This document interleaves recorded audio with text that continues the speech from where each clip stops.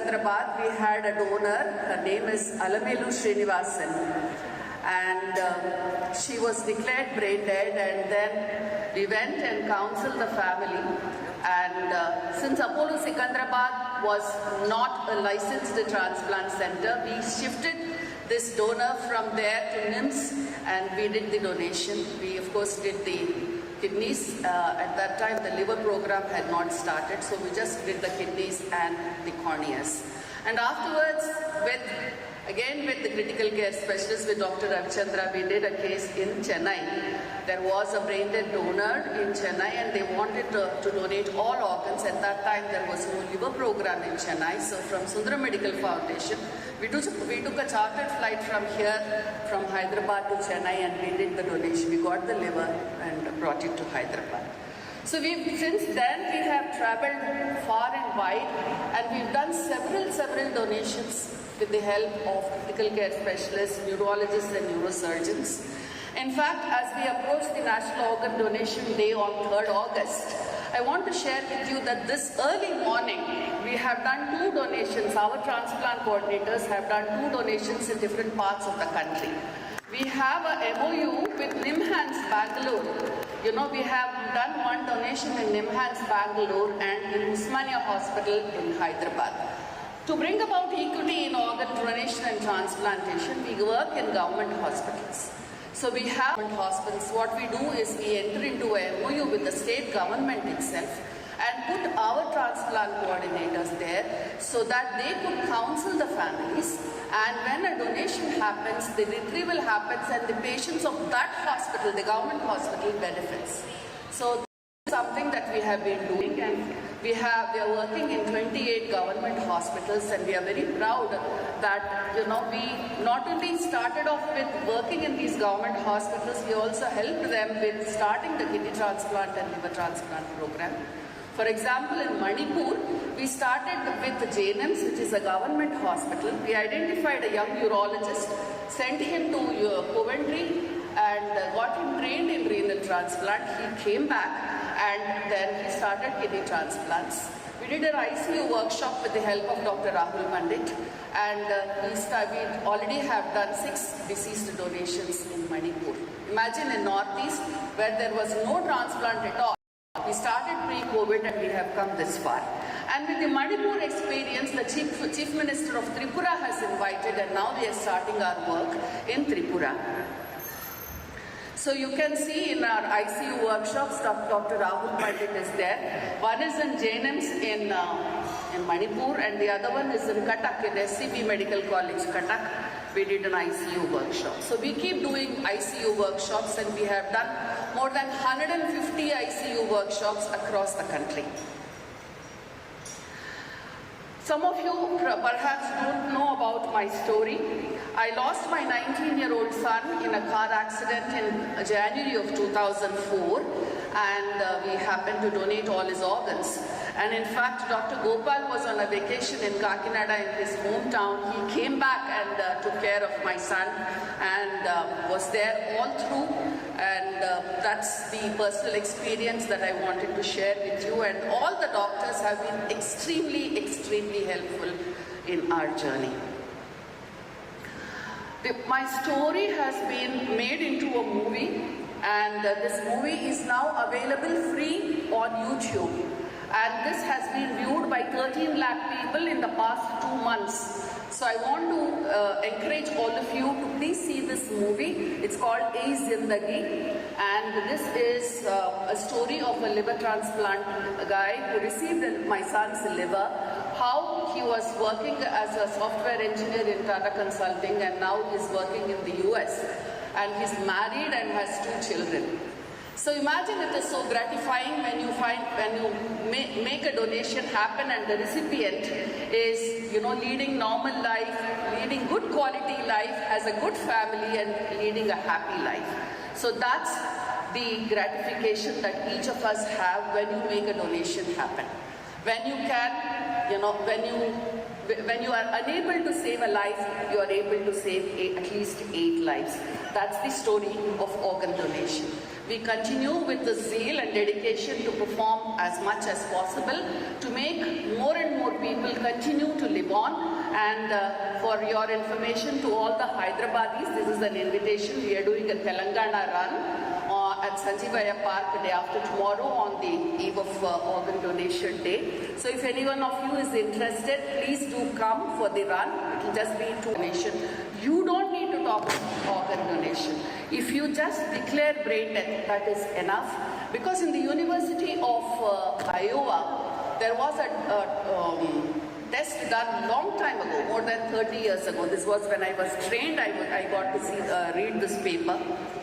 When you declare brain death, and in the same breath, if the doctors ask for organ donation, the success rate is only 30%. 3 out of 10 families say yes to organ donation. But if you pave the way for transplant coordinators, you declare brain death, give time for the family to grieve, and then the transplant coordinator comes and talks about organ donation, the success rate is 72%. 7 out of 10 families say yes to organ donation. So this is called decoupling. The act of declaring brain death and the act of asking for organs is decoupled. So in all our workshops, I keep talking about decoupling. And of course, there are some champions across the country, like Dr. Rahul Pandit talks about organ donation, Dr. Chinadarai, Dr. Pradeep Rangappa, Dr. Kamath. So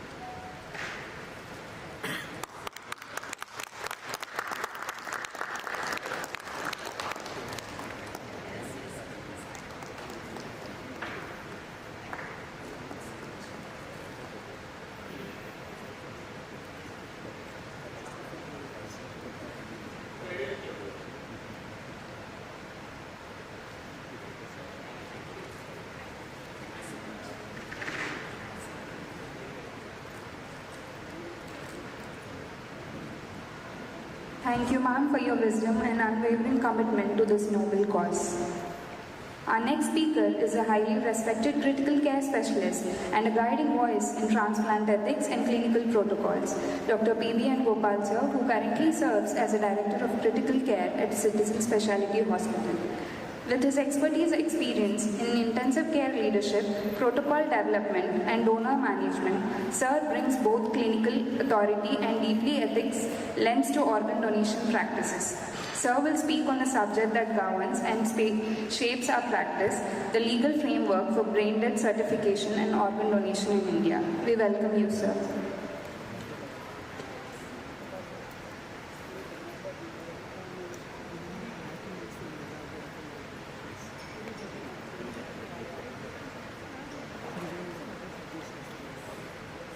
Good morning, everyone. Thank you, Lilita, for that very, very inspiring and nostalgic talk, taking us back by a couple of decades of the little efforts people like me put in this field. The reason probably the organizing committee led by Dr. Ghanshyam chose me to talk on this particular topic is my background. I was a liver transplant analyst for considerable time.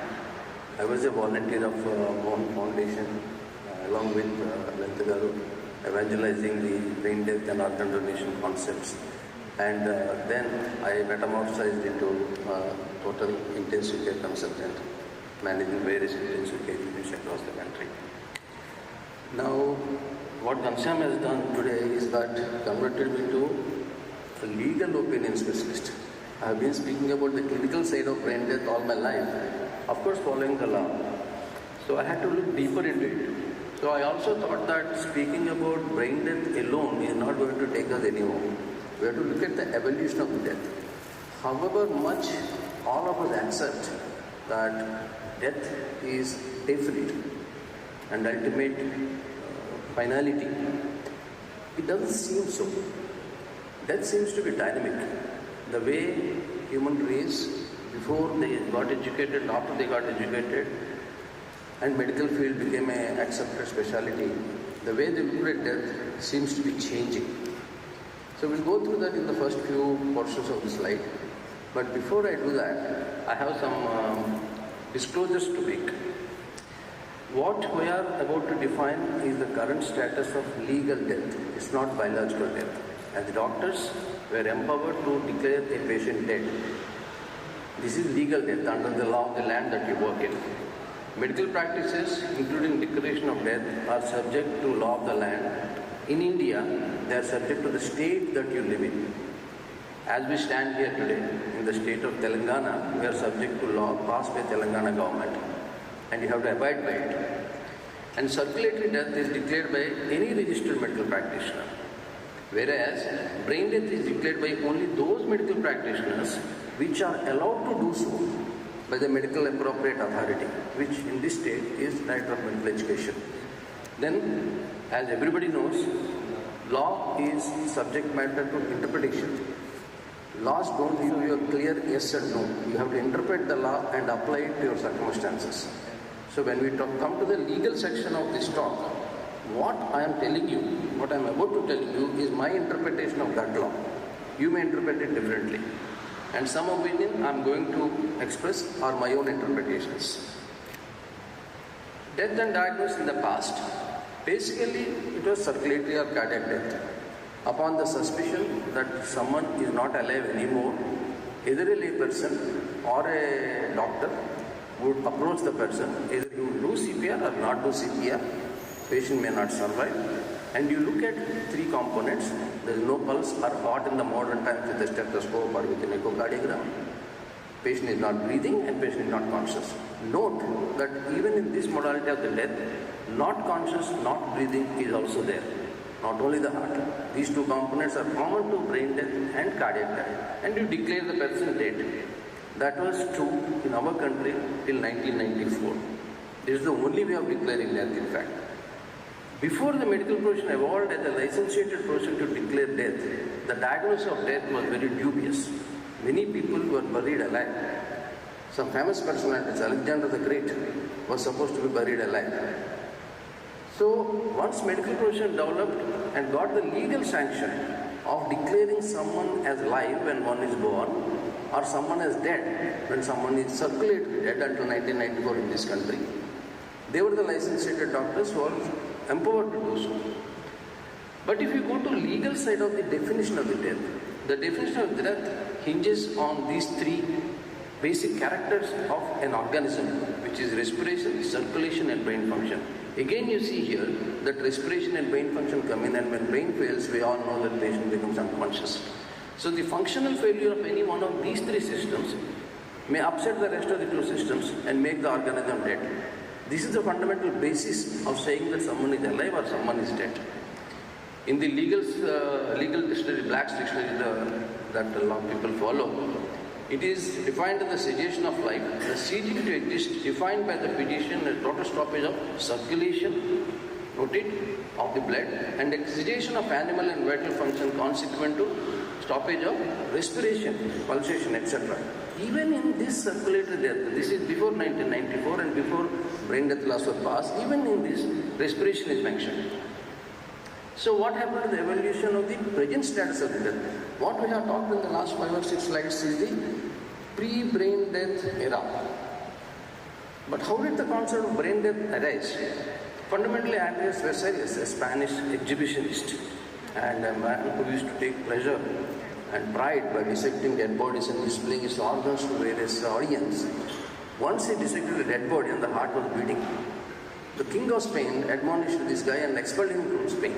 He ran away to Austria and died there. That is the first incident of someone seeing a heart beating in a corpse. Then came Sir Horsley. He found out, he is the neurosurgeon in Queen Square Hospital in London, which is the most famous neuro hospital, and he was the first neurosurgeon there. He said that if artificial respiration is continued, it will be impossible to kill an animal by increasing intracranial pressure, indirectly denoting that an irreversible increase in intracranial pressure would not by itself kill the patient if he is continuing to be ventilated, whereby he means the heart is still beating. He still did not utter the word brain death. Then came 1959, a very important year, not least because I was born in that year. But these two people, Molay and Golan, have observed in polio patients that they went into an irreversible coma. They were done tracheostomies and put on either manual ventilation or primitive ventilation. Their hearts continued to beat, but they never woke up. They called it coma depasse, and they gave several features, in which the most important feature is there is no spontaneous breathing. and there are no neurological reflexes. Then came Henry Boucher, a very, very important figure in American medical history and literature. He found out that after reading all this, he had a very seminal opinion that we should first abandon the ancient sign of death, the cessation of heartbeat. Because till then, no heartbeat is equal to death. And there is no other way death can be declared. And individuals die, but their cells continue to mobilize. This is what I said in the first slide. What were declared, the body continues to function, or else how do we explain the organs which are transplanted living for decades in others' bodies? Because the circulation is maintained. So these two statements from Boucher, Henry Boucher, laid foundation to one, brain death, and two, organ donation. This was taken cognizance by Harvard committee, and they put in Harvard criteria of brain death, among which again no movement or breathing, apnea, the test which we do technically now, found cornerstone. This was taken up by President Commission of USA.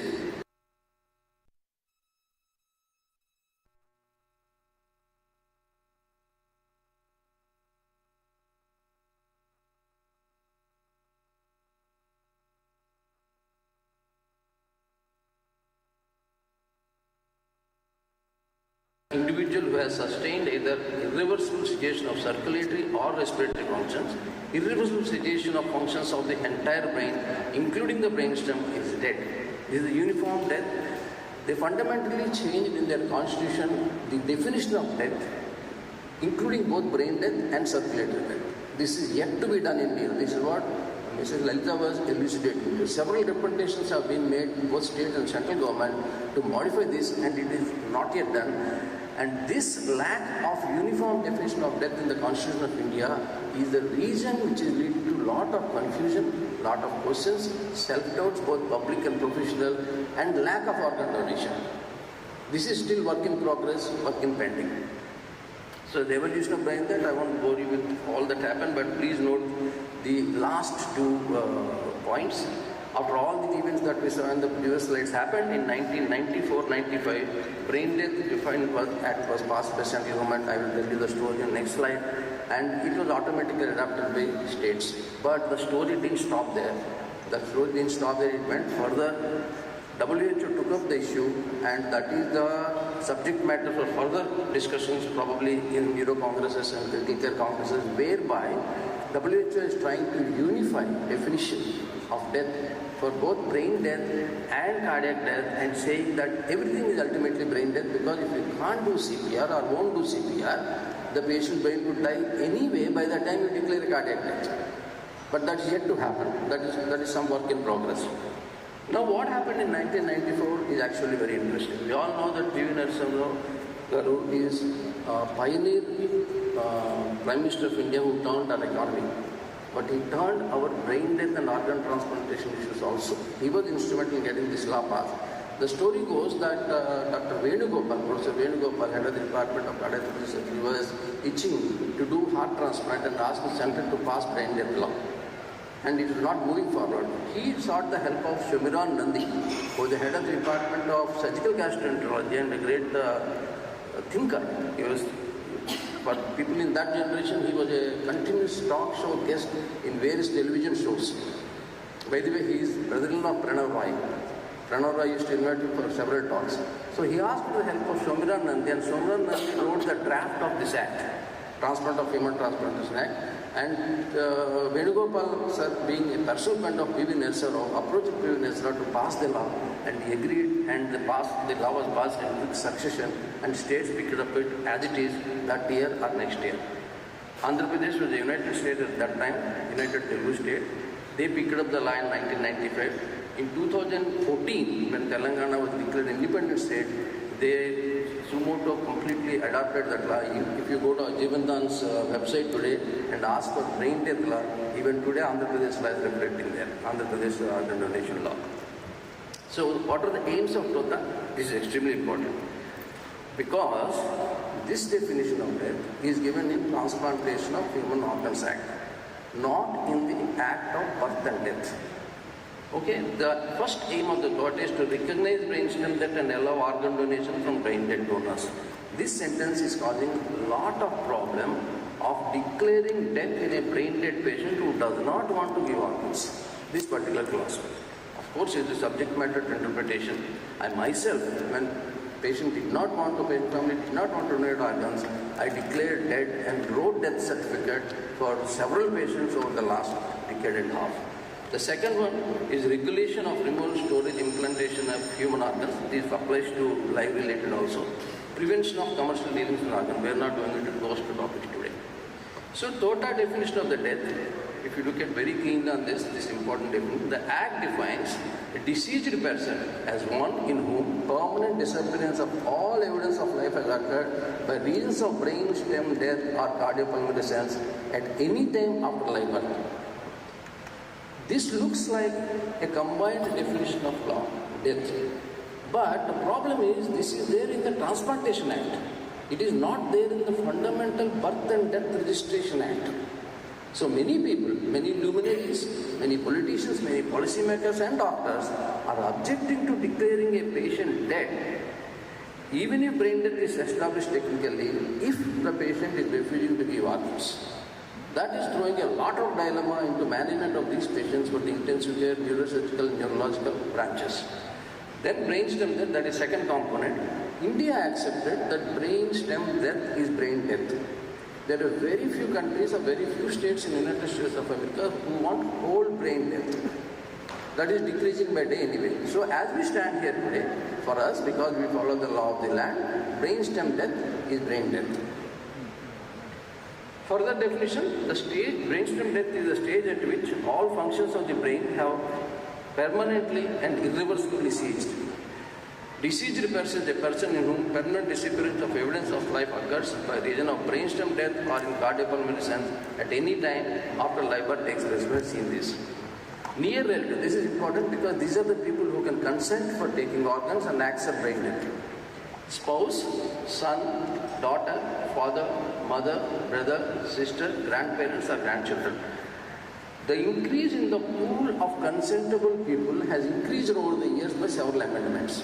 Interestingly, ever since 1994 brain death law came in, TOTA came in, some amendments have been made and are being made, but none of them belong to brain death itself. They all belong to transplantation.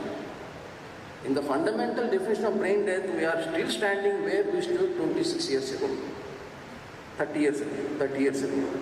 There has been no change there, or the positioning of this definition has not been moved from TOTA to Fundamental Birth and Registration Act. It still sits in the Transplantation of Human Organs Act. So these are brain death criteria. I am not going into this. You are all either doctors or transplant coordinators, and there is a separate lecture about how to declare brain death.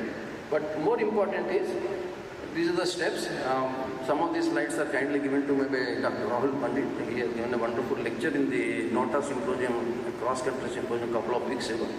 These are the three steps in which you go. Establish if there is an underlying potential cause. This is the first pitfall. Look at the potential cause and no obvious contraindications. Step 2, look for confounders. Make sure there are no confounders. Again, someone else will address this. Step 3, identify brain death by complete neurological examination. Who does it? This is a legal issue.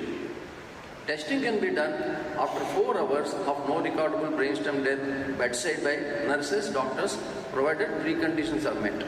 Testing is done by 2 doctors at an interval of 6 hours apart, who can be neurologists, intensivists, neurosurgeons. This is very important because the appropriate authority has recognized doctors beyond neurosurgical science to do brainstem testing and declare brain death. Certification is different. We come to that. 2 more persons above the process and sign of the final document. There are prerequisite documents. Who certifies the brain death? The first one is declaration. This is certification. Some hospitals have a brain death committee. If there is no committee, it can be constituted at that point of time. The brain death certification has to be done in a different form by medical superintendent who is in charge of the hospital, independent RMP, 5 years of PG experience, neurologist, neurosurgeon approved by the appropriate authority, registered medical practitioner treating the patients.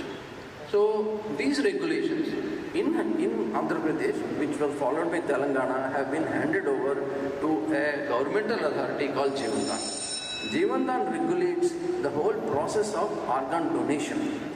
As I read into the Jeevandan's preamble and their content, they don't dictate to declare brain death. They don't have a role to play there, but they have a role to play what happens to the organ if patient family consents to give organs.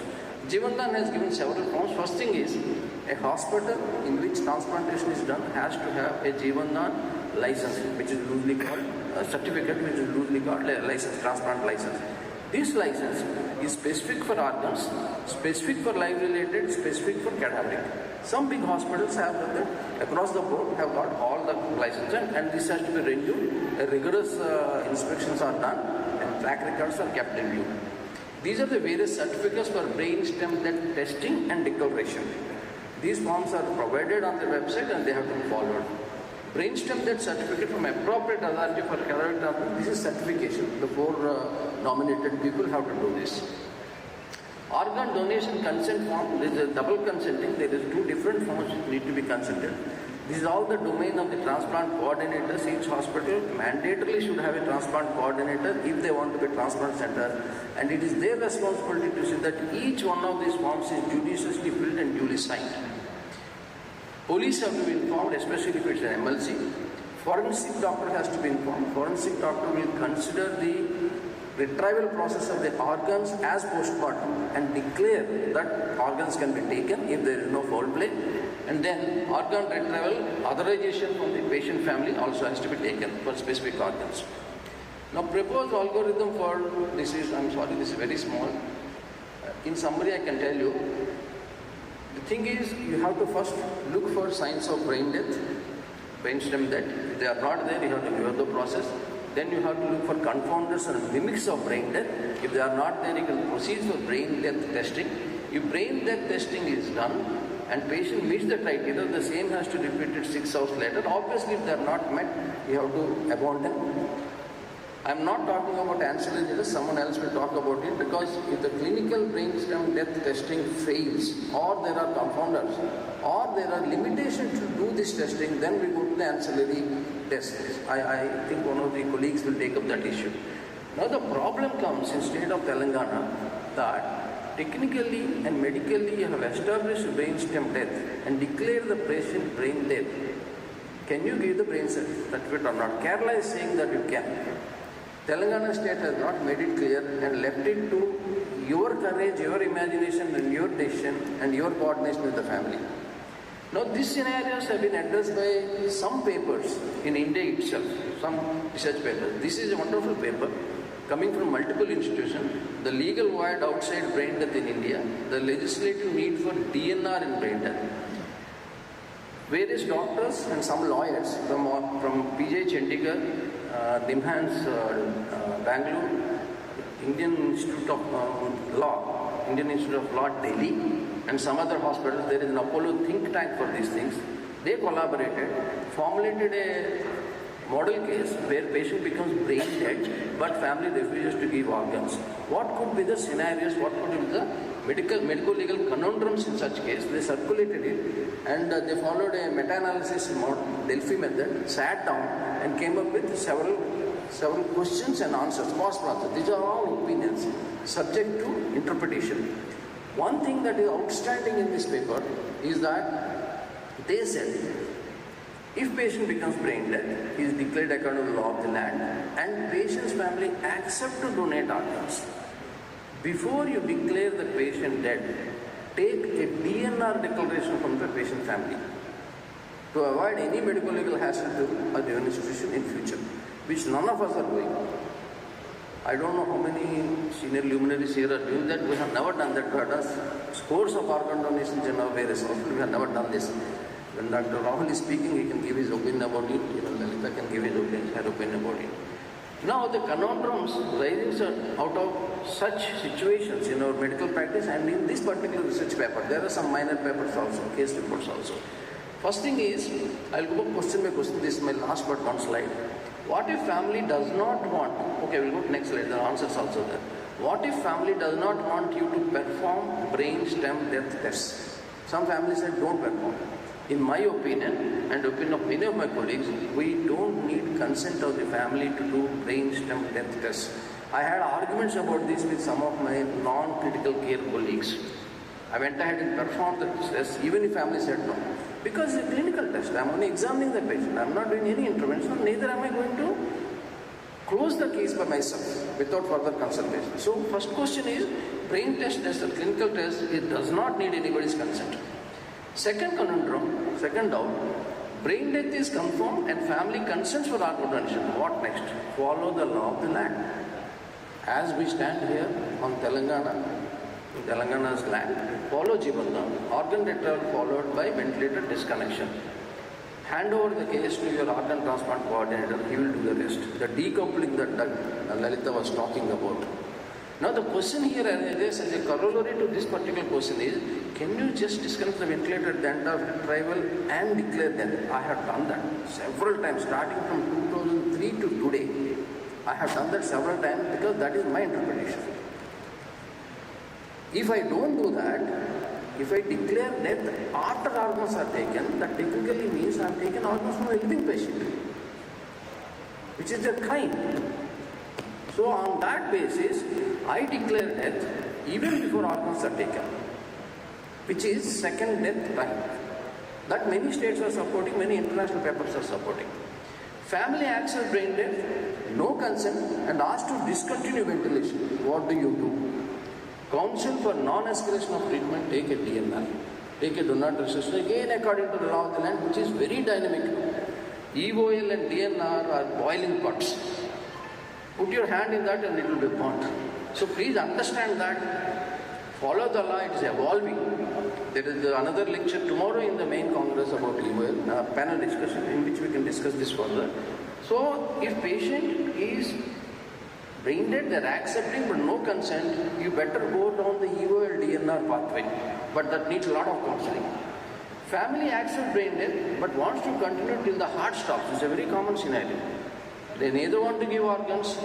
They say, okay, he is dead, you are talking about some land, all that, but for us he is alive because heart is beating, our religion, our family, our mother-in-law, they don't accept it. You continue. What do? Decision is driven by cultural situation where you live, that family, the religion, and of course the temperaments at that point of time of the family's temperaments. Be very cautious. You have to patiently continue to counsel.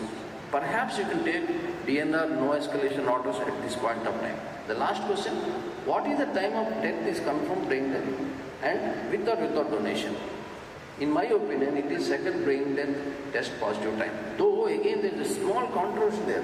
The second test is only confirmatory test. It is not a diagnostic test. You have made the diagnosis 6 hours ago. You are confirming 6 hours of the death, that patient is still dead. Any case, to avoid legal consequences and not to increase pressure on the patient family and to expedite retrieval process, we better declare the brain death time, second test brain death time as brain death time. So these are the thoughts that came to my mind, but there are changes that need to be done. Unless we make these changes, the people involved in this particular activity, trade or non-trade activity, are not at peace and not safe. First thing is, there has to be constitutional changes for 2 modes of death. Universal determination of death has to be enacted in the law of birth and death of Indian Constitution. Second, term death need to be used for both kinds of death. That is going to happen maybe a decade later, depending upon what the committee which I talked about under WHO is working. Clarity to medical professionals that death can be declared due to brain death and even when organ donation is not contemplated. This is my opinion. I leave it to your judgment. Government certification workshops are entitled doctors to declare brain death and periodic rectification have to be mandatory. They have given the power of declaring death to a particular close group of neurologists, neurosurgeons, intensivists and some anesthesiologists. But they are not being trained this. When we were medical students, we didn't even know that this term existed. And we have never been given a training. Like, for example, if you want to prescribe HIV medicines, you have to undergo some kind of HIV training. Here it is not the one. Of course, organizations like Mohan Foundation are doing this kind of job, but this is voluntary. It's not mandatory. In my opinion, it should be mandatory to get the power of declaration in your hand. It has to be mandatory training. And lastly, changes in medical education curriculum at a basic level, at a medical school MBBS level have to be done to make them very aware of this, this has got profound implications on the future of these doctors and their influence on the events in their particular institution. And lastly, lives of hundreds of waiting recipients, hundreds and thousands of waiting recipients. I got this opportunity to put a few of my thoughts and learn a bit about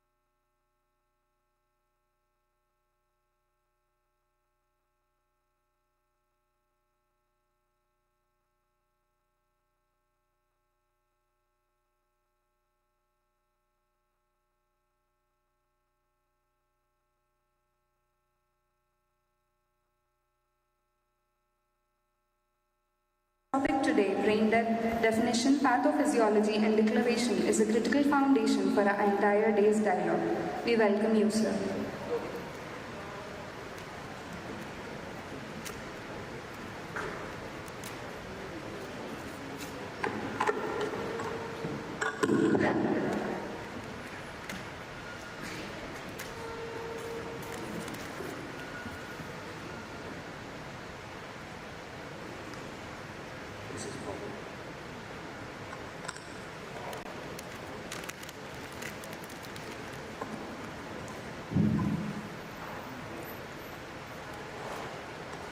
Good morning, everyone.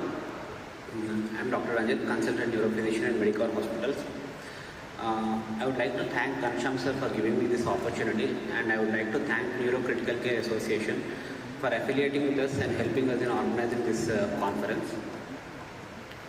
So I will be talking about brain death definition, pathophysiology, and a declaration.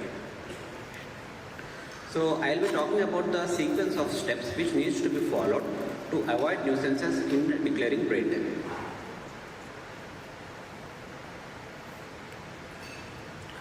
So death is declared by two criteria. One is cardiopulmonary criteria, and the second one is declaration of death by neurological criteria. So brain death or death by neurological criteria is an accepted criteria in most parts of the world, and it constitutes about 20% of deaths in hospital and overall worldwide. And in 1968, a multidisciplinary committee from Harvard Medical School first introduced the standards for brain death. Later on, many amendments were made and many standards were brought by different organizations like the American Academy of Neurology, Society of Critical Care, and pediatric associations. So all of these have helped in setting up few standards which help in preventing nuisances in declaring brain death. So there are three definitions which are used in declaring brain death.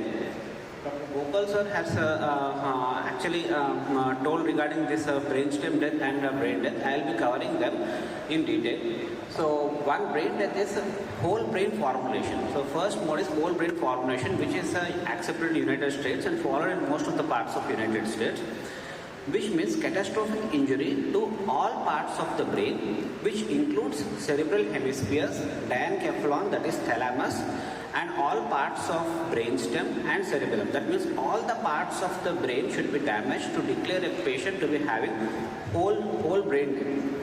In this view, completion, this requires establishment of damage to all the organs of the brain.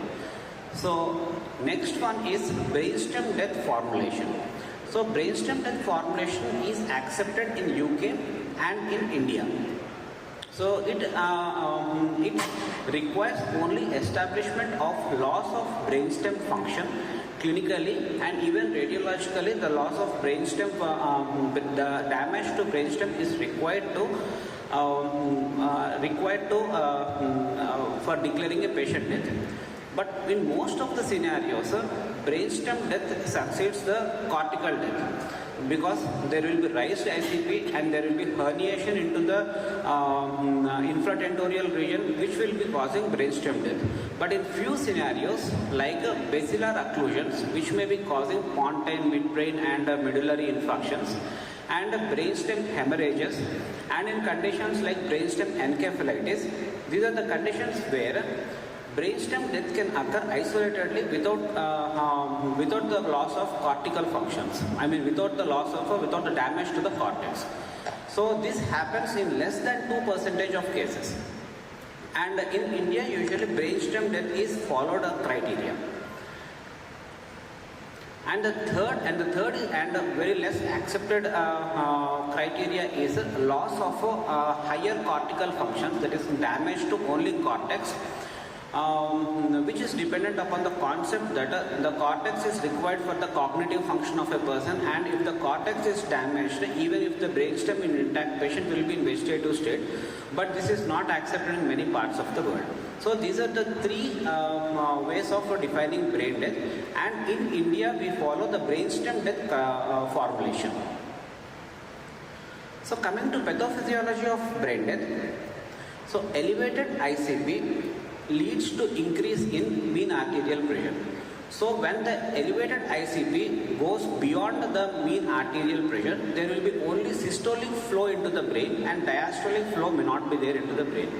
And when the elevated ICP goes further beyond the systolic blood pressure also, there will be no flow into the brain, and which may cause herniation of tissue into the herniation of the cortical tissue into the brainstem. So in the brainstem, the damage happens in a rostrocaudal fashion. Rostrocaudal fashion means the first part to get damaged will be midbrain, next comes pons, and next will be the medulla. So when the damage happens to midbrain, there will be significant vagal stimulus, which will cause decreased blood pressure, bradycardia, and decreased heart rates and decreased cardiac output. And next damage will happen to pons. When the damage happen to pons, there will be superimposed sympathetic stimulus on the pre-existing vagal tone, which will give rise to Cushing's reflex. So in Cushing's reflex, because the pre-existing vagal tone, there will be bradycardia. Because of the sympathetic stimulation, there will be hypertension. So this is the reason for which usually sympathetic stimulus should cause tachycardia and hypertension. But because of the pre-existing bradycardia, vagal tone, there will be bradycardia and there will be increased blood pressure. And next structure of brainstem to get damaged after the pons is medulla oblongata. So medulla oblongata has this vagal cardiomotor nucleus, which becomes ischemic and completely the vagal tone is lost. And there will be unopposed sympathetic stimulation. Up to the pontine stage, there will be both parasympathetic and sympathetic stimulation. When the ischemia progresses to the medulla oblongata, there will be only unopposed sympathetic stimulation, which will lead to a sympathetic storm. So this sympathetic storm may lead to another unopposed arterial hypertension, tachyarrhythmias, myocardial dysfunction, stress cardiomyopathy, and neurogenic pulmonary edema. So, and the herniation triggers to inflammatory cascade that can affect the cardiopulmonary functions. So this is the pathophysiology of brain death. And as Sir covered Transplant of Human Organs Act in 1994, who can declare brain death? So brain death evaluation according to our law can be done by 4 people. One medical administrator in charge of the hospital, the people who are involved in declaring brain death. So examination is done by usually neurologists and neurophysicians, and I will be telling who can do the examination. Medical administrator in charge of the hospital is involved in this team. Authorized specialist by hospital is involved, and authorized neurologist or neurosurgeon and medical officer who is treating the person. And according to the amendment made in 2011, it also allows physicians and surgeons, if the neurologists or neurosurgeons are not available, and also anesthetists and intensivists can examine a patient for brain death if a neurologist or neurosurgeon is not available in that hospital. So this is an amendment made in 2011. So these are the laws covered by sir. So first, coming to prerequisites for a brain death by neurological criteria. Performance of evaluation of brain death should only be considered if the patient is comatose and having absent brainstem reflexes and is not breathing spontaneously, and etiology is known and catastrophic and cause irreversible brain damage. So etiologies that can lead to brain death and cause irreversible brain damage are hypoxic ischemic encephalopathy, patients who underwent cardiopulmonary resuscitation or who sustained HIA because of any reason, or patients who had large hemorrhagic strokes or large ischemic strokes with midline shifts, or traumatic brain injury, bacterial meningitis, viral meningoencephalitis, or patients who had acute obstructive hydrocephalus. And the conditions which may mimic brain death are, these conditions are very important and should be kept in mind when we are examining the brain death patient. Fulminant Guliel-Barré syndrome, which may sometimes even have brainstem encephalitis, botulism and high cervical cord injuries, snake bites, rabies, and severe hypophosphatemia and severe metabolic derangements. So these are the conditions which may mimic brain death. So before proceeding, we must establish whether the injury is irreversible or not. So establishing irreversibility is very important before proceeding to any examination of brain death, which can be done by repeated clinical examinations and also by, and very importantly, by neuroimaging. And by checking the intracranial hypertension, whether the ICP is more than mean arterial pressure. These are the indicators which will, the brain imaging and checking the ICP, which may be more than MAP in cases of irreversible brain injury. So these things should be established before proceeding further. And confounding factors should always be kept in mind, like hypotension. In adults, before proceeding for brain death examinations, blood pressure should be more than or equal to 100, and or mean arterial pressure should be more than 60. And in pediatric population, it should not be less than 2 standard deviations of the that particular age. Hypoglycemia should not be there. Hypothermia, in adults, the temperature should not be less than 36 degrees centigrade. And in pediatric population, temperature should not be less than 35 degrees centigrade. And severe derangements of electrolytes and pH should be checked, and if possible, they should be corrected. So there are no particular definitions of the pH or sodium levels or any metabolic derangements, but all the criteria, according to AAN or World Brain Death Organization criteria, they tell that severe derangement should be corrected. Probably one sodium more than 150, few articles say that sodium more than 150, or few articles say that sodium more than 160 needs to be corrected. pH less than 7.3 needs to be corrected. So always intoxication should be excluded, and the drugs that may cause CNS suppression should be checked. For example, blood alcohol level should be less than 80, and wait for at least 5 half-lives for the drug to get excluded from the body. And we must take into consideration the hepatic and renal impairments, and we may have to give more time before the drug to get metabolized. And we must exclude the pharmacological paralysis either by nerve conduction studies like that is a train of fora, or by clinically by assessing the deep tendon reflexes. And the laboratory parameters, like as I told, the severe metabolic derangement needs to be corrected. And these are the drugs that may cause CNS depression and may give false positive brain death. So when any of these drugs are in circulation, or when we are giving any of these drugs, definitely we may have to wait for them to get metabolized in the body or washed out from the body, and we may have to give, we should give definitely enough time and at least 5 half-lives for these drugs to get metabolized, to get washed off from the body. So now coming to clinical examination of a brain death or a death by neurological criteria, this is the most important one which I want to stress. Once the prerequisites of the brain death are met, a clinical examination is performed to assess the coma and the absence of a motor response of face and extremities, and brainstem areflexia should also be established.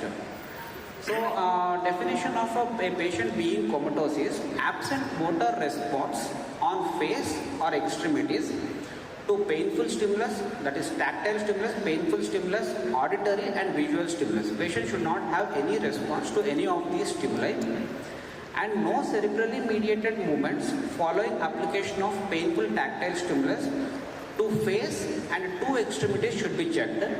If the extremities are not there, on two locations on one extremity can be checked. So when we are clinically examining a patient, although patient might be having although patient might not be having any of the cortically mediated movements, or patient might not be having any of the brainstem reflexes, they may be having few motor movements which are actually mediated by spinal cord. So these movements are segmental, especially in cases of high cervical cord injuries. We may not be able to rotate patient's head sideways. So in these cases, oculovestibular reflex can be checked. So the prerequisites for checking oculovestibular reflex is head end should be elevated for 30 degrees and 50 ml of by 30 degrees, and tympanic membrane rupture should not be there for those patients. And a 50 to 60 ml of cold water should be injected with the help of a small tube into the ear of the patient, and the eye movement should be examined for 1 minute. So in the first video we can see a normal oculovestibular reflex. So cold water is injected, and after the cold water is injected, slowly the eye starts, there is a nystagmus. So it can be remembered by the famous mnemonics which neurologists remember. Cold water will have opposite side nystagmus, and warm water will have the same side nystagmus, cows. So we are injecting the cold water. If the brainstem is intact and the brain is intact, a slow phase will be there towards the injected side, and a fast phase of nystagmus will be there towards the opposite side. So that is normal. And in cases of brainstem dysfunction, patient may have only tonic deviation of eyes towards the right side, and there will be no correction saccade towards the opposite side. And in brain death, there will be no movement of eyeballs after injecting cold water. So after injecting cold water, at least we must wait for 1 minute to assess for these eye movements, and after 5 minutes we must do on the opposite side. After 5 minutes we must do on the opposite side, so that the equilibrium will be established. Next slide.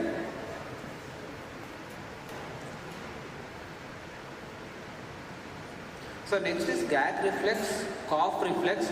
Gag reflex is stimulating the posterior pharyngeal wall, and cough reflex is by stimulating the tracheobronchial tree. Both these reflexes helps in establishing the intactness of medulla oblongata. And in pediatric population, it is very important to do sucking reflex and the rooting reflex. So this is sucking reflex. A gloved finger should be kept in the mouth of the baby, and there will be spontaneous suction. And rooting reflex is if we tap on the cheek of the baby will turn towards the side of the tap and will try to latch the finger. That is the rooting reflex. So these are the brainstem reflexes which should be checked in pediatric population.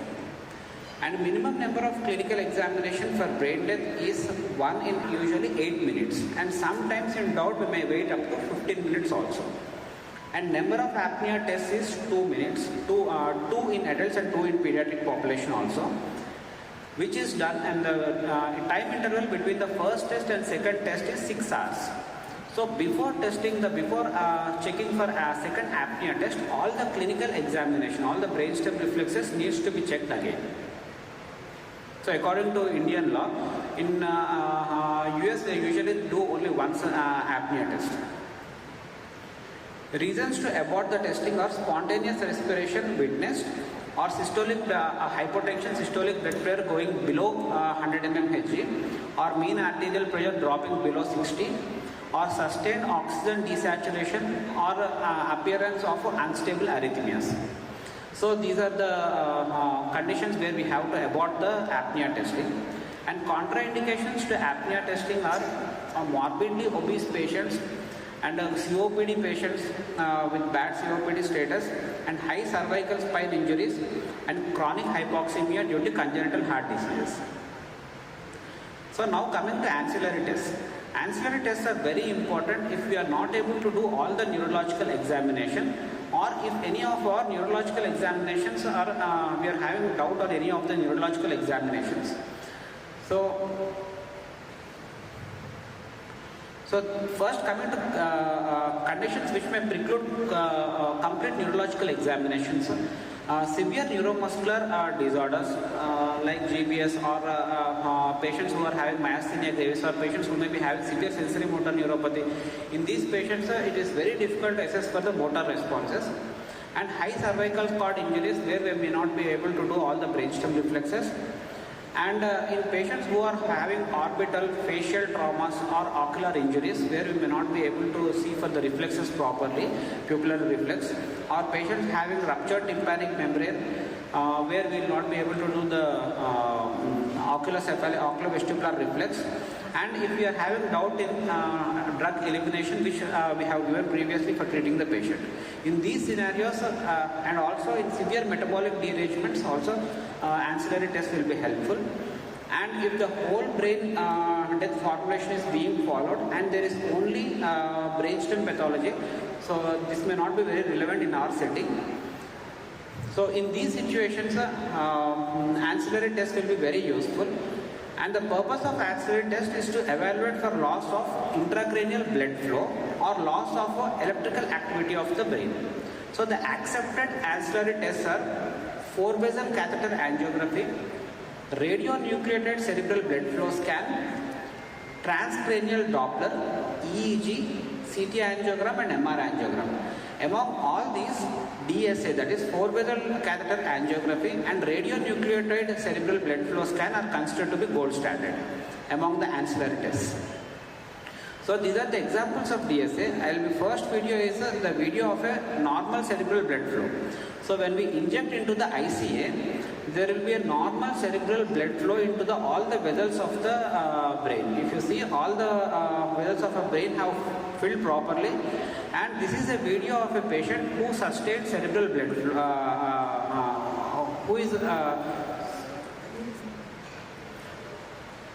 who had aneurysmal rupture and was not having any brainstem reflexes.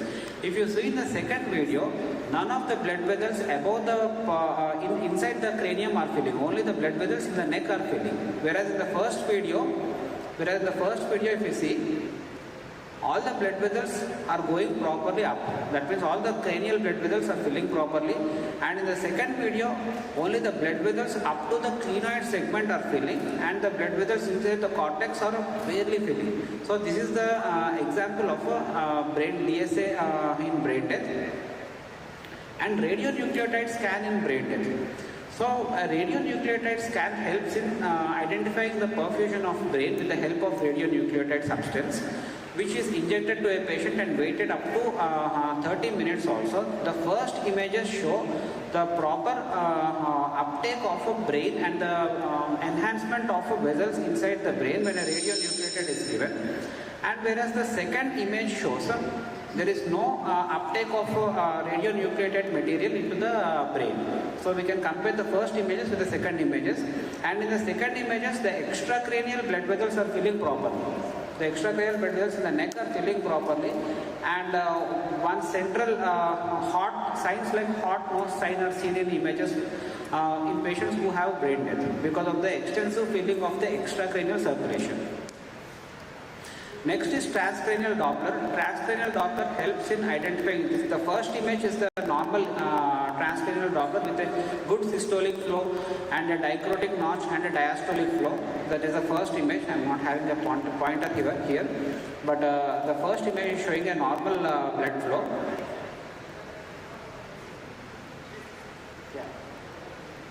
So this is a normal blood flow with a good systolic peak and a dicrotic notch and a diastolic flow above the baseline. As the mean arterial pressure rises, as the ICP rises, slowly the diastolic flow will get dampened, and there will be only systolic flow. As the further rise in ICP, there will be diastolic flow reversal. That means the systolic blood will be flowing into brain and the diastolic blood will be flowing out of the brain. There will be reversal of diastolic blood flow, and if it goes beyond that point, there will be small systolic peaks but with no diastolic flow, and further there will be blood flow into the brain as the ICP keeps increasing. So this is the example of a systolic flow with no diastolic flow, and this is the example of systolic flow with a diastolic flow reversal, and this is the example of small systolic peaks. So all these signs like systolic blood flow with no diastolic flow reversal, and small systolic peaks are examples of patients having brain death and no cerebral circulation. And EEG helps in identifying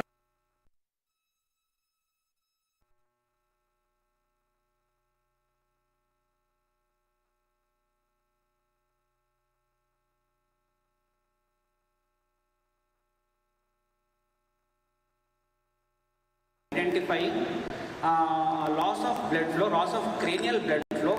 In some places, VSA may not be available, so CT angiogram will help us in identifying the opacification of cranial blood vessels, and even the non-opacification of veins like vein of Gall and straight sinus and cerebral veins also helps in identifying indirectly the brainstem death. So, determining the brain death in ECMO patients is almost same like the normal patients, including the clinical examination. But in patients who are in veno-arterial ECMO, the arterial blood sample should be simultaneously drawn from patient's arterial catheter, and oxygenator should ensure the pH and carbon dioxide in the cerebral circulation properly. So in therapeutic hypothermia, at least 24 hours we must wait before reheating the patient, before rewarming the patient. And the patient's temperature should not be less than 36 degrees centigrade when we are doing all these tests for brain death. And communication about the brain death, and communication should start from the point of examiner believing that patient might be having a brainstem areflexia. And in addition, timely communication and clear and consistent communication is necessary, and the practitioner should be empathetic when we are communicating about the brain death. And it is actually I was having many doubts on this slide, but after listening to Gopal sir's talk, I got clarity. So there is no need of consent for doing the brain death because it is a clinical examination. And how long should we wait after we think that patient is brain dead? So we can wait up to 48 hours, but this is not based upon the Indian law or the law of our state, but the laws which were set in US and US particularly states that after clinical examination shows a brain dead status, we can wait up to 48 hours so that we will be giving some time for the family members to digest things. And after 48 hours, patient can be weaned off from the supports. So concluding, a systematic approach should be will help us in clearly establishing the brain death, and a prerequisite should be checked, etiology should be established, and irreversibility also should be established. and confounding factors should be delineated before going for examination, and a detailed clinical examination should be done, because clinical examination is one thing which is irreplaceable, and ancillary tests will just help in supporting our clinical examination, or in rare scenarios where we are not able to do clinical examination, ancillary tests will be useful. And finally, empathetic communication is needed. Thank you.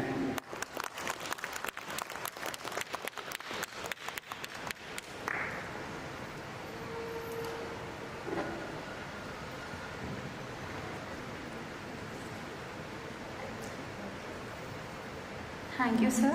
I now request Dr. Shrikant Reddy, sir, to hand over a token of appreciation to Dr. Ranjan, sir.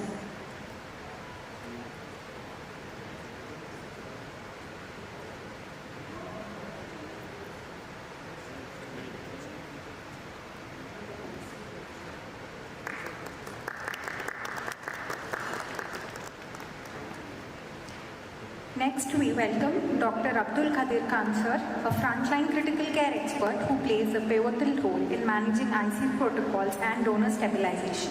Sir will be speaking on maintenance of a brain-dead donor, a key to ensuring successful organ retrieval. We welcome you, sir.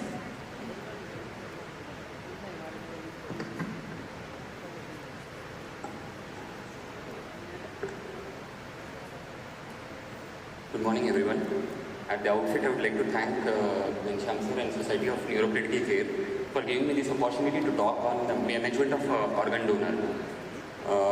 From the morning classes, we have seen how the legal framework for organ donation, brainstem declaration, and the pathophysiology of organ brainstem death or brain dead patient.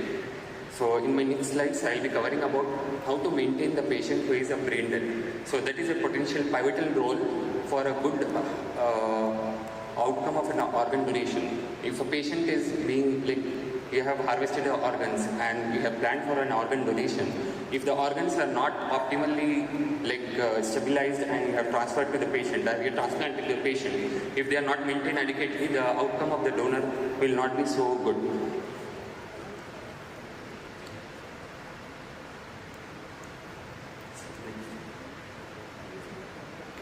So as we have seen from morning, the majority of the road traffic accidents are more than 1,50,000 a year, and out of them only 0.8% organ death patients who are brain dead goes for an organ donation. So increasing the number from 0.8 to at least to a good remarkable number will be helpful in managing patients who are listed for an organ donation. So increasing that number can be done only by maintaining a potential organ donor, by maintaining the adequate physiology and post-op and recovery of the patient. So maintaining the physiology as close to the normal of a living or living human being is important in terms for a potential and good outcome of an organ donor.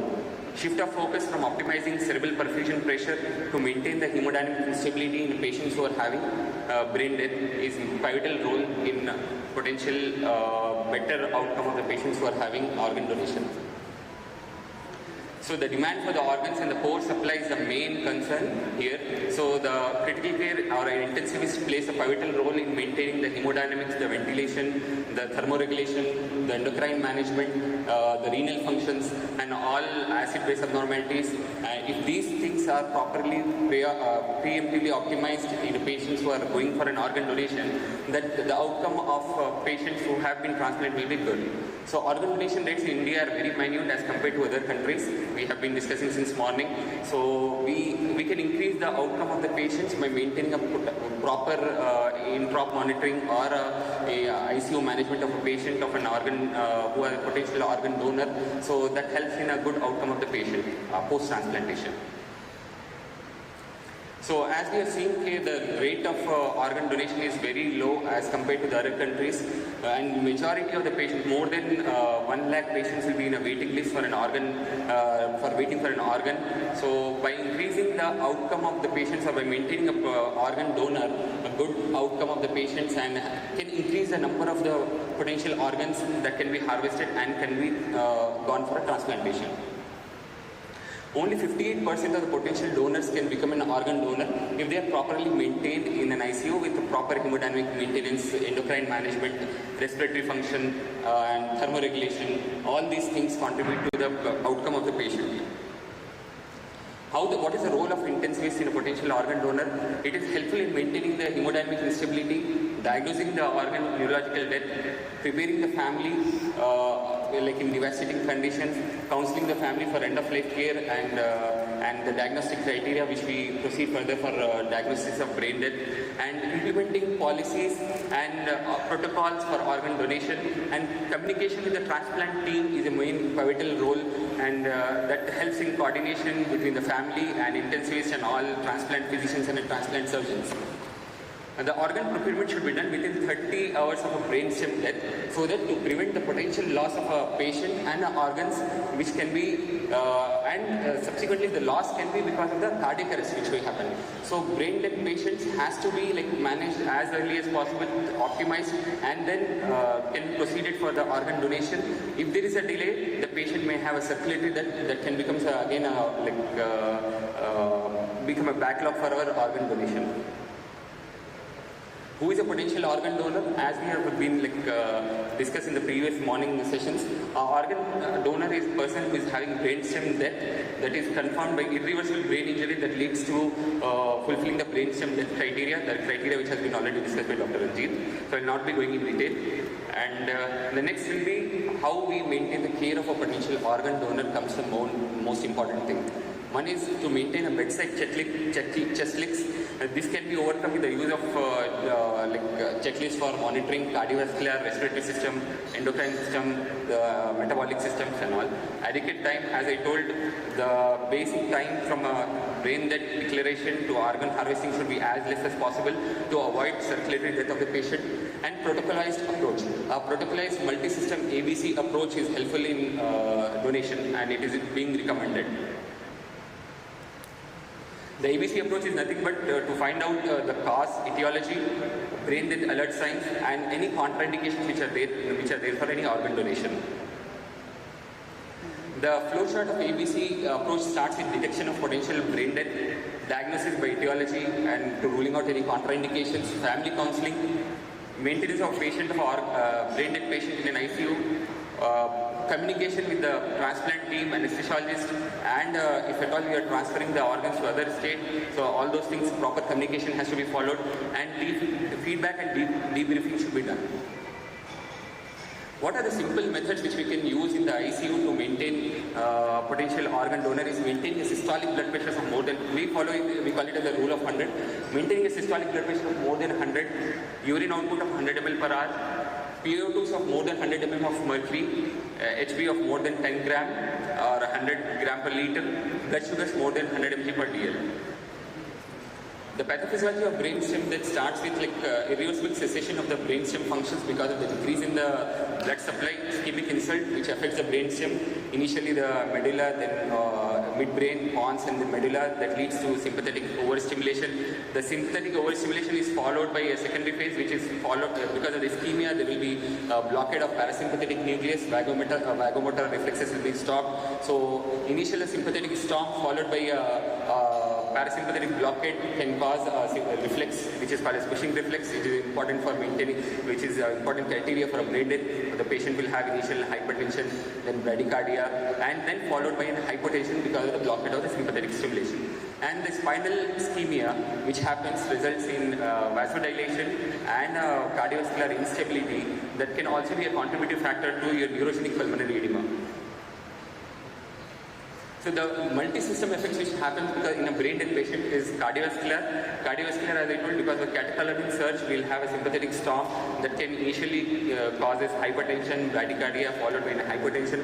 Respiratory system, because of the spinothalamic vasodilation, the tracts which are coming down becomes vasodilation, and that can be one of the reasons for neurogenic pulmonary edema. Endocrine dysfunction because of the center which gets affected because of the hypothalamus and all anterior pituitary, the decrease in the ischemia which is because of the brain death that affects your anterior and posterior pituitary, that can cause the dysfunction of your thyroid gland, your responsibility for your corticosteroid insufficiency. Inflammatory response because of cytokine release, coagulation abnormalities, maybe because of the hypothermia, hypertension, and acidosis, which leads to coagulation abnormalities. Metabolic derangements can be because of the endocrine dysfunction. So how we manage in ICU is by starting with a laboratory basic panel. We start with blood grouping, respiratory function assessment, liver function assessment, kidney function assessment, creatinine, electrolytes, serological testing, viral markers, monitoring of arterial blood gas analysis, and urine outputs, lactates, blood sugars every second hourly. An additional test may be required for multi-organ donor, for example, echocardiography for monitoring the hemodynamics, and bronchoscopy if the patient is being planned for a lung transplantation. We also should think that the patient who is being in the ICU for a patient who has brainstem death or being in the ICU for any irreversible cause of death, he may be there in the ICU for a longer duration, so the acquiring of infections is very high. So infection screening should be done if the patient is staying in the ICU for more than 72 hours. Preliminary cultures should be taken, and if the patient is planned for a lung transplantation, we have to do a bronchoalveolar lavage to know if any specific organisms or any source of infection is there in the respiratory tract also.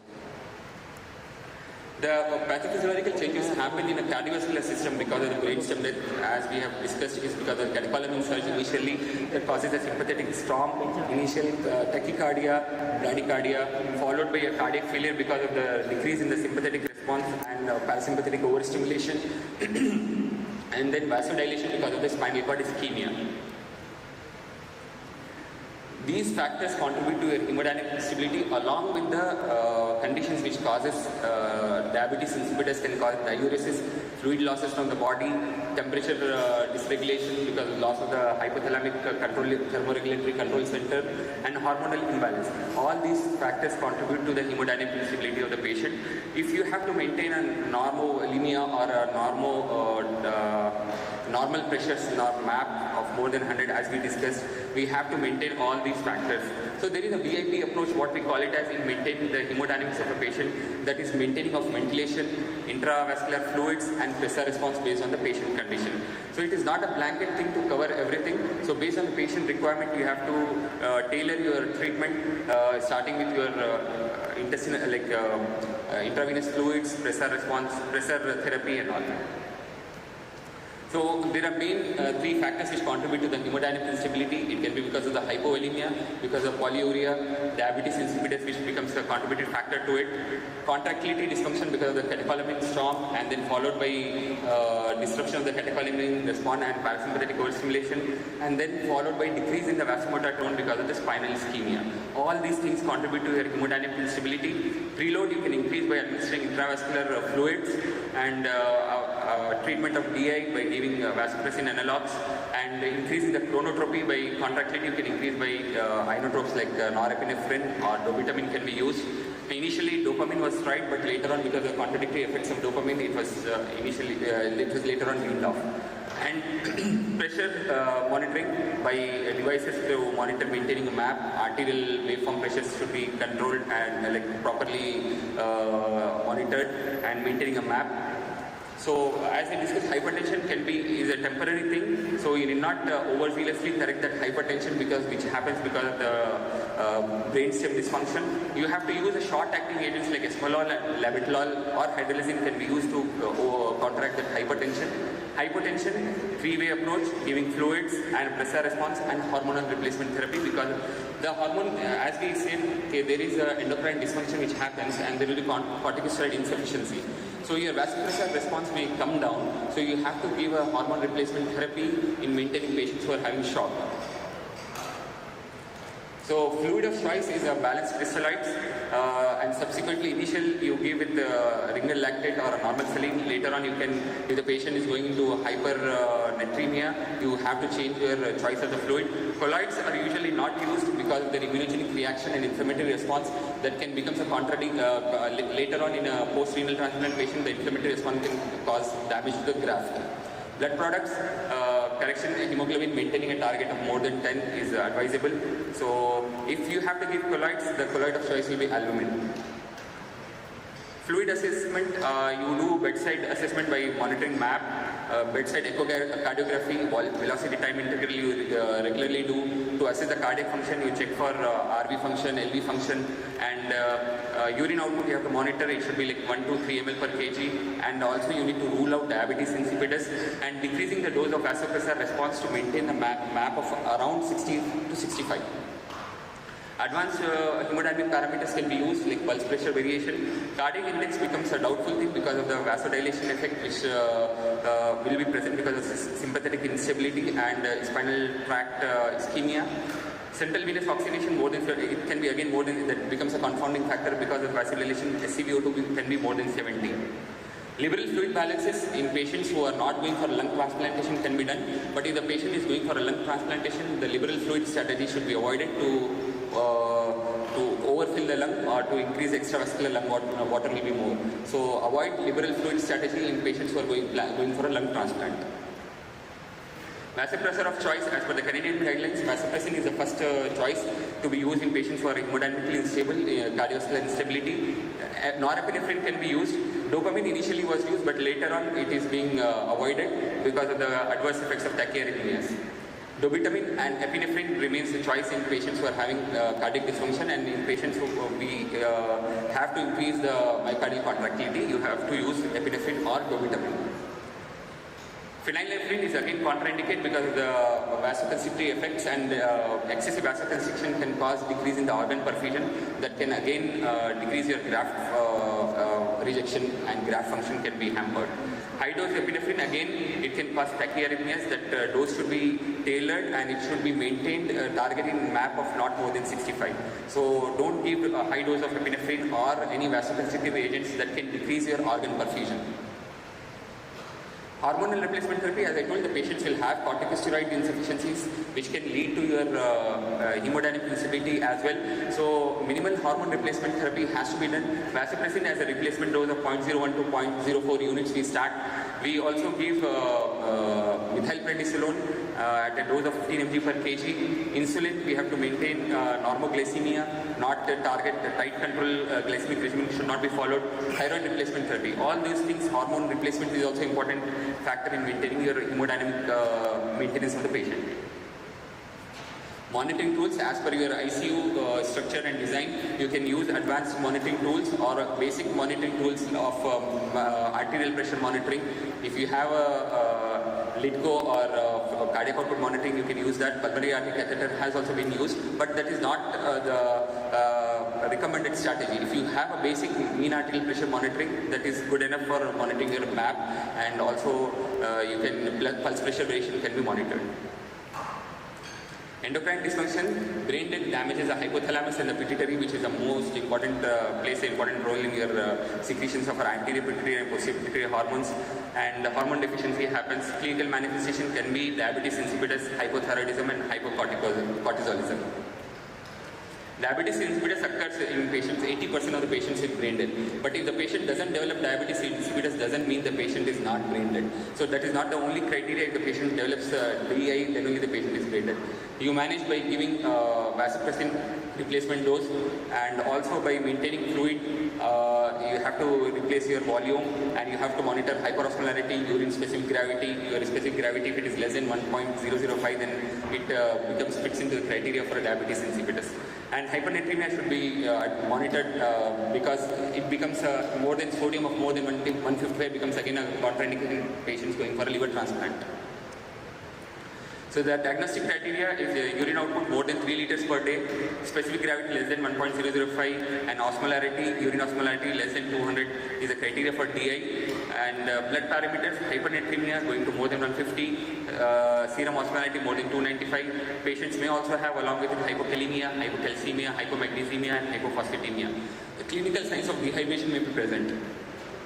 Excuse me.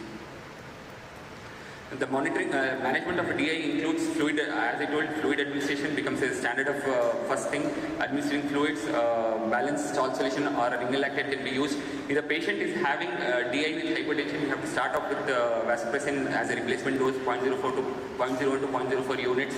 In patients who are having DI with hypernatremia without hypertension, desmopressin is a choice of agent. Thyroid hormone deficiency also occurs because of the pituitary dysfunction, and patients have to go with a thyroid replacement therapy with a dose of thyroxine. And in patients may have sick euthyroid where thyroxine levels may be normal but TSH may go up high. So they are having sick euthyroid syndrome.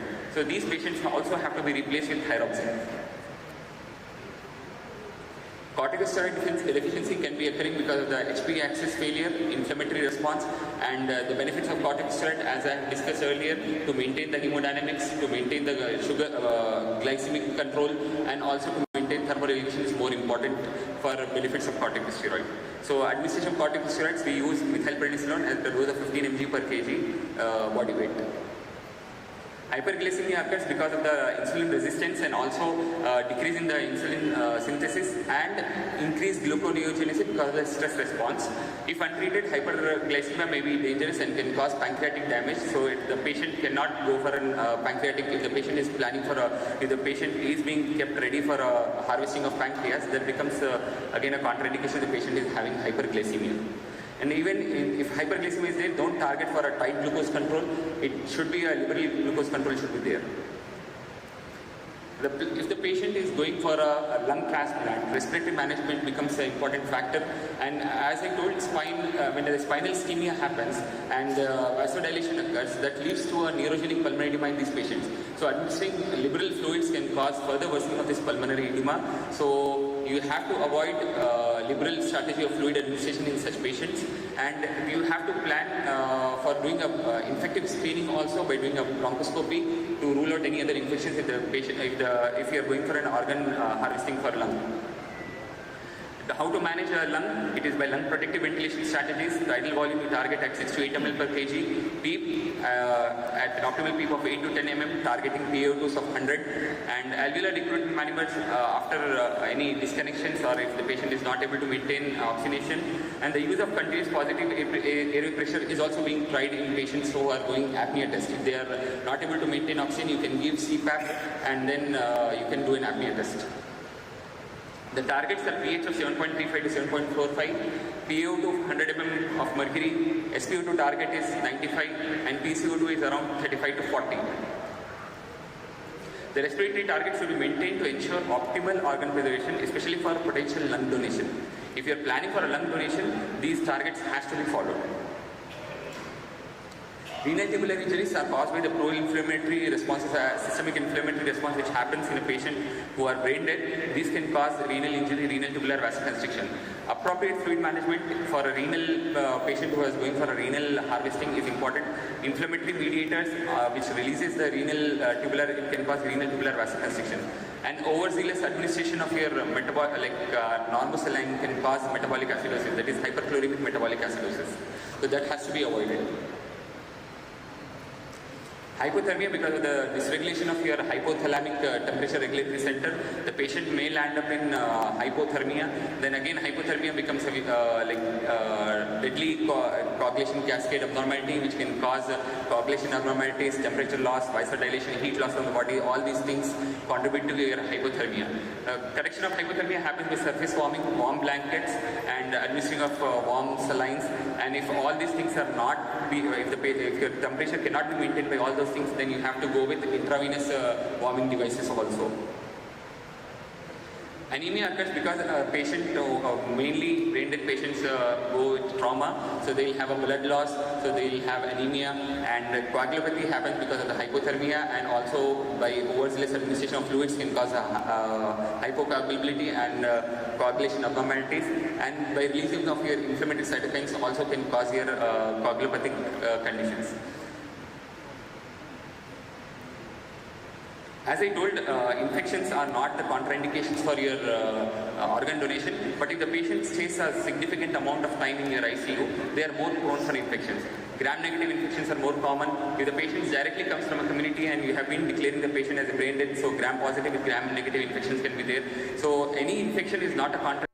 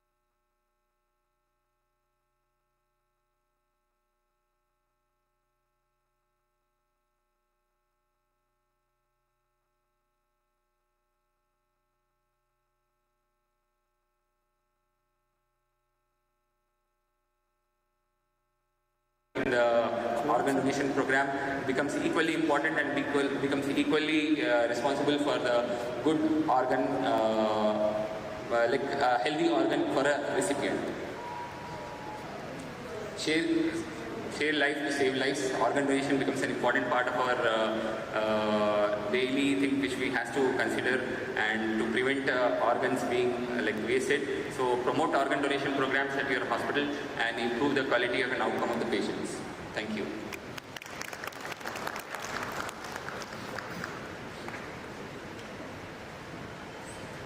I now request Dr. Srikanth Reddy sir to hand over a token of appreciation to Dr. Kadir sir.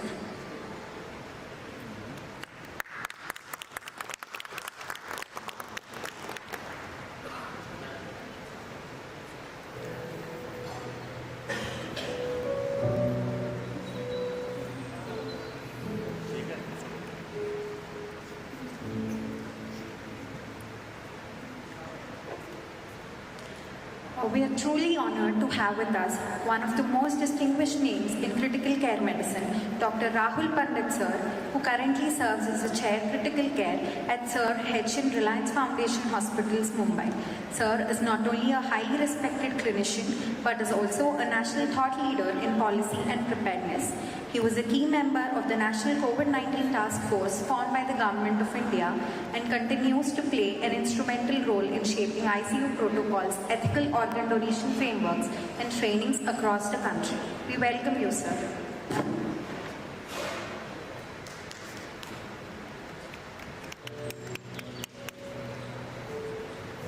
Thank you very much, SNCC, Dr. Ghanshyam, Medical Hospital, for the kind invitation. Over the next, can I have my slides please? Thanks. Over the next 20-25 minutes, I would be covering up some real life scenarios which have happened and difficulties which we have faced. Now, obviously, they are not, all of them are not from my hospital, but I happen to be the chair for ICU committee for ZTCC Mumbai as well as for the Roto West, and I'm also committee member for the Noto as well. So a lot of people across the country call me up for brain dead declaration and problems with that. What do I press? The green button? Green button. Okay, so these are some of the 8-10 cases which I have selected today. They depict the common problems which we feel are easy to solve, but sometimes they actually cause a hindrance in the declaration of brainstem death. So this is going to be a little interactive session. I would like some crowd participation in this. So this is the first case. A patient flexes their arm at the elbow following imposition of painful stimulus to the nail bed on that side. Is the patient likely to be brain dead, or the patient is not going to be brain dead? Any thoughts on that?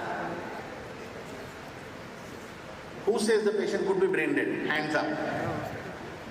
Okay, we've got few. Who says the patient can't be brain dead? Only a few hands up on both the sides. Most of the audience are muted on the thought process. They are not talking about it. Now, remember, the way to give painful stimulus, we are giving a deep, central deep painful stimulus to the patient. What does central deep painful stimulus mean? That you have to give a stimulus, preferably where afferent and efferent both are in a cranial nerve distribution. Now, which are those 2 or 3 points where cranial nerve distribution will have afferent and efferent? You have your medial canthus above the eye here, just lateral to the nose bridge, which is the ophthalmic branch of the trigeminal nerve. Or you could have your spinal accessory squeeze of the trapezius muscle, which is the spinal accessory nerve here. Or you could do a typical anesthesia jaw lift, which actually gives you a central deep painful stimulus. When you press on the periphery, you are actually stimulating the dermatome. You are not stimulating the central deep painful nerve. So there you may represent a spinal reflex. So this particular thing could still represent a spinal reflex, and you could still have a brain dead declaration possible with this. So don't be perturbed. While we all want to give a graded reflex in terms of painful reflex to a patient, we don't want to go and straight away do a deep painful stimulus to the patient. We all should be worried about the spinal reflexes. Second, please do not give a sternal rub. by all means sternal rub is a painful reflex, but it is not stimulating the central area. It is stimulating a spinal dermatome. So again, a painful reflex on the sternum for a patient who is brain dead will not represent your actual need to simulate the central area, which is going to be the cranial nerve distribution. Second case, patient sits up. I think Dr. Ranjit, was it? He talked quite nicely about Lazarus reflex. Now Lazarus reflex, essentially Lazarus means coming back to life. That's what Lazarus means. And there are stories which if you look into Google, Internet, PubMed, you will see hundreds of stories of Lazarus reflex being seen, typically been described as a patient was being taken for organ donation and the mother hugged the patient just once before the patient was supposed to go to theatre, and the patient hugged the mother back. Obviously for the mother that's a big thing because both the arms came up. And again, Lazarus reflex is a very, very known entity. It can be stimulated by a movement of head, it can be stimulated by a movement of limbs. It is quite possible. It happened with me once, and I will never forget that. This was in Fortis Hospital around 8-9 years ago. What I do is I am very comfortable having my patient's family along with me when I am doing the brain dead testing. It helps me to sort of convince them without speaking a lot of words, because when they see the testing being happening, they actually realize that the patient is not breathing, despite the ventilator being disconnected, they see all the brainstem signs. Of course, I do a lot of counseling that what am I going to do before we take the patient's family inside. I offer them, many of the family members say yes. In this particular case, it was no different. I had explained to them, but I had not explained the Lazarus reflex to them. And while we were doing an apnea test, around 4 or 5 minutes into the apnea, literally, and this was the most violent Lazarus reflex that I have seen personally, the patient actually, the whole body went up by around 1 feet or half a feet, I don't know how much, but the patient actually went off the pillow and then flashed back onto the bed. And it was really perturbing to everybody. So what we did was, we obviously abandoned the case on that particular day. I spoke with the family again. The family was motivated to donate. So we went through the whole process again next day, and then we could complete the donation in this case. But I wouldn't be surprised if a lot of patients now start having a mistrust in you or completely abandon the process and actually want to consult another doctor. That is also possible. So now I also talk about Lazarus reflex as well. And this is a very important thing which we need to understand. I've got a few more cases where I've gone through this, and this has been learned through the cases which I have either experienced myself or I have sort of been consulted for. This was a few days ago. A 22-year-old alleged history of unknown poisoning. So the patient was found unconscious, was brought, no empty packet or any tin or anything found near the patient, but definitely it looked like a toxicology thing. As you all know, the gastric aspirate never comes back on time for us to actually tell what was the toxin which was taken. Patient was deeply comatose, and in 48 hours, apnea test was done and both the certifications were done. There was no documented cardiac arrest, hypoxia, trauma, and the cause of death was metabolic encephalopathy. Can the cause of death be a metabolic encephalopathy? Yes? Anybody who can say metabolic encephalopathy as a cause of death? Metabolic cause is typically reversible. You cannot say metabolic encephalopathy as a cause of death. Now remember, any poisoning, if you are not very clear what the toxin is, I have personally again have 2 patients in the last 24-25 years where I have seen crate bites, 2 crate bites, and I am sure those who have seen crate bites, if they come to the hospital without a cardiac arrest and they unfortunately go into a complete neurological paralysis, they behave exactly like brain dead. Their pupils are fixed and dilated, there is no dolce, there is no cough, gag, they are not breathing. You look after them properly for 3 to 5 days, they wake up as if they have woken up from an anesthesia. All the reflexes come back, they are fine. Organophosphate poisoning, diazepam or overdose, they will all have blunted reflexes. 3 days ago, I had a patient on very high inotropes, fixed dilated pupils. Everybody was saying patient has got a hypoxic brain damage. Yesterday morning, and I'm not making this up, yesterday morning I've extubated that patient. So just be worried about this fixed dilated pupils not reacting.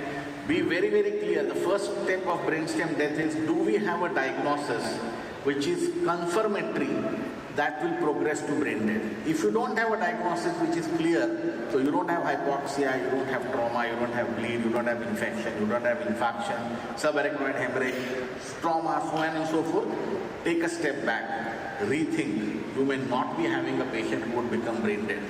You may have a patient who may be metabolically unwell and may be behaving like a mimic of a brain dead. So just be very clear about that. Always, always, always have some form of a neuroimaging. This thought process of a lot of people that don't do a neuroimaging is actually dangerous for our own sanity, mind clarity, legally. Just do some brainstem, some either MRI of the brain or a CT scan of the brain, which will demonstrate to you that whatever clinical thought process was, is consistently documented in that as well. You may have an early traumatic brain injury, which may then progress after 4 days. I don't want you to do a CT after 4 days, but if you've done an initial CT which demonstrates traumatic brain injury, that's fine. Then when the patient progresses on, it's under your vigil, under your ICU, you'll be able to then say that yes, there was an injury which has now progressed to brainstem death certification. This is another patient. This was very funny. Patient had a surgical procedure, decompressive craniotomy around 50 hours ago, and patient had a trauma. So basically he was clinically brain dead. They went ahead with the declaration. But one of the anesthetists brought up that we've used sevoflurane, and this was the reference they sent me, which says that some sevoflurane is still not metabolized for several hours, including up to 96 or some hours after the anesthesia has been given. So general thought process is that if you've actually cleared the gases completely, you don't worry about any residual effects of inhalation anesthetic agents. For other agents, which are IV medications, either sedatives, hypnotics, or muscle relaxants, for muscle relaxants, always use a train of 4, and if you have 4 twitches seen on either one of the nerves that you stimulate, you are very, very clear that there is no residual effect of muscle relaxant. For other drugs, make sure that you have 5 half-lives, at least 5 half-lives being waited for, in presence of normal liver and renal function. If your renal and liver function are abnormal, then think about dialysis sometimes if you are in a hurry. If you are not in a hurry, if you could wait for several more hours, you wait. It's more of a clinical decision. No law, no guideline is telling you what to do. It is your pharmacological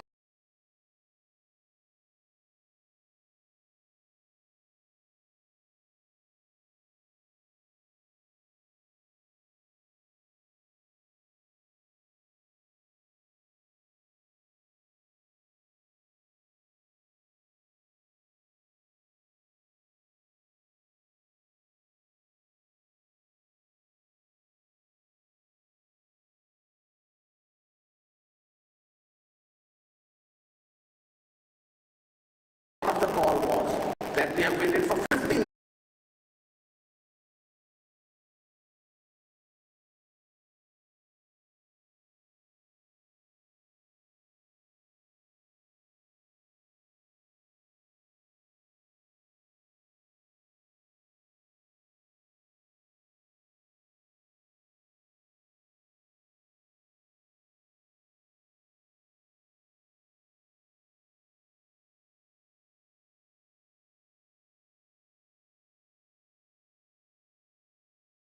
cardiac patient, as rightly mentioned by Dr. Ranjit before, you have to wait for 20 above the baseline. The reason is that your brain respiratory center gets stimulated by the acidemia caused in the blood. So you have to stimulate acidemia. So if you can bring up acid in the blood by increasing the CO2 adequately, and then demonstrate that despite the stimulation, the brain function is not working to stimulate respiration, that's when you call that the apnea test is positive. So you can't say, I've got one more case in there, where you start with a CO2 of 20 and bring it up to a CO2 of 50 and say it's 20 above the baseline, because I hyperventilated the patient before and now it's 50, and now I'm going to declare this patient brain dead. No. Acidemia is demonstrated after 60 millimeters of mercury. All societies, papers, thought processes, they actually go across with that. How did they come to that number? They actually did the pH of the CSF. And the CSF pH demonstrates significant amount of acidosis when the PCO2 goes above 60 in a patient who has got a otherwise normal PCO2 at baseline. So that's where this number of 60 comes up in place. This is the ABG. You can see this is a pre-test, first apnea test, pre-test of the ABG and a post-test ABG. Any red flags there? Sorry? Hypernatremia, yes. Now, hypernatremia, as we all know, in majority of the cases, I would say 99.9% of the cases is a effect rather than the cause. Because of brain death and because of poor management in the intensive care unit, large volumes of urine is lost, free water is lost, and these patients have significant rise in the serum sodium level. And it can easily be corrected. So why have I kept this? To dispel 2 or 3 myths. One, it is a preventable problem. So if you have a good intensivist, which nowadays I don't see a lot of hypernatremia, a lot of people are sensitive about it. As soon as the urine starts to pour out in large numbers, large volumes, we start replacing it with free water or 5% dextrose. So one, we have been given a responsibility to declare patient brain dead when physiologically normal parameters are met. Sodium is one of them. So in Maharashtra and Western Roto, we have accepted a sodium up to 160. If it is up to 160 or low, we will go ahead with the brainstem dead testing and accept that test. Ideally, in most ideal cases which I want to do and which I do in my unit is I keep it normal, which is below 150. So if you keep it below 150, there will be no questions asked. Second, if you have this kind of a high sodium, don't be worried about correcting it rapidly. That has also come to me, that now I will correct it at 10 millimoles per day because this patient is brain dead. There is going to be no central myelinosis, which is pontine myelinosis, which the patient is going to get. So don't worry about rapid correction. You can actually correct it within 6 to 8 hours very, very quickly. Third, the argument that it is a cause rather than the effect and not the cause does not stand true. Always correct the sodium to the best of your ability, bring it as low as possible and then move forward. Another case, this is a patient with severe aspiration pneumonia. PO2 was 264 and FiO2 of 1, which is a PF ratio of around 264. Patient's doctors attempted apnea and patient kept on desaturating. How would you do an apnea test? Remember, ancillary tests were discussed. Now, unfortunately, ancillary tests, well, I don't agree with that. The science is very robust for ancillary tests as well, so it's not my thought or my opinion. Ancillary tests, unfortunately, are not acceptable right now to declare a patient dead. You have to do a clinical brain death testing. That's what the law says. And I have been sort of fighting this at a lot of levels that we need to include ancillary tests where we are not able to do an apnea testing for some reason, or you are not able to do a complete brainstem dead testing for some reason, like a high cervical spine injury or a profound hypoxemia. What do we do? So how would you do an apnea test in this patient? Any thoughts? Induced hypercapnia? Sorry? So you could either use a Bain circuit, just keep a half valve open and use it, or you could use a CPAP. There is a paper which has come out which talks about using continuous positive airway pressure as well, and that could help you to have a little bit of positive airway pressure going on continuously while the apnea test is done, and you could then have an apnea test completed. I must have done at least 8 to 10 patients on a Bain circuit, and I'm extremely happy with Bain circuit as well. While CPAP can be easily attempted as well, but it has always bailed me out wherever there has been a hypoxic patient where I have not been able to do a brainstem dead testing in a conventional way. So I just attach a Bain circuit. It does take a little bit of time. I don't keep the flows to around 12 to 15 liters. I try to keep it around 8 to 10 liters. Keep the half valve open. The bag acts like a reservoir. It tells you whether breathing attempts are there or not. And then you continue looking at the CO2 and see how the rise of the CO2 is. Again, this was a patient already reported to Roto. The regional organization did not find anything. Roto wanted to distribute the organs. Anything alarming here? Any red signs here?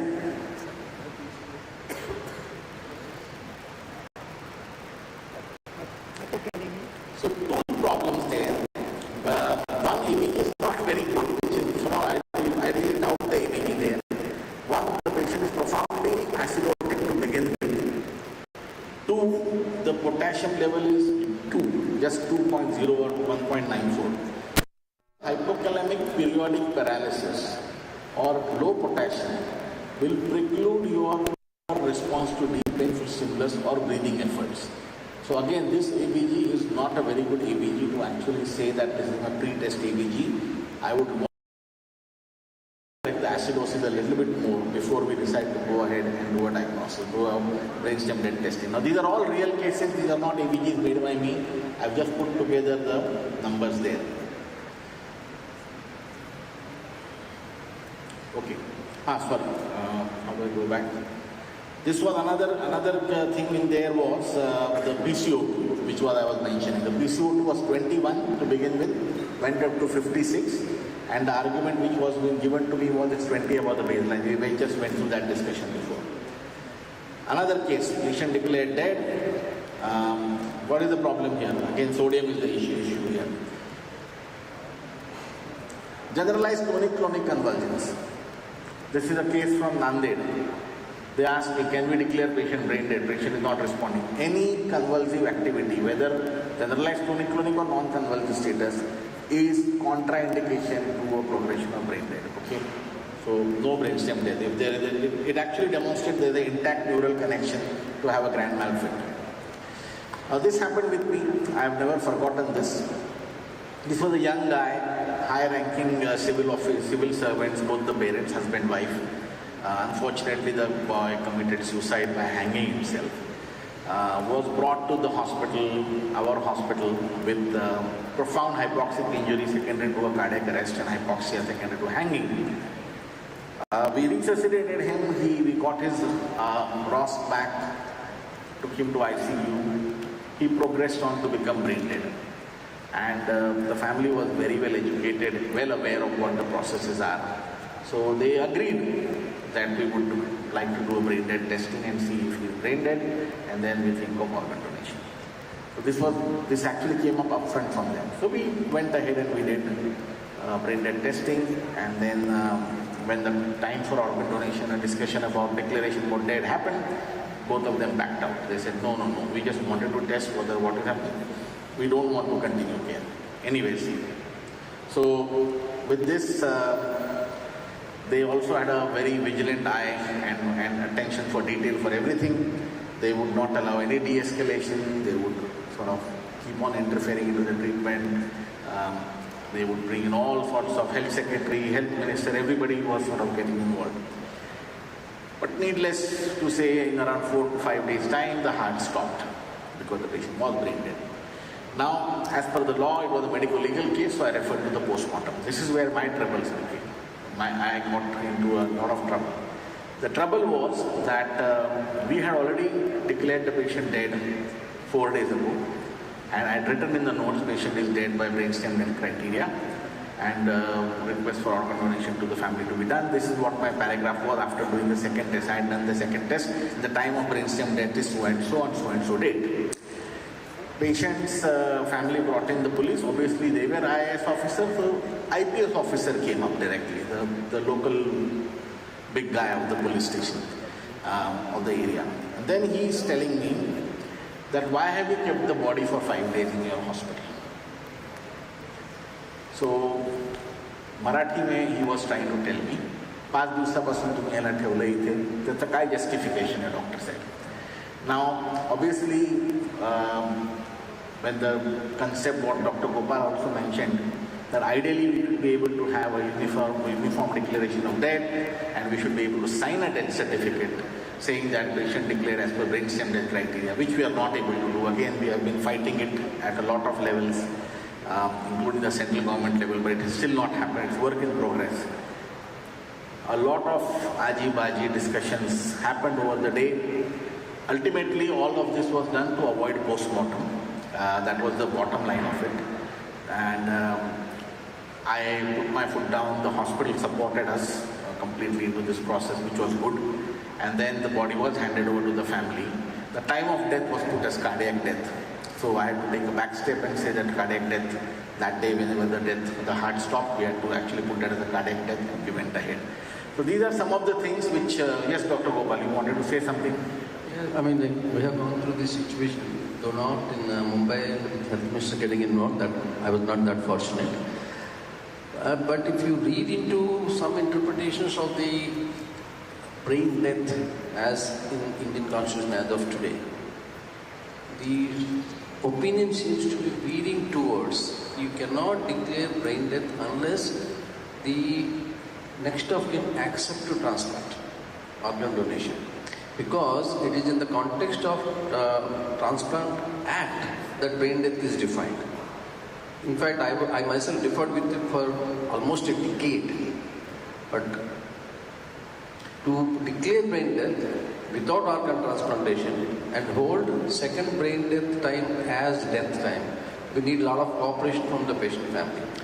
Agreed, sir. I don't disagree with that. This is the fallacy of the law right now, that the death is, the brain stem death is actually mentioned only in the TOHA Act, not in the Birth and Death Registry of India. If that is what it would have been mentioned, it would be Uniform Declaration of Death, and I don't need anything else. But in all practical purposes, it is acceptable. Now, what Dr. Gopal is saying is legally absolutely correct, factually correct. I am not disputing him, but all of us, including him, practice it in such a way that we are actually confident and we are able to declare a date. And majority of the cases we don't find a problem like this, but here was the concern and here is a problem. If somebody actually challenges it in the court and goes to the court, I think we will win, because the judges would take a common sense approach and say that this law is there. But as of today, the argument can be made that there is no acceptance of brainstem death in Birth and Death Registry Act of India, and it is only pertinent to organ donation. So if organ donation is happening, brain death should be declared. Sounds a little funny if you're dead enough to donate, but you're not dead enough to be dead. So it's a funny argument to make, but that's what it is. I think this has been explained by the neurologist quite well. Some residual flow can be seen. I don't think we need to worry about some residual flow. Is that? Oh, sorry. So in up to 10% of the patients, some residual flow can be seen. Rest of them, you would obviously not have a problem. This was the last of the Lazarus reflex. Is the video working? Because it was transferred on WhatsApp. So I don't know whether the video will work or not. Yeah, it's just a Lazarus reflex. Again, that was demonstrated as well. So don't worry. Thank you very much. I'll be happy to take questions if there are any. Thanks.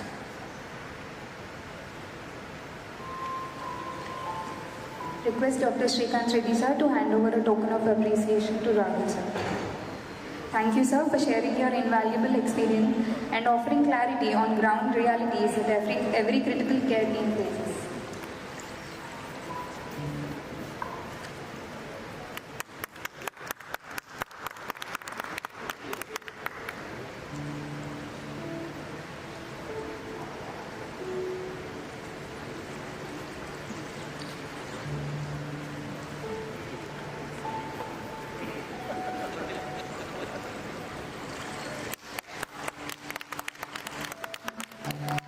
Proceed to our next session, let us take a moment to honor tradition and illuminate our path forward with lamp lighting. I now request our esteemed dignitaries, Dr. Rahul Pandit sir, Dr. B.V.N. Gopal sir, Dr. Ghanshyam sir, Dr. Srikanth Reddy sir, Dr. Dilip sir and Srikanth sir to please come forward.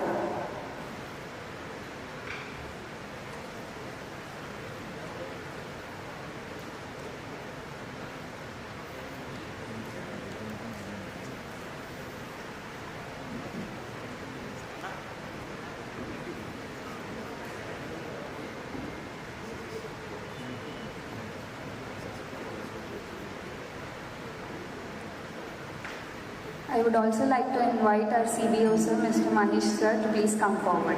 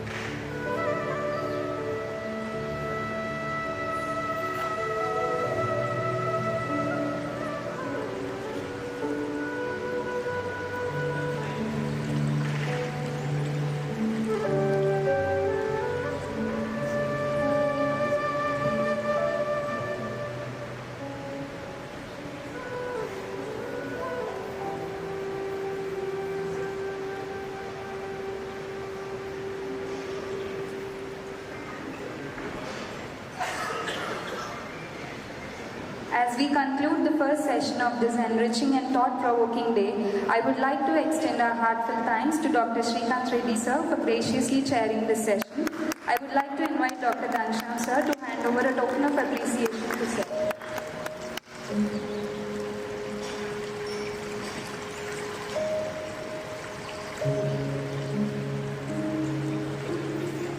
I would like to ask Dr. Srikanth Reddy sir to share a few words.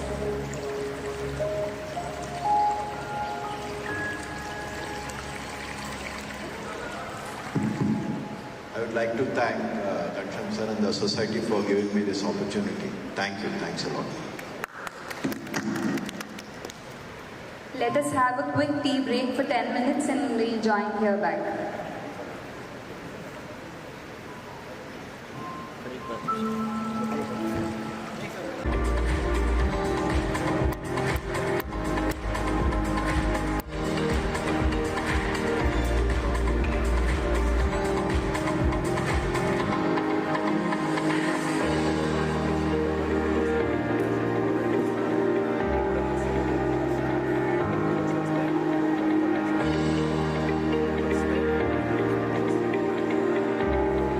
Pioneers in complex and rare surgeries.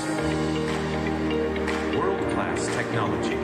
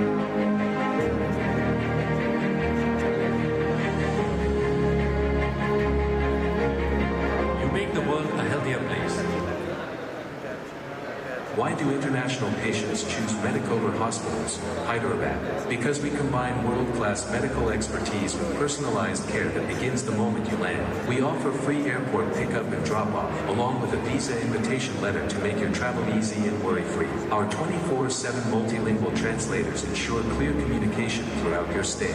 With the option for prior teleconsultation, you can speak with our doctor even before you arrive. At Medicover, you have the freedom to choose your preferred doctor and unit, and receive treatment from some of India's top surgeons and medical experts. Our advanced infrastructure and cutting-edge technology ensure global standards in every procedure. Post-surgery, we support your recovery through dedicated nursing care, expert physiotherapy, and reliable home care services.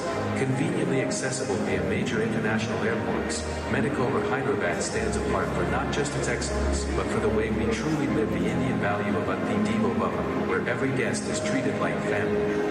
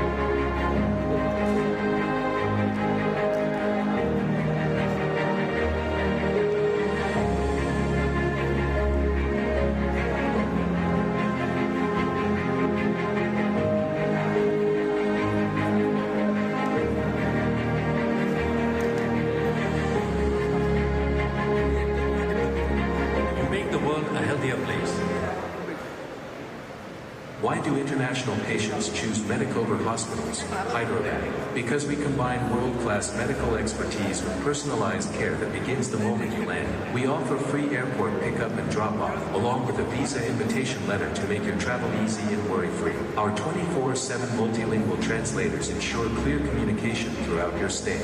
With the option for prior teleconsultation, you can speak with our doctor even before you arrive. At medico-legal, you have the freedom to choose your preferred doctor and unit and receive treatment from some of India's top surgeons and medical experts. Our advanced infrastructure and cutting-edge technology ensure global standards in every procedure.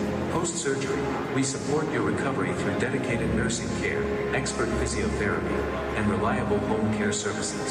Conveniently accessible via major international airports, medico-legal Hyderabad stands apart for not just its excellence, but for the way we truly live the Indian value of Ati Devo Bhava, where every guest is treated like family.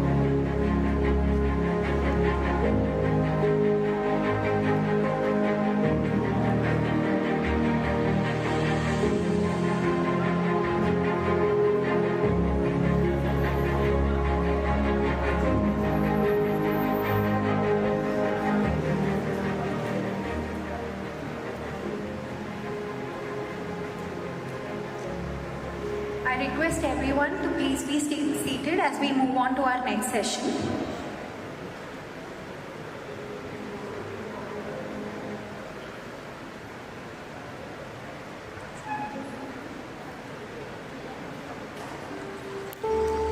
Sir.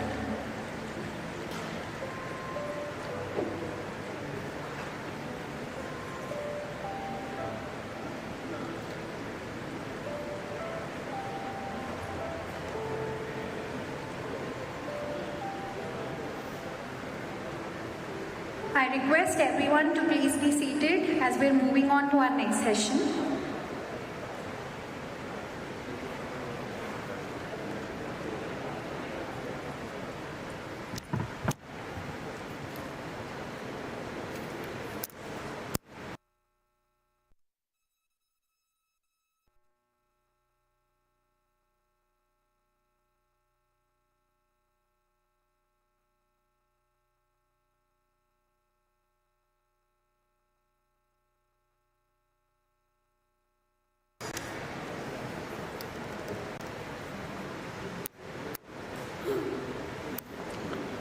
ఓకేనా చూడు ఒకసారి light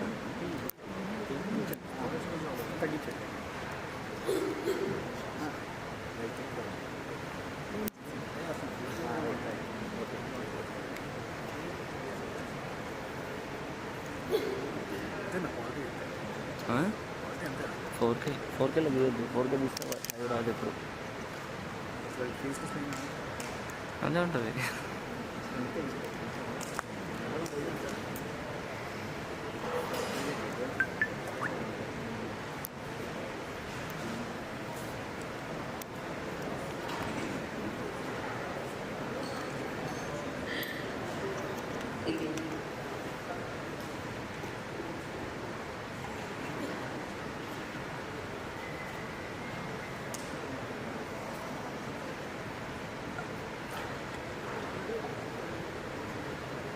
now request Dr. Pradeep Reddy sir, Head of Critical Care at Medicover Hospital, Secunderabad, to come onto the stage. He will now speak on ethical and legal considerations in organ donations, helping us navigate the dilemmas with clarity and conscience. We welcome you, sir.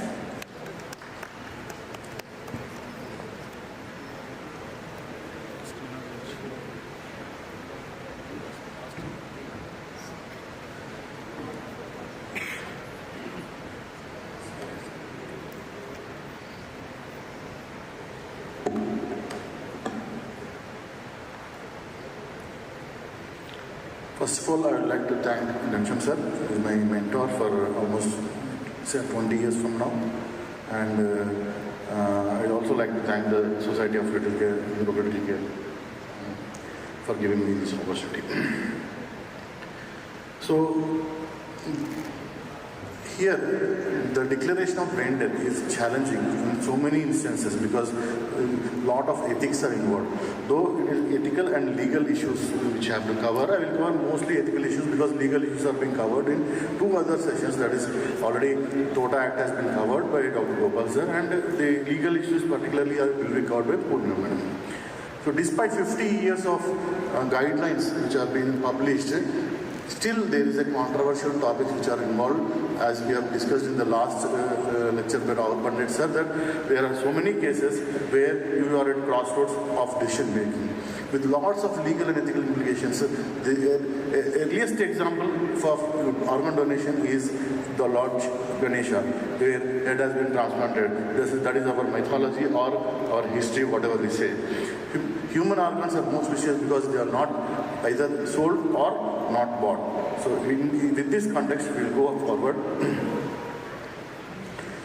So ethics in the field of brainstem death and organ donation came into existence after this particular surgery, that is first cardiac transplantation done by Dr. Christian Bernard in 1967. After doing this surgery in Cape Town, they have organized a press conference, and in that press conference, one journalist asked Dr. Christian Bernard, what happened to the patient from whom you have taken the heart? Is he dead or have you killed him? This is a pertinent question which provoked the ethics of the brain of Dr. Henry Beecher, who was in the audience in that particular press conference. So he went to ad hoc, Harvard Dean and asked him to form an ad hoc committee and make him the chairman of the ad hoc committee so that he can formulate the criteria for brain death. So in 1967, the ad hoc committee was formed, and in 10 months of time, that is in 1968, they gave Harvard committee criteria, that is ad hoc committee criteria, where brain death was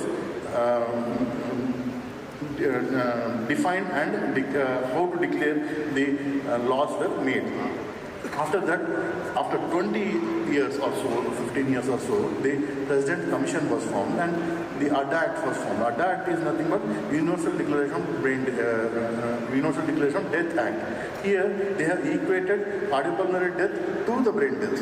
So, once you declare a person to be brain dead, he is dead.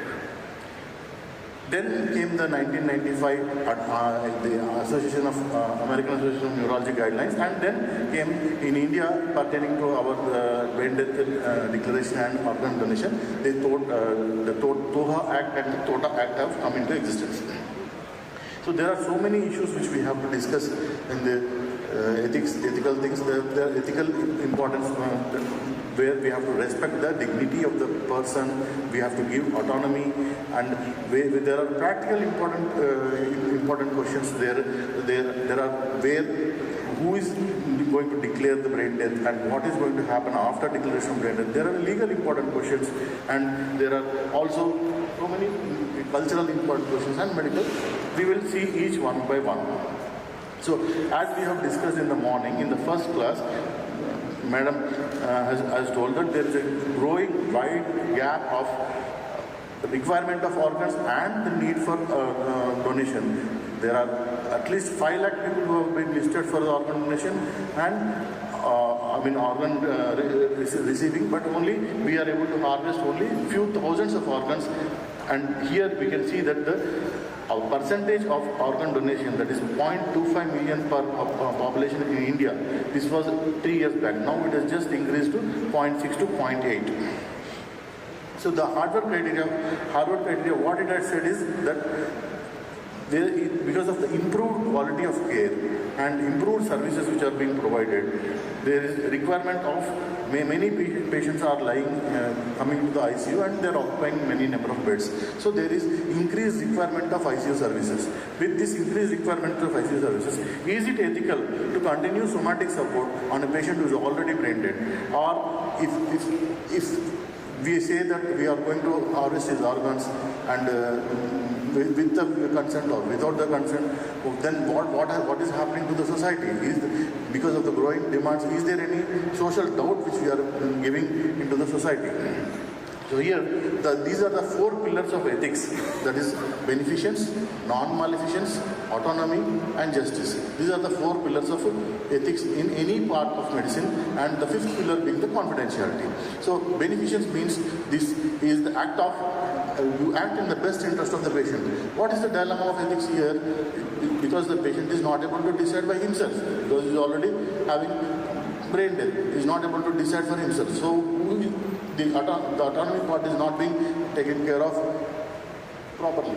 And maximizing the recipients, benefits to the recipients comes in the form of where donation with the living donors. That is beneficence.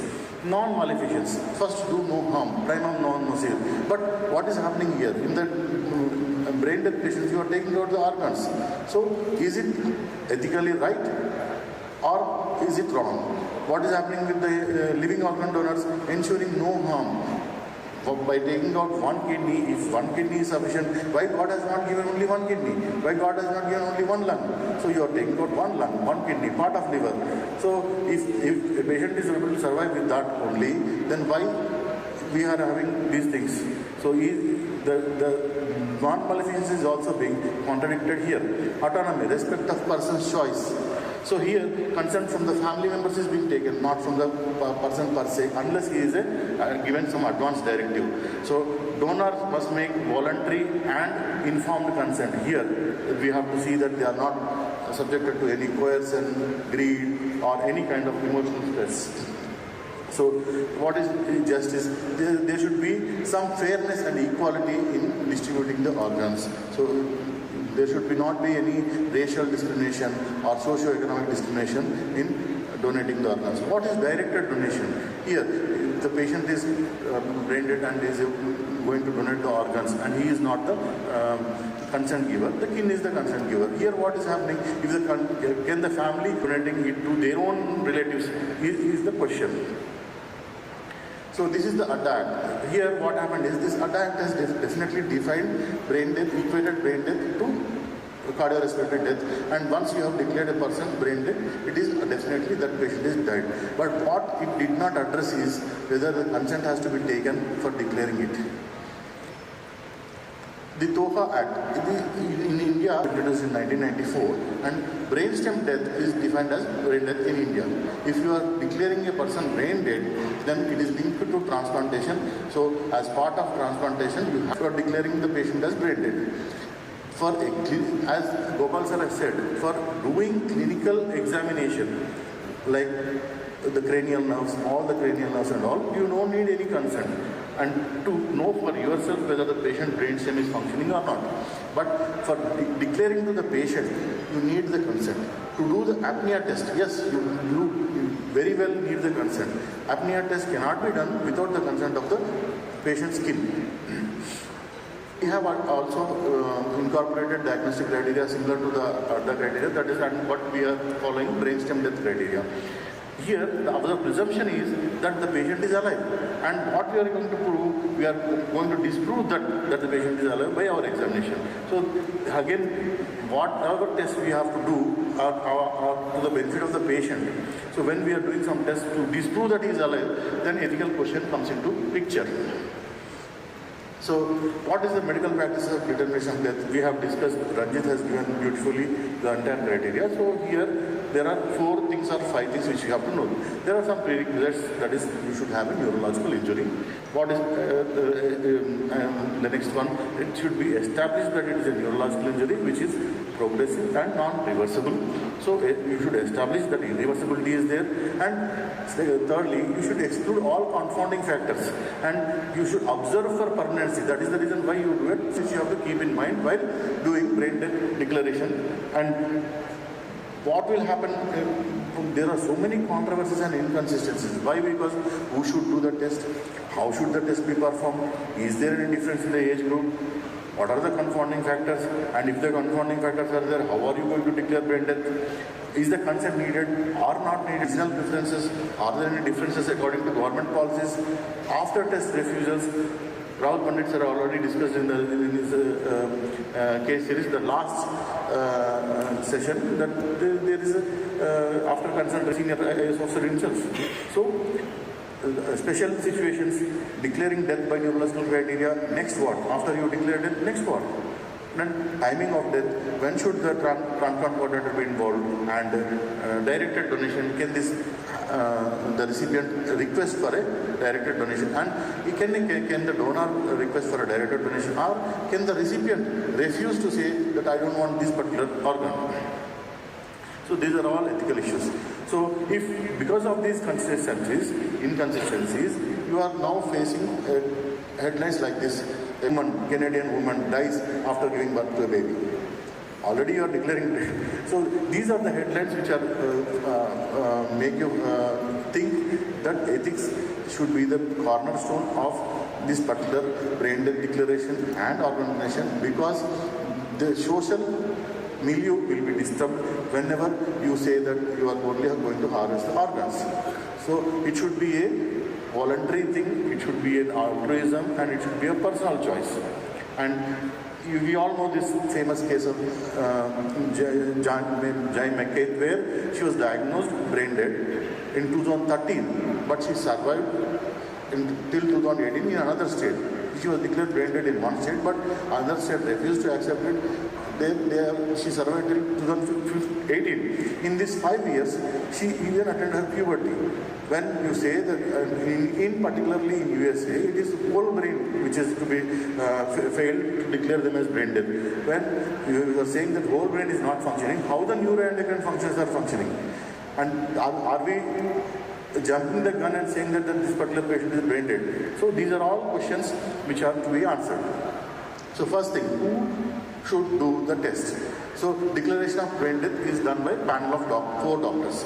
Yes, we have discussed from the morning. These particular 4 doctors: hospital administrator, resident doctor of the hospital, neurologist, neurosurgeon, physician, anesthetist and intensivist, and treating doctor. These particular 4 groups of persons constitute what is called as the primary pool. So though it is simple guideline, there are variations. Why? Because even in a survey which is done in Kentucky, there in 2019, 3 institutes where survey was done, where 225 respondents have given their answers. Out of them, 78 have done brain death declaration, and out of this 78, 75% has already received training in brain death. So the results are that only 25% of certifications were according as per the current guidelines. Rest of the 75%, they have a lot of inconsistencies. 10.8% did not complete the apnea test. So what happens in those cases? And 28.3 ordered answer test even when apnea test came back as conclusive. So why did they order answer test when the apnea test is conclusive? So all these questions come into play, and ethics are to be considered while dealing with brain death declaration and organ donation. So how to test to be done? What are the controversies involved? Regarding pre-oxygenation, how to do pre-oxygenation? Is it by suction catheter? Is it by CPAP? Or is it by vein circuit? How do you do? For the sake of completion of apnea test, are you going to subject him to a little bit of hypoxia? All these things should be considered. Test timings, 8 minutes or 10 minutes or sometimes 15 minutes, there is variation. There should be some uniformity, because unless there is uniformity, you cannot go into public and say that this is what we are going to do. Then there is no uniformity, this is going to cause more social doubt, and people are going to think only that we are going to declare brain dead for the sake of harvesting organs. So how many tests has to be done? Is it once or twice, and what is the duration of gap in between these two tests? Whether to attain permanency, depending upon the age, we have made differences in age. Well, let us come to this. The term infant to 2 months, they say 48 hours apart. 2 months to 1 year, they say 24 hours apart. And about 1 year to 18 years, it is 12 hours apart. An adult, it is 6 hours apart. So how are these timelines determined? Is it sufficient? Accepted age limit for donation? We don't know. People, can we take organs from anencephalic babies? Or can we take organs from 8-year-old? And also, does the recipient have a say in saying that, okay, fine, I want an organ from 18-year-old, I want an organ from 30-year-old? Is there any recipient who can refuse the organs? So these are all questions which need to be answered. Confounding factors, especially if you take Canada, the temperature accepted there is 32 degrees centigrade. Here we accept 36 degrees centigrade. So there are regional differences in acceptance, and these regional differences are going to cause social doubt. So you have to exclude these confounding factors before you say that, okay, the patient is brain dead. So ancillary tests, there are only 3 ancillary tests which are described in American Association of Neurology. Only 3 ancillary tests are accepted to declare patient brain dead. They are 4-vessel cerebral angiography, radionucleoside SPECT scan, and transcranial Doppler. EEG, somatosensory evok potential, CT, MRI angiography are not acceptable in USA, and here at least somatosensory evok potentials are accepted. So there are false positives in these things, and there are false things. Who is the expert in this? How many tests have he to report before we can say that I am an expert in this and I am giving you the report like this? So these ethical issues have to be considered. A particular set of training has to be introduced. Then they can be called as they are certified for brain death declaration. So these are the things which have to be kept in mind in dealing with ethical issues of brainstem declaration and organ donation. So now that this particular patient has been declared dead by neurological criteria, next what? Organ donation or withdrawal of somatic support. Once you have said that the patient has died and declared death by neurological criteria, you should not say it is life support. It is always a somatic support. So accommodation, how long you will accommodate. Timing of death. It is determination of second apnea test. Here we have already come across these things. Consent. Is the consent needed? It is definitely based on regional preferences. Many countries consent is not needed, but in India, brain death determination or declaration needs a consent because it is linked to organ donation. For doing your regular clinical examination of cranial nerves, you don't need any consent. But if you are doing an apnea test, yes, you need a consent. And as Gopal sir has said, it is linked to organ donation, but for declaration of doing an apnea test, definitely a consent is needed. That is what the TOTA Act says. In Spain, it is an opt-out system. What is an opt-out system? Opt-out system is that you should make an effort to say that I am not going to donate my organs. This is an opt-out system. That is the reason why when Ranganathan madam has shown that in Spain and USA, the organ donation rates are 50%. 50 per million. Ours is only 0.5 to 0.8 per million. So that is the reason why we are on the lower side. There it is an opt-out system. So by default you are an organ donor. So what is happening to the autonomy of the patient there? Is he given a choice? He has to make an effort to be out of it. So according to the ADA Act, they did not address the consent. That's what I said in the previous slide. The consent is not addressed in ADA Act, and the consent is not being taken from the patient per se because he is not able to give the patient. The consent is being taken from the next of the kin. So death by neurological criteria is equivalent to medico-legal death, and that is the reason why they say how they are going to answer this particular question is, when you are doing death by cardiorespiratory failure, that means you are just going ahead and declaring him dead. So similarly, if death by neurological criteria is equivalent to death by cardiorespiratory failure, then you don't need a consent. But you are saying that for organ donation, again you need a consent. So these are the ethical dilemmas which we have to ponder upon and also discuss in many domains and come out with proper solutions. So families have to request for second opinion. What is happening? Can the families request for a second opinion? Your hospital has formulated a primary board and they have declared this patient is dead. Can they go for a second opinion from anywhere and independent confirmation from any other? So here the answer from TOTA is that you have a secondary board here. The secondary board can decide whether the patient is brain dead and go for brain dead declaration and organ donation if required. So independent secondary confirmation, transparency and truthful communication. Informed consent, this is what autonomy means. That means the person should with free will and his own voluntary status and with generosity he should donate his organs. Otherwise there should not be any involvement of coercion, greed or emotional pressure. So the presumed content, opt-out systems, there is a conflict of interest coming in the form of autonomy, and at the heart of organ transplantation lies the principles of autonomy and informed consent. So there is again an ethical dilemma over here. So after test refusals, as Sir has said, some after test refusals come. What to do in such cases? When you have a primary board, because now that as per TOTA Act you are going to declare brain dead as when you have a primary board. Primary board constitutes the 4 doctors. So once your primary board says that okay, brain dead, initially the next of the kin says I am going to donate organs, and later on they come with refusal. Then what? Then what? If you are not going to declare it in brain dead, yes, you are going to put the time of death as cardiorespiratory death. But if you have already declared him brain dead, so it then comes for your rescue the secondary board. You have to go to the secondary board, ask them this thing, and because the secondary board involves the governmental machinery, so ultimately you have to act as they say. So accommodation, there is no indefinite accommodation in cases of brain death, because if you are going to accommodate, you are going to do some unethical things in that. The needy, competing patients who require ICU services, they are not going to get it. So, and also you are going to give false hope of recovery to the family. This again puts a social doubt and confusion. So the societal confusion should be reduced as much as possible. That's why you can come up with finite goal accommodation where 24 to 48 hours say if the patient has some social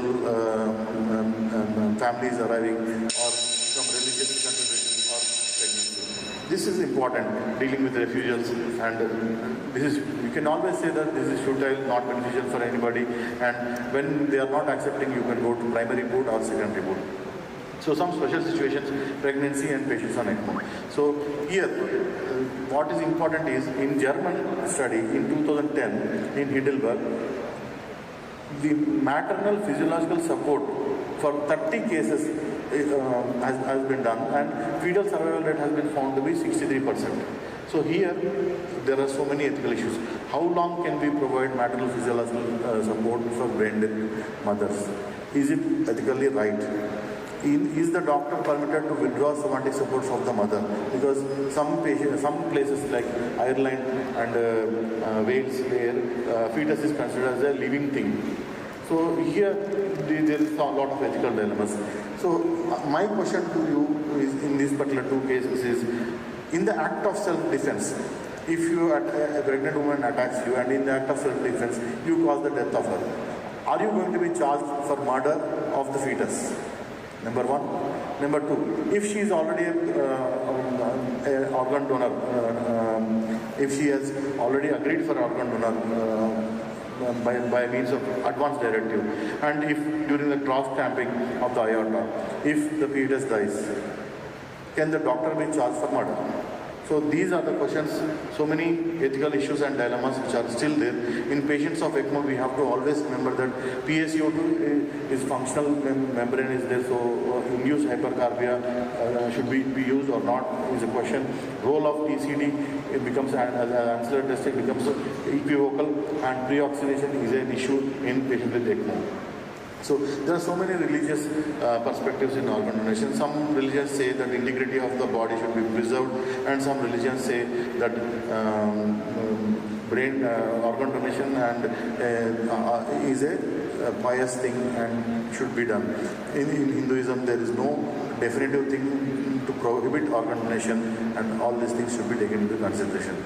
So governmental policies and ethical dilemmas.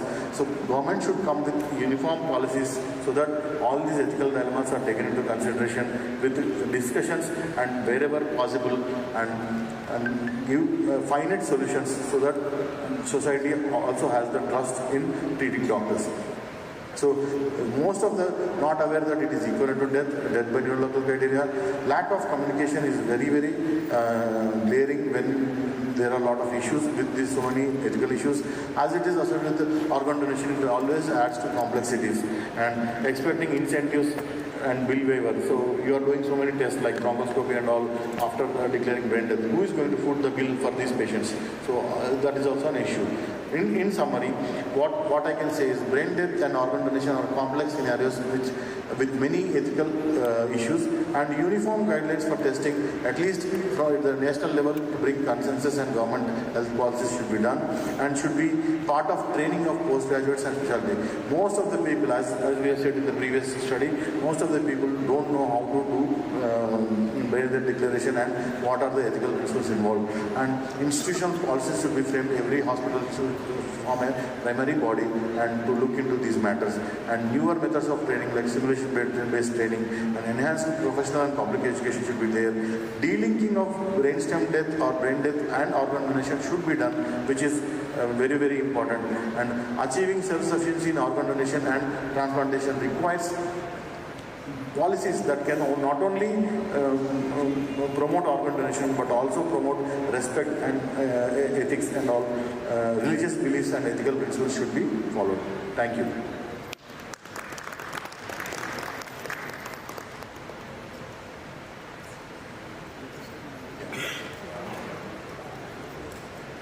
I now request Mr. Maheshwar Reddy sir, Center Head of Kurnool Medicover Hospitals, to hand over a token of appreciation to Dr. Pradeep Reddy sir.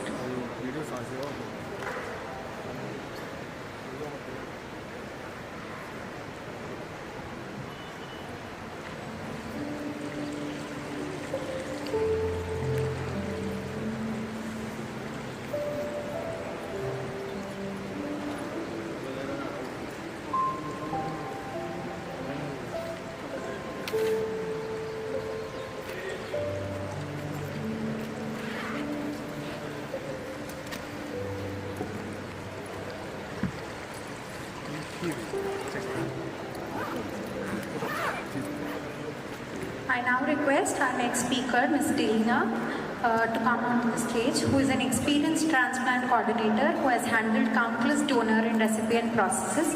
Her session on from brain death to transplantation will give us practical insights into coordination, consent, and surgical timing. We welcome you.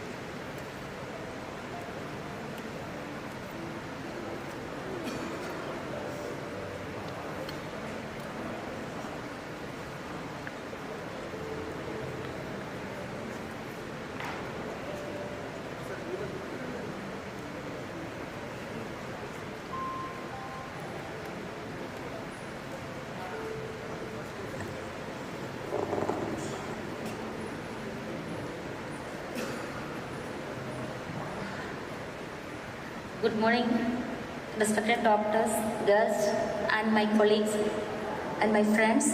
This is me, Ms. Delina Senior Transplant Coordinator in Medico-legal Hospital. I have been working with Dr. Kamal Kiran sir more than 15 years. My job is here to talk about how, as a transplant coordinator, we take over the process of converting the loss of life for somebody into a gift of life for several others. And how does it happen? Along with you, the critical care team and the medical teams who declare the death, brain death, actually look into the apnea test, CT cerebral angio and other aspects and maintain the cadaver transplantation. I will not be talking about the medical talks. I will be telling about the story as a transplant coordinator, how we take from the declaration of brain death.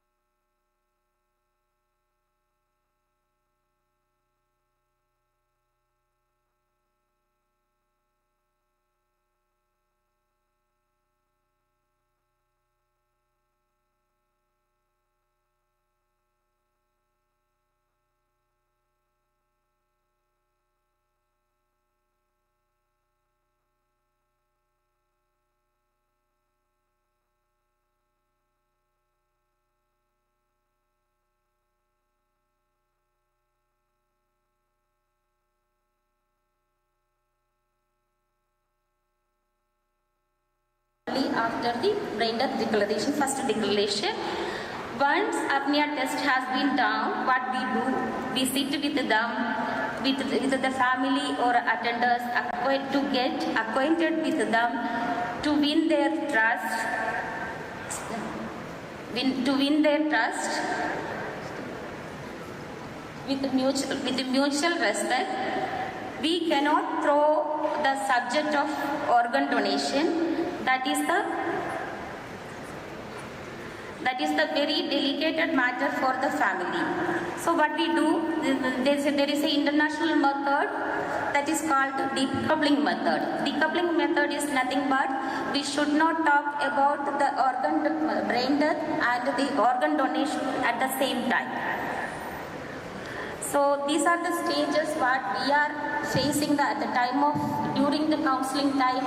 First they denial, refuse to believe the death. The family members refuse to believe the death.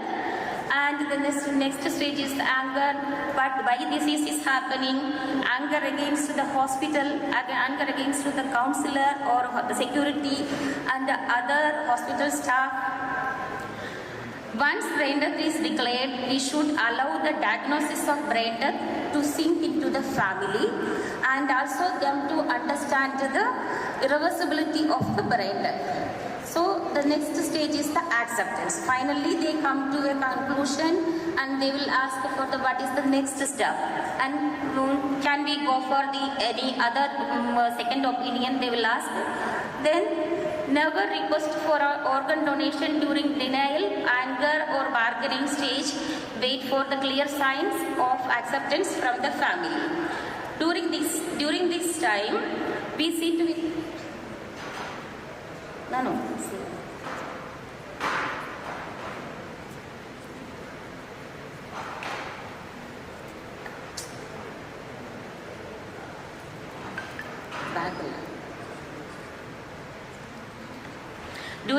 During this time, what we will do, sit with the patient and attenders, support with the family to take a decision. It is very delicate time for the family, all those things, understand their emotions and allow them to settle down.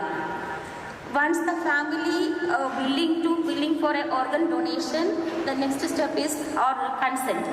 Informed consent follows family willingness to donate. Legal forms must be signed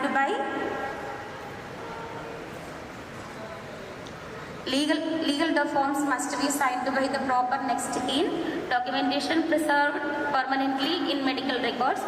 There is a very important thing is the right form, right person, right time is the very important, and we need to.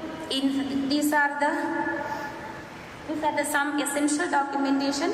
The form 6 and 7, nothing but the family consent. The next in form 7 is the consent with the minimum 2 of witness. Form 9 is brain death in case of minor if applicable.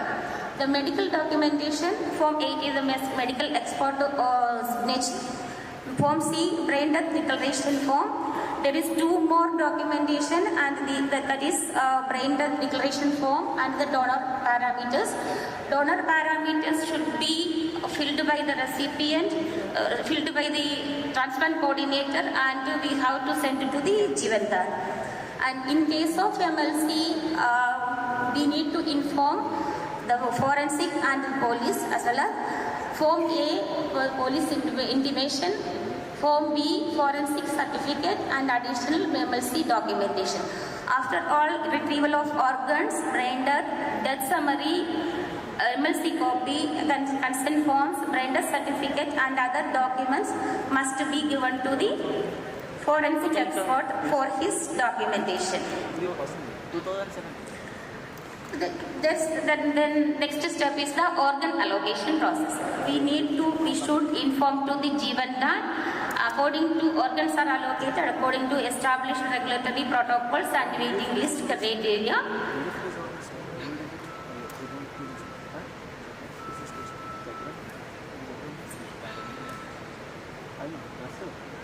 Meanwhile, we have to maintain the donor maintenance that the critical time medical expert they will do. But we do as a transplant coordinator, coordinate with the ICU staff and the transplant teams, arrange specialized laboratory tests, and this time is the unpredictable time. Anything will happen. Next, we need to inform the Jivandan. The Jivandan is the governing authority, regulates the licensed hospitals, manages patient registration on waiting list, oversees organ allocation according to the established criteria, ensure ethical distribution of limited organ agent. What we do in the Jivandan coordination, follow the Jivandan instruction, arrange and document allocation procedure, coordinated with the multiple recipient hospitals. These are the internal terms what we have to do. We have to coordinate with the neurosurgeons, intensivist, transplant surgeon team and other specialists, and we have to maintain the donor family and the other supportive department. Then meanwhile, the recipient, the suitable recipient, and family, they reach the hospital. We needed to coordinate with them. What is the clinical parts is the liver and kidney, whatever we are transplanting. We need to coordinate with the transplant team, blood bank, operating theatres, intensive care unit and laboratory and anesthesia department. What are the other supportive services, CSD, hospital nursing staff, especially financial counseling, transport services and board services, external condition coordination, Jivandan communication group, external physicians, other transplant centers and emergency service.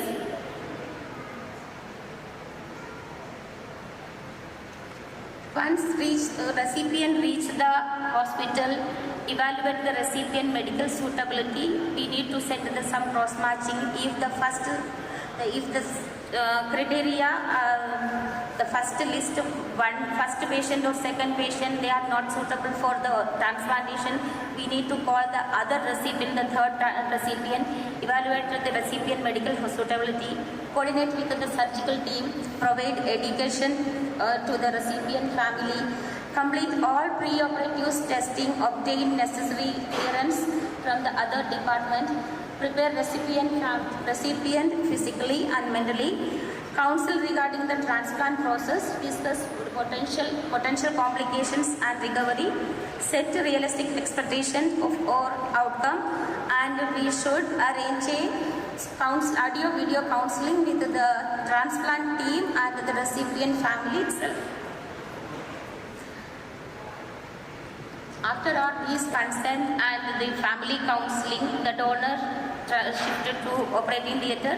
Following Jivandan allocation instructions, the donor is transferred to the operating theatre with the utmost care and respect.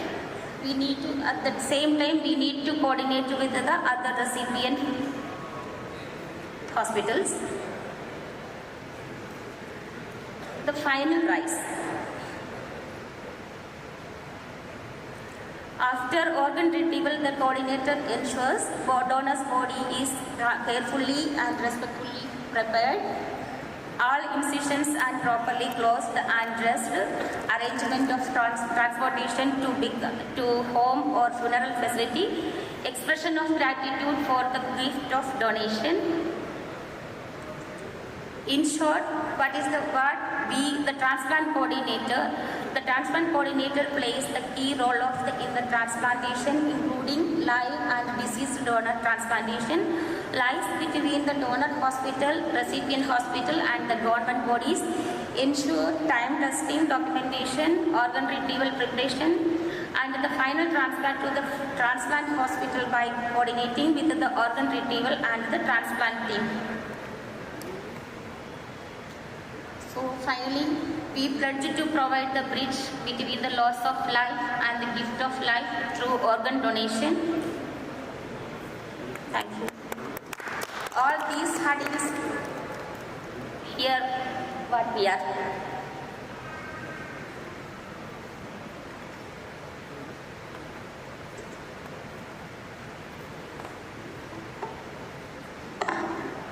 Thank you so much.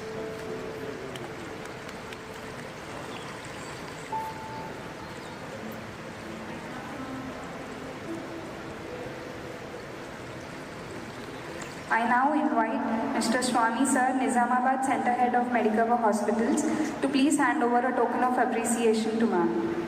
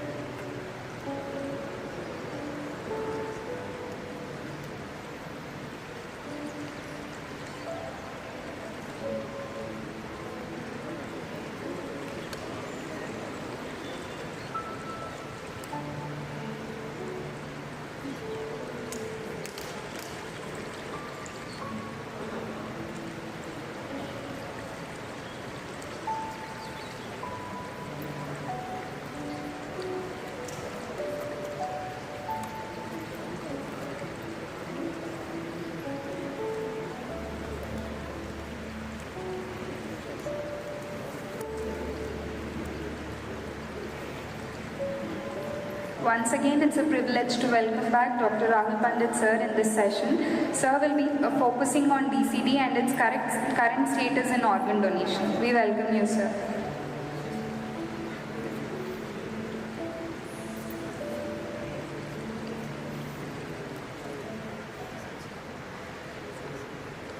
Thank you again.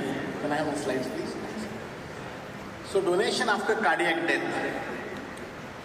a little different concept to what we have been discussing all morning. Now, historically, some of this may have been covered, but what death means to all of us is essentially when the spirit has left, or when there is an irreversibility which has basically been understood. And that we come to a consensus. The best example for that is we all do CPR in our patients in the hospital, right? Let's say for the sake of discussion, the CPR starts at 10 o'clock in the morning. 10 a.m., the cardiac arrest point went through. All of us started doing CPR on the patient. 20-30 minutes, all of us worked hard. And then at say 10:35, we all say that let's call this off. Very common scenario, right? In our hospital, we work hard for 20-30 minutes, we're not able to have ROS, we call it off. So what is the time of death? 10 a.m. or 10:35 a.m.? We all write it as 10:35 a.m., correct? We don't write it at 10 a.m. 10 a.m. the cardiac arrest actually happened. But we were not convinced. For a long time, 35 minutes we tried to be very sure that this process is reversible or not.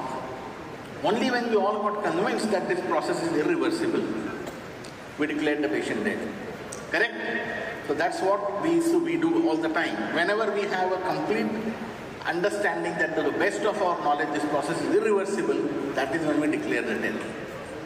For the poor family member who has been waiting anxiously at the corner of the ICU for last 35 minutes, there was still hope in those 35 minutes.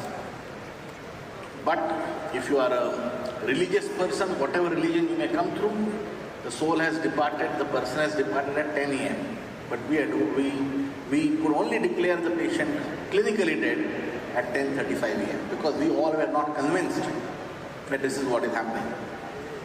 And I was just talking to Dr. Ghansham here, that couple of anecdotes, and I would like to share that because I think it's important that on a workshop you are aware that how to actually discuss about brain dead also, while the topic may not be what I am speaking. When we do a brain dead testing, all these clinical tests which have been discussed in the morning, we only test those functions of the brain which we don't, or those reflexes of the brain which we don't have to learn. We are born with those reflexes. So whenever I talk to the family members, I actually tell them that I am going to test these reflexes. These are the same reflexes with which we are born.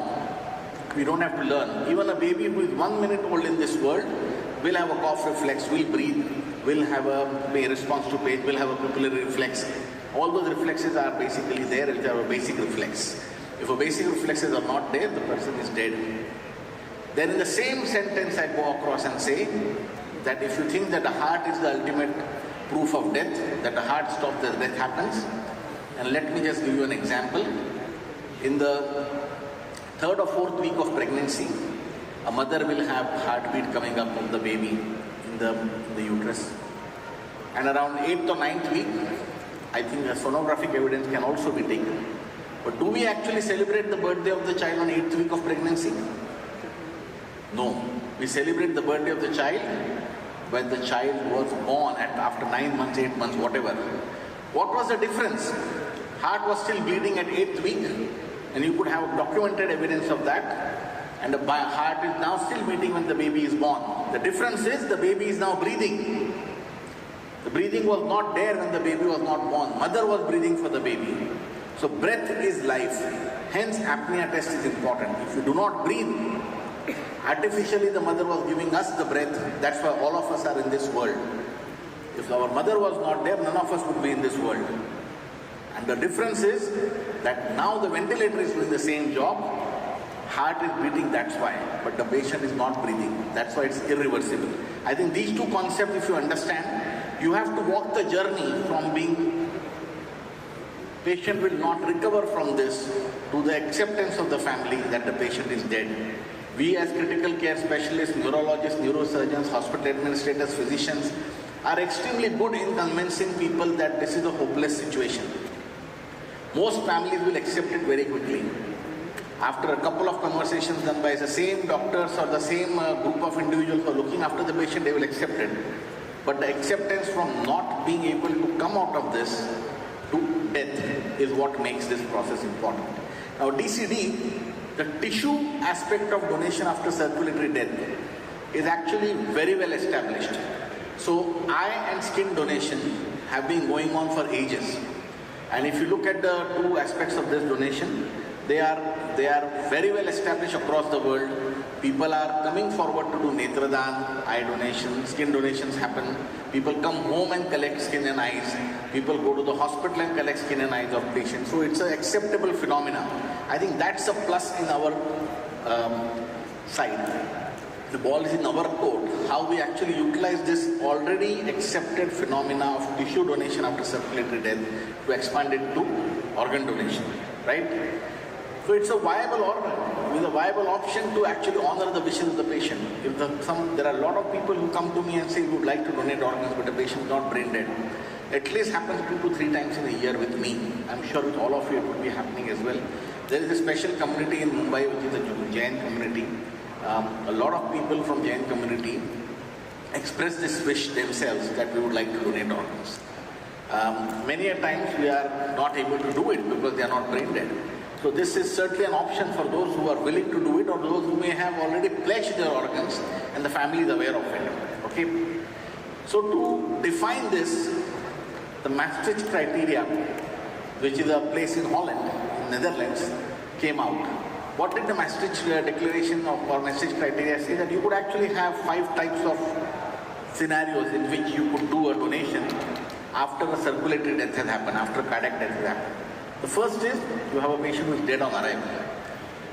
You could definitely take tissues, but you could also have, if the patient is still warm, you still feel that the death has just happened now, you could also do a quick retrieval of organs by taking the patient to theatre or by doing a normothermic reperfusion, which I'm going to elude a little bit on, and then we have a good talk on that as well coming up. Or you have a patient, which we just talked 4 or 5 minutes ago, unsuccessful resuscitation. We tried for 25-30 minutes, doesn't look like the patient is going to come back. You could possibly do that with the organ donation as well. Or you have an anticipated cardiac arrest, which is a control situation, which I have done, and I'm sure a lot of you who have worked abroad in countries where DCD is an established process, where withdrawal of life-sustaining therapy happens for futility, where you all conclude as doctors and nurses that any further care would not give this person quality of life or the person is unlikely to survive, and you actually pull out the machine, stop the inotropes, stop the ventilator, stop the dialysis, stop the ECMO, and let the cardiac death happen. That is more controlled situation because you know when you've withdrawn the care, and depending on how much support the patient is on, you could anticipate that the death could happen within 1 hour or half an hour or 45 minutes, and you could keep things ready, including the consent taken ante-mortem from the family that would you like to actually donate organs. The fourth scenario, which is the most likely scenario which can happen in India and which we are legally fine to do, is cardiac arrest in a patient who is brain dead. So you've already finished 2 brain dead declarations. The consent is there. The organ donation consent is in place. You are waiting for the retrieval of organs to happen, but obviously all brain dead patients become unstable. And unfortunately, one brain dead patient goes into a cardiac arrest. In this patient, you should have no ethical or legal problems at all because there's already a consent for donation. The brain dead declaration has happened. You can just take this patient simply to theatre and retrieve the organs very quickly. It would be absolutely fine. Okay? And the last would be an unexpected arrest in ICU. In a patient who is at a transplant center, you could do that. Why is DCD possible in India? Because if you look at this donation, if you look at this, the definition of deceased person by the Transplantation of Human Act of India, it very clearly says that you define a death or a deceased person in whom permanent disappearance of all evidence of life occurs by the reason of brainstem death, which has been discussed all morning, or in cardiopulmonary sense at any time after a live birth has taken place. So it actually defines cardiopulmonary death as well. So in my previous talk, there was a discussion about not been mentioned in the Birth and Death Registry Act of India. This is only in the context of organ donation. But the second part of it is definitely a part of the Birth and Death Registry Act of India. And I was speaking to a Supreme Court judge around 2 years ago. And he said that you cannot interpret two different acts in two different contexts. They are all being passed by the same parliament. And if the judgment actually, that's why I said if you go to a court, you would actually win the case. That doesn't matter if it is in the context of organ donation, brain dead is still dead and circulatory death is still dead. Okay. So with this, what is feasible in India? Category 4 is definitely feasible, which is a brainstem death patient with consent going in for a cardiac arrest. As Dr. Gopal alluded, that the first test usually confirms and establishes the diagnosis. The second is a confirmatory test, but as of now the Act says that you can only give a time of death after second test, so you should have 2 tests done in the patient with brain dead. And if we have a consent of the family, then it's fine. Now, can we do anti-mortar cannulations or not? I think that's I'm going to discuss it over the period of time. Okay. Now, category 3, which is a controlled donation, where you withdraw life-sustaining therapy in a patient for futility. How many of you in this room, now Ghanasham I am sure has heard about it, how many of you in this room have heard about this landmark Supreme Court judgment came out in February 2023, which allows us to do a withdrawal of life-sustaining therapy? Anybody who can raise their hand? Just few hands have been there. So a lot of you are still not aware that you can actually withdraw life-sustaining therapy in India. Problem is this judgment needs to be adopted by the state. A lot of states have not adopted it. Okay. Now what does this Supreme Court judgment say? It says that you can withdraw care by using this pathway. What is the pathway? Pathway is simple. The first thing about the pathway is that either the doctor, the treating doctor, or a group of doctors identify that this is a futile state in which the patient is and the patient is unlikely to make a recovery.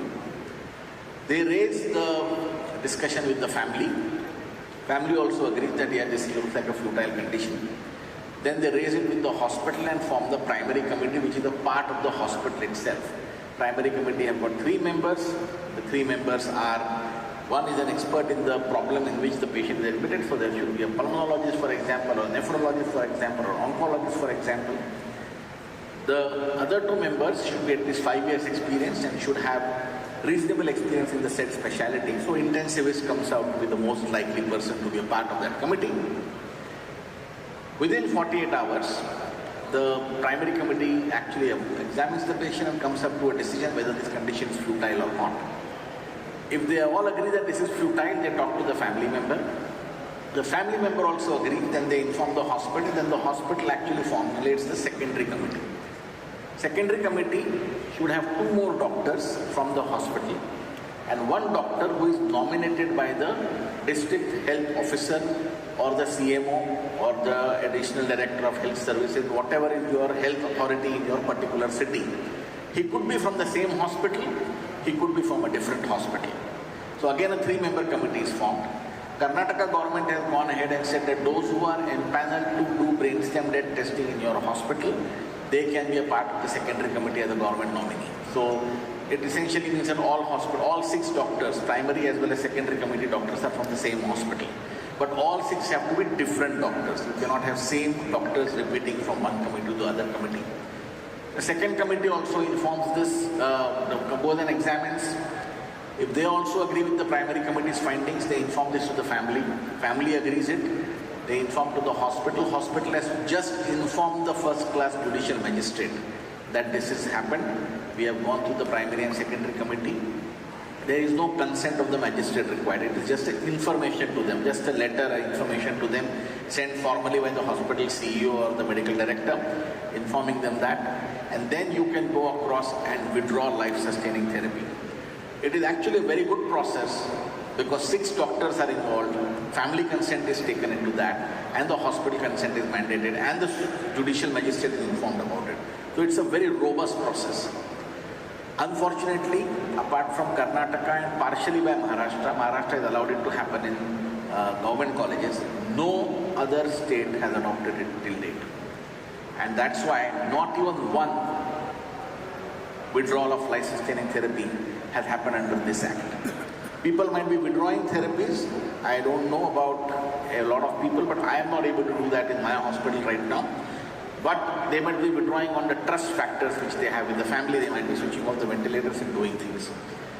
Anyways, the time was right to think about donation after circulatory death. So we came out with this joint paper. We, a group of around 25 odd transplant physicians, intensivists, came across with this, and this was published in the Indian Journal of Critical Care Medicine as well as Indian Journal of Organ Transplantation as a joint position statement by us, and me and Dr. Mani and I think Kapil, 3-4 of us are a part of this paper from the IICCM. There are a few neurologists and there are a few surgeons, and there is of course the NOTO director also who is a part of it. And then this paper has been endorsed by these many societies. So we have a very robust paper right now which is accepted by a lot of professional societies that donation after cardiac death can happen. So as soon as the law is adopted, the judgment is adopted by the country, you will actually find that many states will be able to do this DCD immediately, controlled DCD. Now what documentation do we require? We have proposed that the same DNAR form which is there for the ICMR, you can use it. The Form 10, which is the Transplantation of Human Organ Act, which certifies brainstem death. If you have a category 4, you use the same thing. The consent for organ donation is a standard Form 8, which is standard across the country. You please use the same thing. And you sign a death certificate in case of circulatory death by using the Form 4, which is our standard medical death certificate, which we all issue in our hospital. Okay. Now, number of scenarios can be there, and this has all been there in the paper there. But the best scenario, I would still say, is a controlled DCD where you can withdraw life-sustaining therapy, or in a patient who is brainstem death. Uncontrolled cannot happen in India in a larger context because we are an opt-in country. Do you know what an opt-in country versus opt-out country is? Anybody who knows this? Opt-in versus opt-out?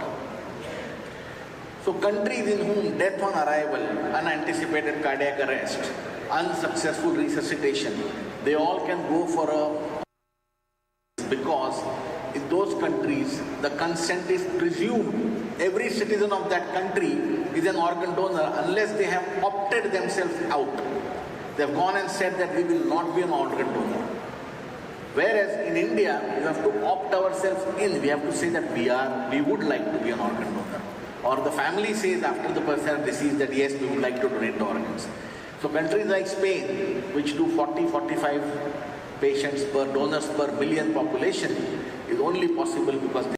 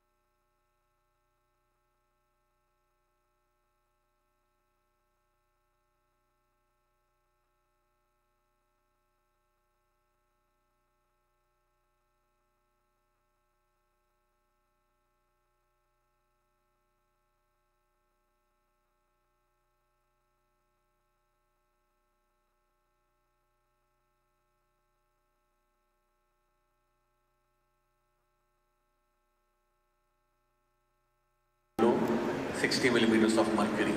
Once it goes there, that's when the time the clock starts to tick, and if the death happens within 60 minutes of that, majority of the organs can be actually retrieved. So it's a very controlled environment. And I believe that we are moving there. If we don't address this today, in 5 years' time it will be knocking on our doors. So I think all of you need to be aware what the DCD is and how do we actually practice that. Now, it is very essential to be a good communicator. You should be able to have an honest and open communication with the family. You should be non-judgmental. Do not judge their opinions. If they say no for organ donation, that's perfectly fine. You should not be non-judgmental about the fact that they may accept or not accept fertility. You should be compassionate. You need some training in documentation, in communication, in understanding this process, in the legality of it. You should be confident and should be able to successfully lead a team of doctors, because as an intensivist, it is primarily going to be your responsibility. And of course, you should be able to deal with different personalities which you would come across. There could be an aggrieved family member, there could be an accepted family member, there could be a family member who may not want to speak, or there could be a family member who might ask you 100 more questions about the same thing. So just follow the simple principles of communication. Prepare yourself when you are doing this meeting with the family. Usually try and do it in the room, not in the bedside in the ICU or a corner of ICU, and have all the information about your patient. Talk to the person's family about all possible histories and the management options which have been given, what could have been done, and then make sure that you always ask what would have been the patient's wishes. You're going to run through these simple communication skills. I don't think it's a big thing to be actually talked about. Now, when I talk about DCD, and I've done this now twice in India, unfortunately, both the cases, the donation did not happen. But I have started talking about it with my patients now. And I have been involved in around, I think, 18 or 20 DCDs when I was in Australia, but that was a long time ago. I've been in India since 2011 now. So around 15 years ago, I was doing DCDs. Around 15 or 18 happened in our unit in the 4 or 5 years preceding that. So I have been aware of how the process actually is done in a controlled way. Uncontrolled, we've never lost fortunately, touchwood, we've never lost a brainstem dead donor before the donation actually happened. So we've been actually good at managing a donor quite well. So the family has to understand the whole process. The judgment of the Supreme Court has to be talked to them. And then we have to also talk about organ donation in the sitting when the futility is understood. A good way, even if it is a brainstem death patient, a good way to start would be to think about eye donation. Eye donation somehow is accepted quite well. So just ask for eye donation initially and just leave it at that. Don't start talking about kidneys, liver, other organs.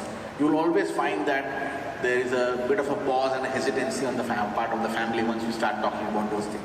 So eye donation is the first thing you would ask. And then if they say yes, go out of the room, tell them thank you, go out of the room and say I will come and see you in some more time. Either arrange a meeting in an hour or two again, and then that is the time you talk about other organs and other tissues.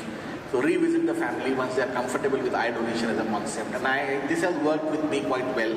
Every time I ask for a donation, whether it is for brainstem death or now for DCD when I am doing discussions, I start with eye donation. And eye donation somehow seems to actually hit the right pulse.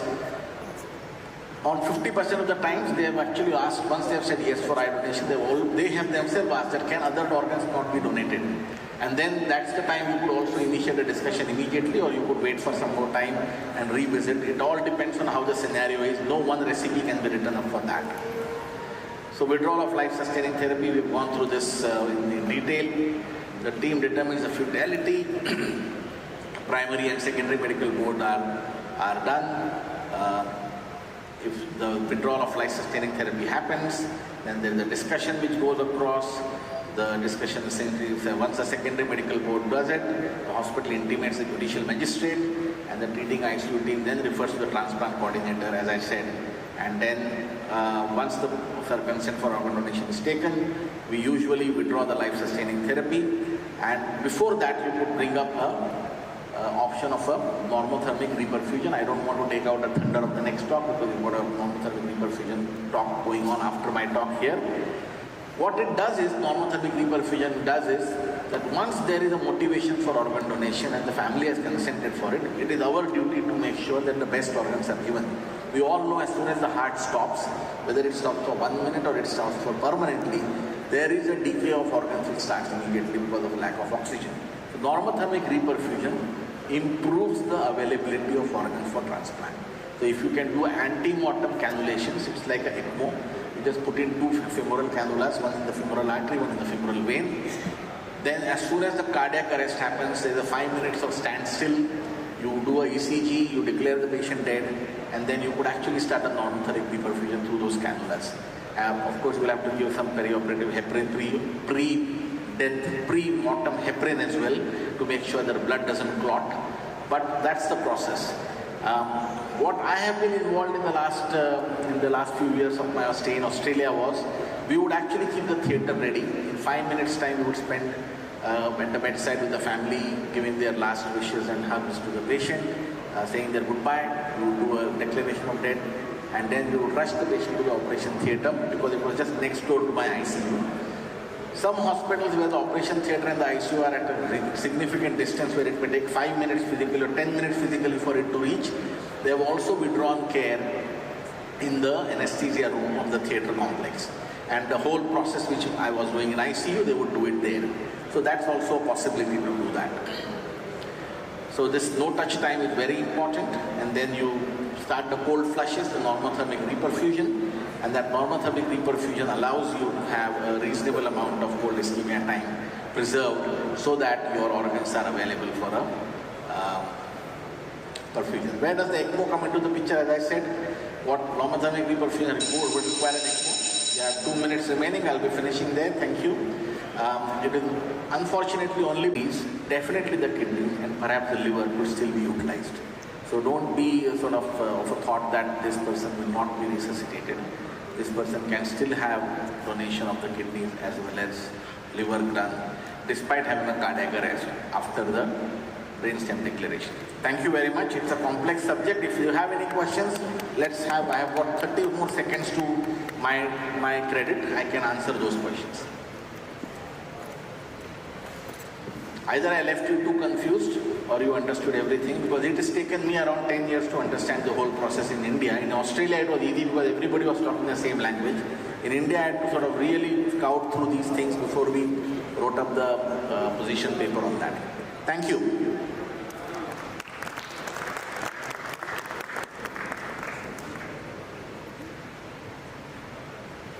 Thank you once again, sir, for walking us through this emerging field of DCD.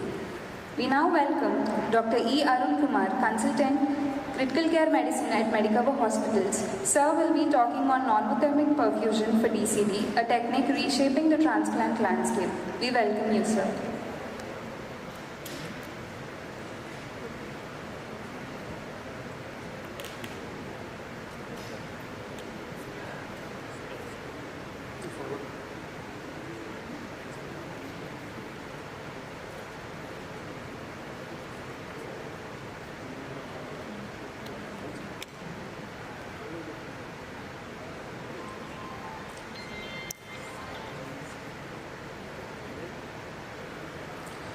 Good morning, everyone.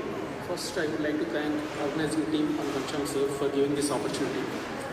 Today, I am going to talk about normothermic regional perfusion in DCD, that is donation after circulatory death. Learning objectives are: what is the definition of death, review of different types of disease organ donor, and what is normothermic regional perfusion. What are the different configurations? What is ANRP? What is TANRP? What are the challenges in implementing? What are the outcomes with NRP? And ethical concerns, how to move forward in operation of NRP. So coming to diagnosis of death. So there is, to declare death, there should be irreversible loss of the capacity for consciousness and irreversible loss of the capacity to breathe. In case of somatic criteria, one need of any clinical expertise by visual examination, look for signs like rigor mortis, decomposition or decapacitation. The other two clinically important and relevant criteria, neurological criteria and circulatory criteria, that is brain death and circulatory arrest. So what are the essential components for the diagnosis of death? You have a patient and patient had a cardiac arrest. You attempted CPR, ROSA not attained. Then you decided to declare. After stopping CPR and before declaring dead, there must be an observation period to confirm continuous apnea, absent circulation and unconsciousness. And there should be clear intention not to attempt CPR again. And most importantly, at any time of any intervention that might restore cerebral blood flow by any means should be prohibited. These are the essential components for the diagnosis of death by circulatory criteria. So this diagram, flowchart shows what are the different types of organ donations.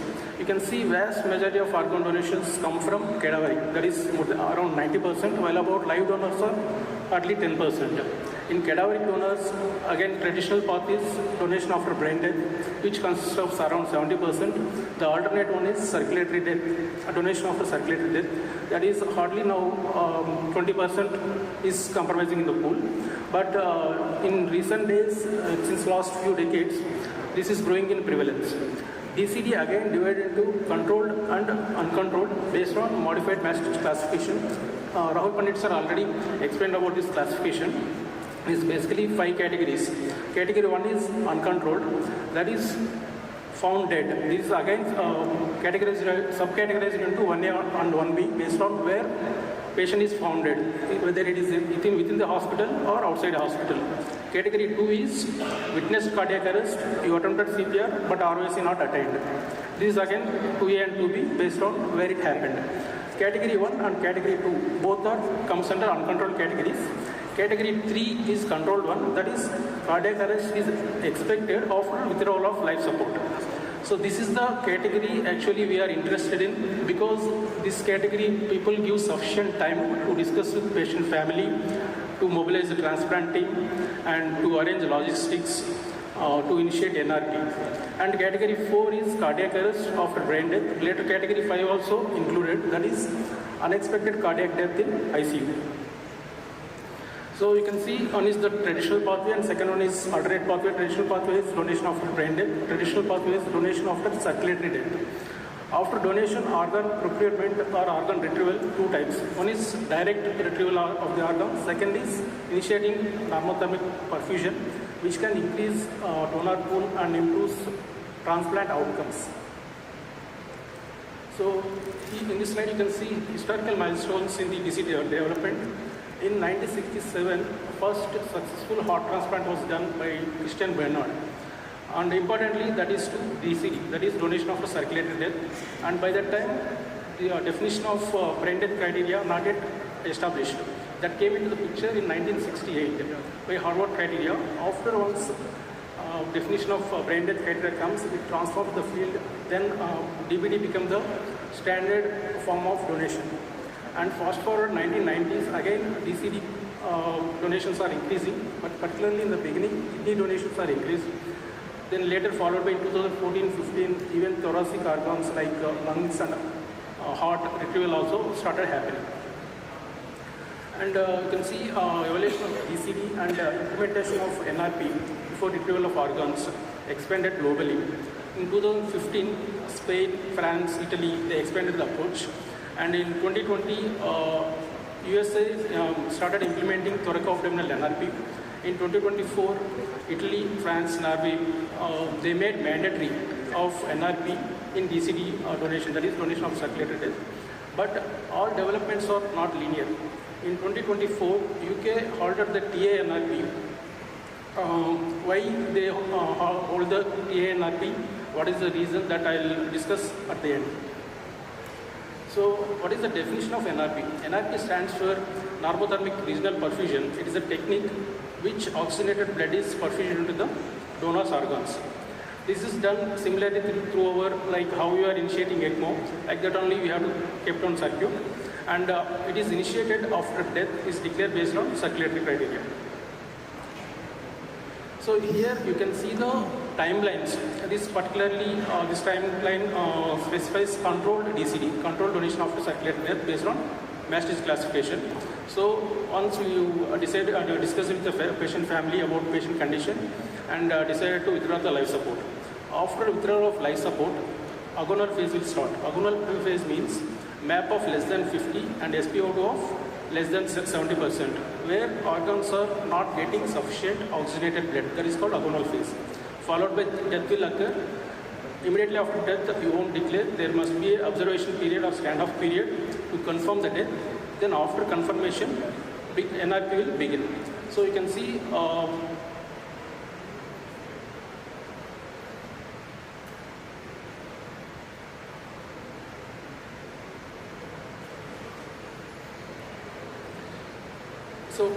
that total donor warm ischemic time.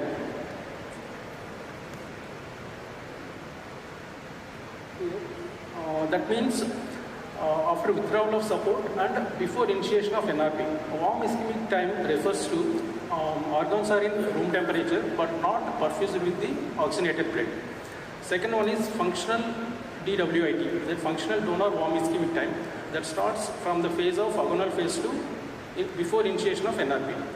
So after this confirmation, then NRP process will begin. During NRP, it allows us to test biochemical viability of the organs, and followed by organ retrieval, cold ischemic time, and organ transplantation. This is the timeline of ischemic and reperfusion critical timelines after withdrawal of life support. So in this picture, you can see in molecular level what is happening after cardiac arrest or death.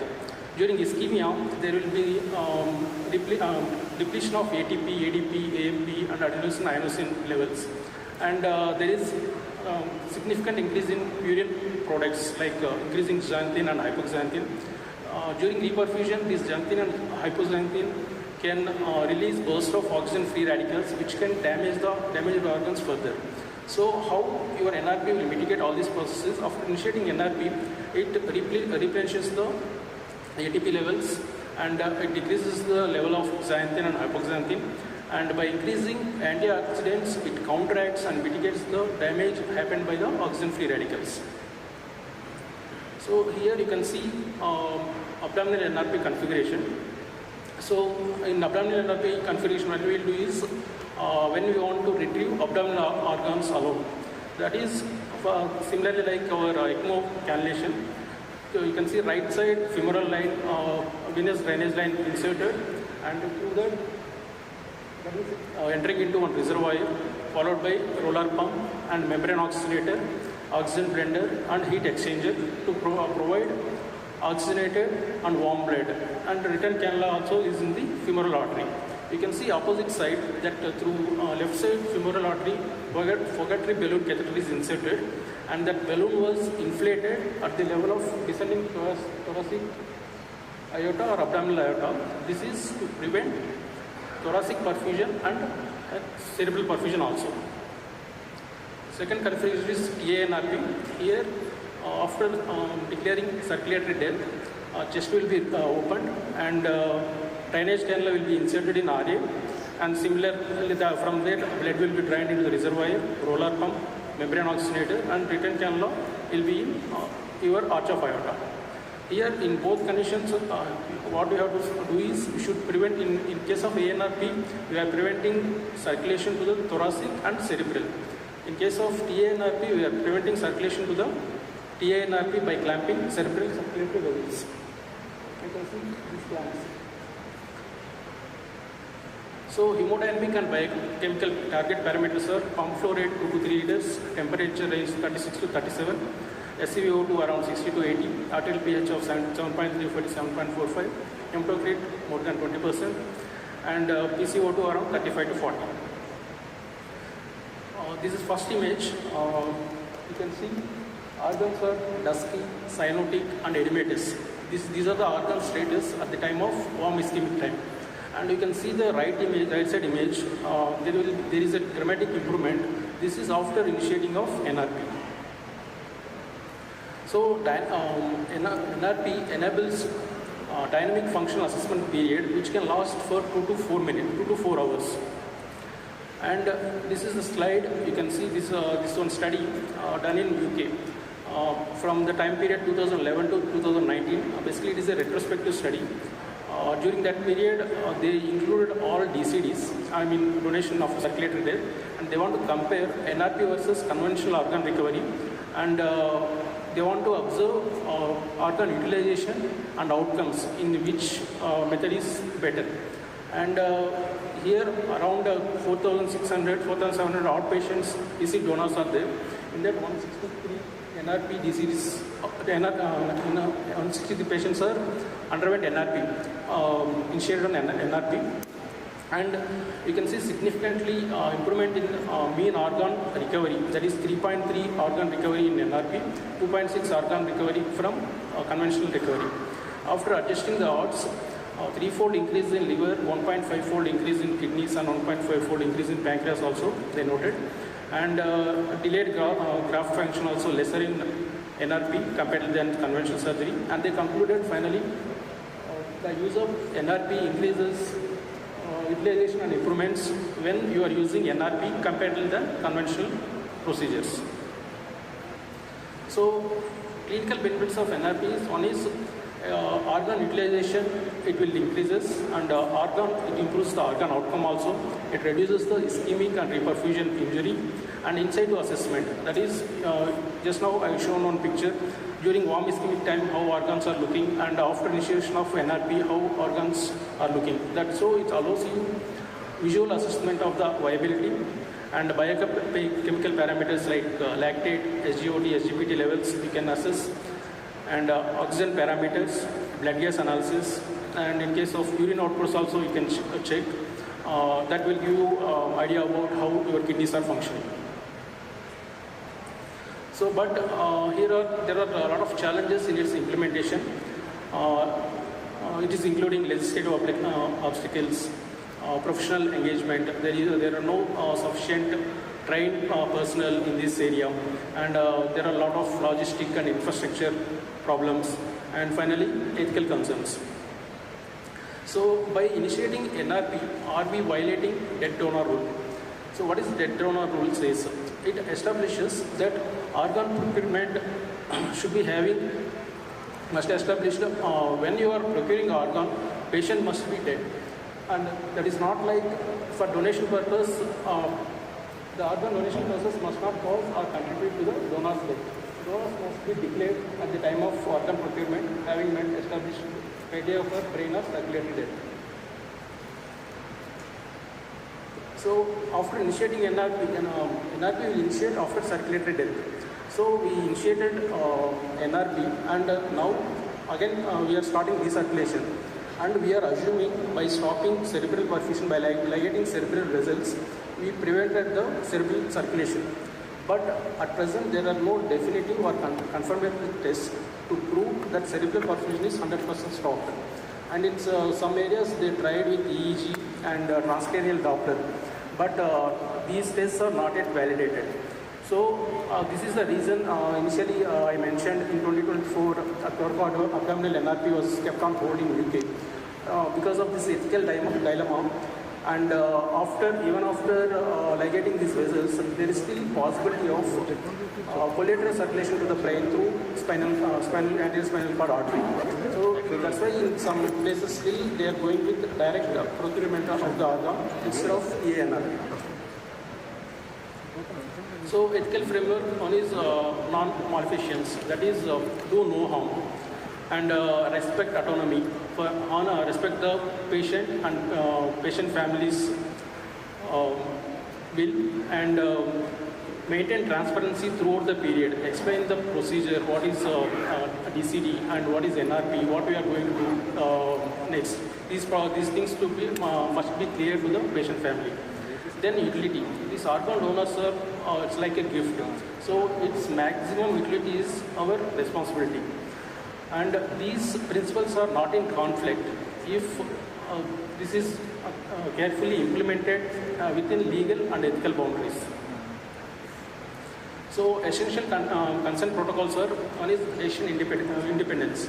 That is primary team and ICU team, they should come together and they should be on the same page that there is no point further continuing care.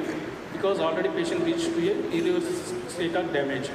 After that, approach the family, explain the condition, and then you must take informed consent. During this procedure, explain about the next what is going to happen, what is NRP.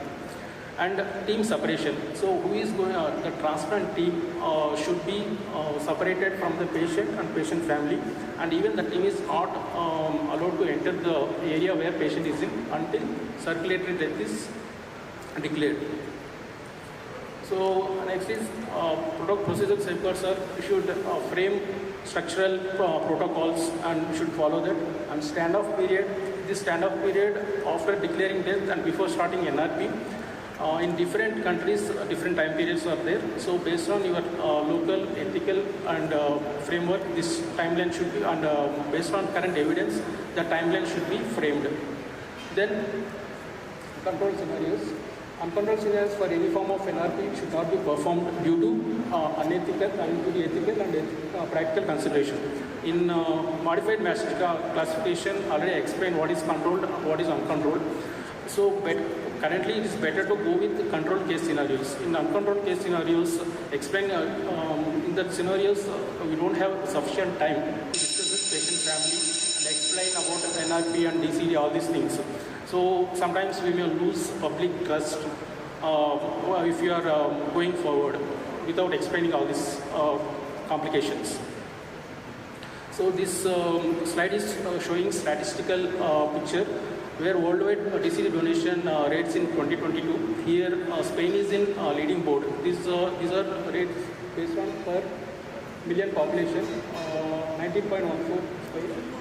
And these are almost top 25 countries are in the list. Don't look for India, we are still lagging behind. This is very, very less DCD picture. That awareness and starting donations not yet that much started in India. So hopefully in future this scenario might change. So in conclusion, NRP is feasible, and by initiating NRP, we can improve the organ quality, we can improve the utilization of organs, and there is a demand-supply mismatch. DVD pool alone can't match the demand, what is happening now. So alternate pool is donation of circulatory death, and in those group also, if we are able to initiate NRP, we can improve the organ outcomes, and for that, patients require protocol excellence and ethical foundation is important. So in future, it should, in future development, continued research, education and policy development are critical to improve outcomes and supporting donor families through this complex process. Thank you.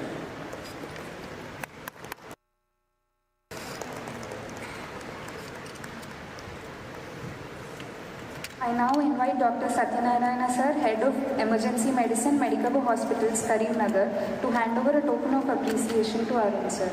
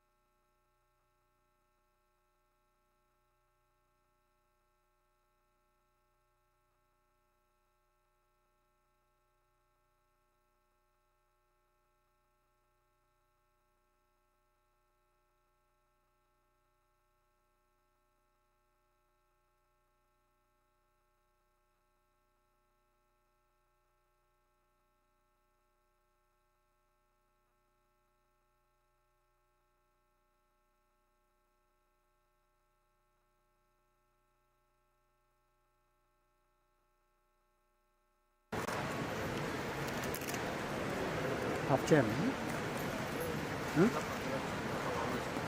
మీరు of చేయమంటారా లేకుంటే అది ఏదైనా play చేస్తారా?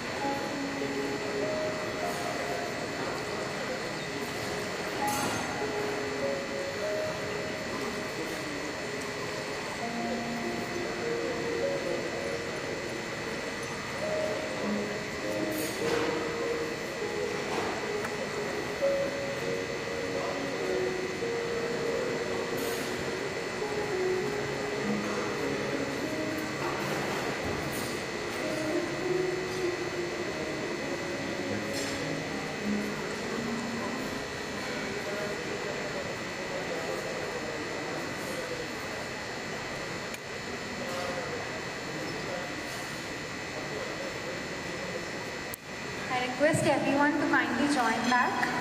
We're going to move to the next session in another 2-3 minutes.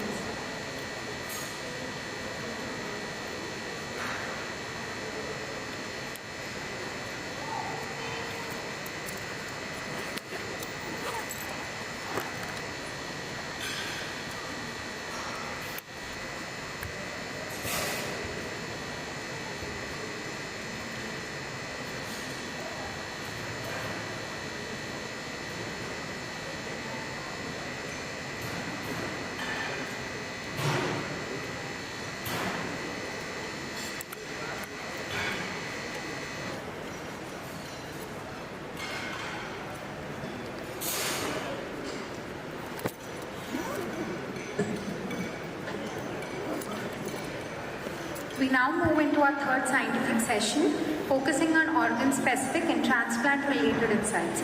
Opening the session is an experienced and respected liver transplant physician, Dr. Ajay Shesharao Shule, Senior Consultant, Gastroenterologist and Hepatologist at Medicover Hospitals.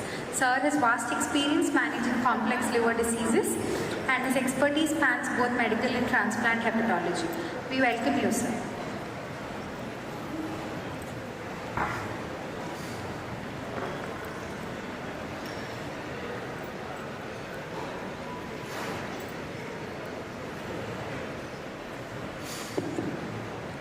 Good afternoon, everyone. Thank you for this warm welcome, and I would like to thank all the organizers for giving this opportunity. As this topic is rarely discussed among the routine conferences, so today I will be discussing briefly about the expanded criteria for donation in liver transplantation. So, all of us are aware that liver diseases are fastly being recognized as a public health priority in India. India contributed approximately 18% of the 2 million global liver-related deaths in 2015.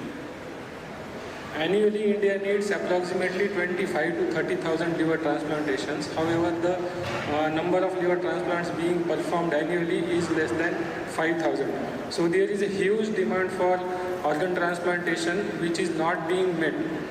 So hence there is ever increasing demand for the cadaveric donation.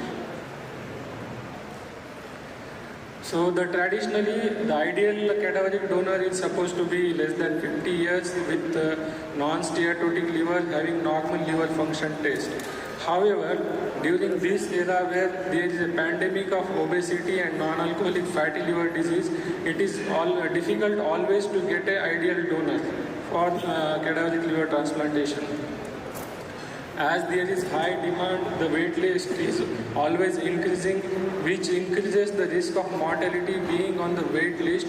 So there is a emerging need to expand the criteria for organ donation, leading to successful donation. So what are the expanded criteria? There is no such universal definition for expanded criteria for organ donation in liver transplantation.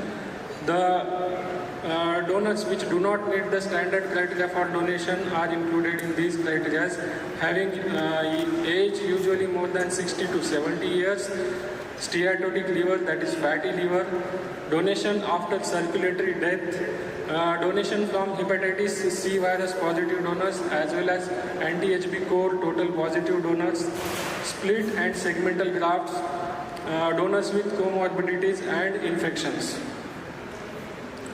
So coming to the first criteria, donors with advanced age.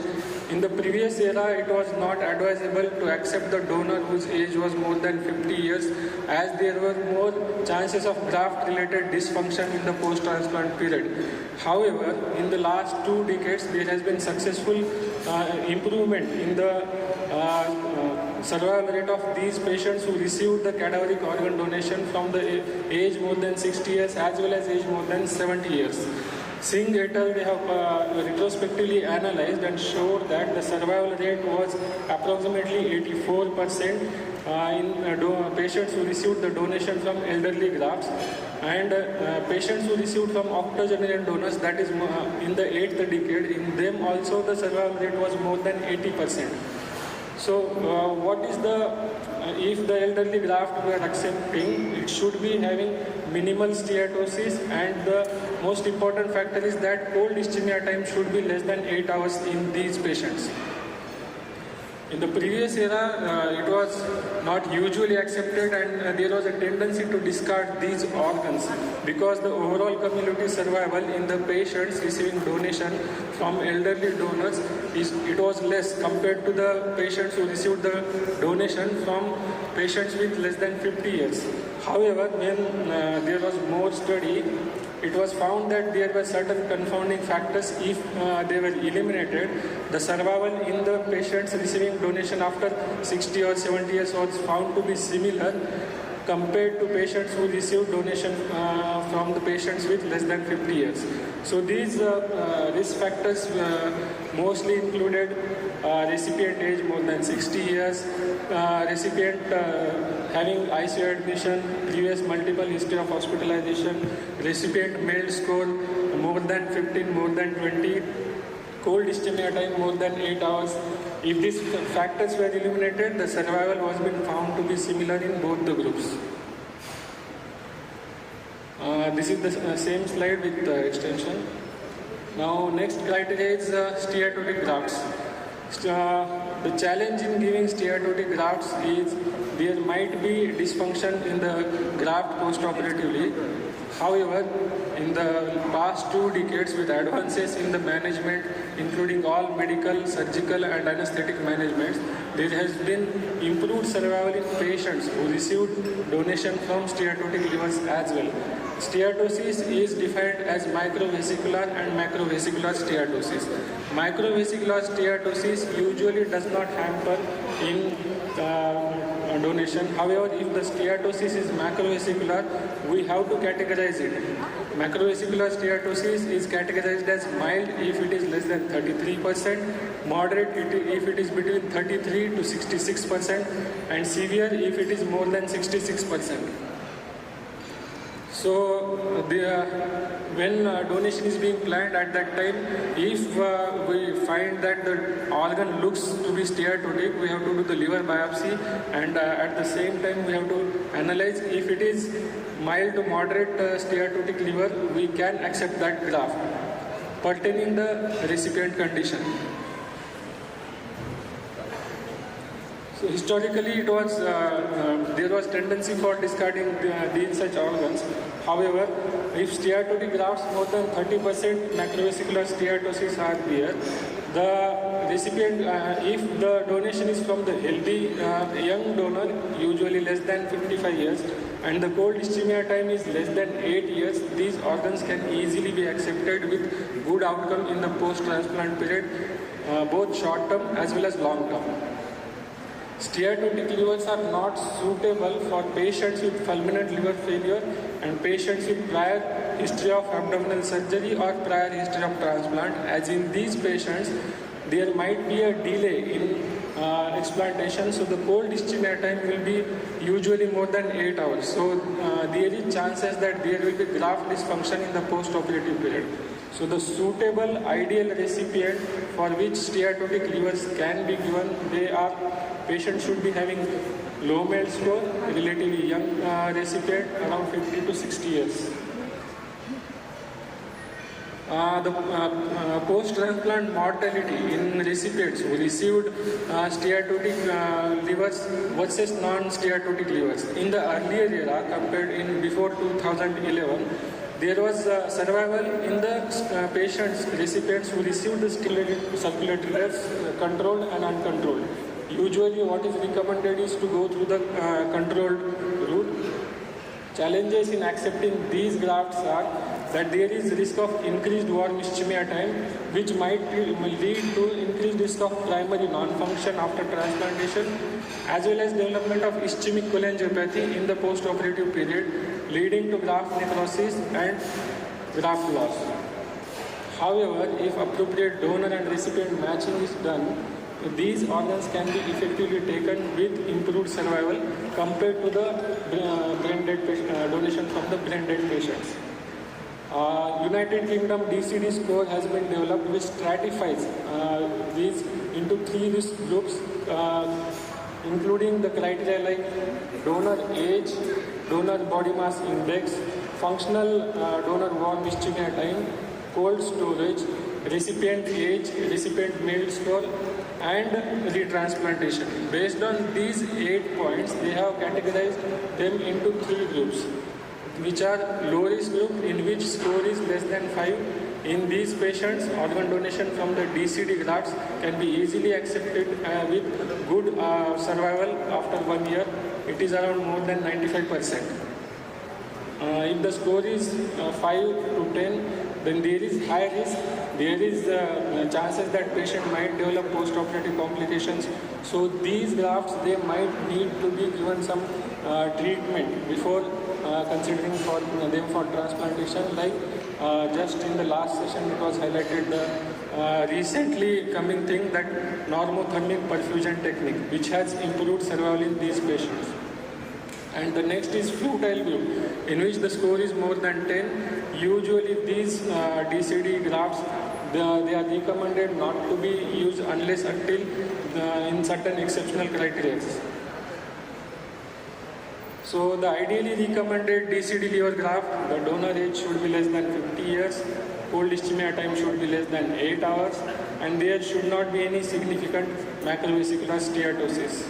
However, going beyond this, Indianapolis group, they have defined the extended criteria for using DCD grafts, which are any of the following: that is donor age more than 50 years, donor body mass index more than 35, donor functional warm ischemia more than 30 minutes, with donor liver macrovesicular steatosis more than 30%. They found that using extended criteria donor for DCD grafts compared to the normal recommended DCD grafts, the survival was similar in both the groups according to the Indianapolis group. Now next is grafts from the patient with hepatitis C virus infection. Previously, there was no effective treatment for hepatitis C virus infection. However, in the last decade, the treatment with the direct acting antiviral, it has revolutionized the HCV treatment. So there is complete cure with HCV. So nowadays, we can accept the grafts from patients with HCV infection. Boli et al. They demonstrated effective use of HCV donors in heart and lung transplants with no HCV risk to the patient if they were given effective 24 to 28 weeks of treatment for HCV to the recipient. Similarly, Ting et al. Showed that HCV affected liver can be transplanted to the patient waiting for the liver transplantation, and if they have been given successful direct acting antiviral treatment in the post-transplant period, there was no risk for HCV infection. However, only one thing in these grafts is that there might be an increased risk of acute cellular rejection in patients receiving grafts from HCV positive donors. So the transplant physician and surgeon, they have to be little vigilant in order to prevent and minimize the risk of rejection. Split liver grafts. Traditionally, the split liver graft is that the one graft will be divided into the two equal parts or two different parts. Dividing segments, initially it was used that one portion will be given to a pediatric recipient and the other portion will be given to an adult recipient. In those times, usually segment 2 and 3 were given to the pediatric recipient and remaining was given to the adult. However, nowadays right lobe and left lobe, they can be separated differently and can be given to the adult recipients. So the split liver transplantation, it might be technically challenging. However, if it has been performed in expert hands, it has shown that there is similar survival in patients who are receiving split transplant compared to patients who received full organ transplant. This is ex vivo perfusion. It was discussed in detail in the last session. It is nothing but using normothermic machine perfusion. Previously it was used, cold storage was used. There might have been increased chances of ischemic damage to the liver during the cold storage. Now the normothermic machine perfusion, it is a novel technique which decreases the risk of ischemic damage to the graft. It also improves the graft quality, and we can objectively assess the graft function of the liver, blood flow during that period, so that we can get sufficient time to improve the condition of the liver before giving it for the transplant. Lastly, livers that nobody wants. Because of multiple reasons, the graft liver, they are not accepted, maybe because of age and other risk factors. So in one study, they found that livers that nobody wants, at least 3 centers have denied the liver. So when they took these livers for grafting to the patients, they found that there have been equal, not less, survival in patients receiving these grafts compared to patients who received graft when they were declared in the first stage only. As there is shortage of organs, we should encourage to use these kind of organs when necessary. So now coming to the conclusion, as number of cirrhotic patients who are on wait list, they are increasing, there has been shortage of organs. So we need to expand the criteria so that the number of donations will be increased. So expanded donor criteria, they have significantly increased the donor pool. However, the acceptance, there is a little bit of risk, but it is justifiable.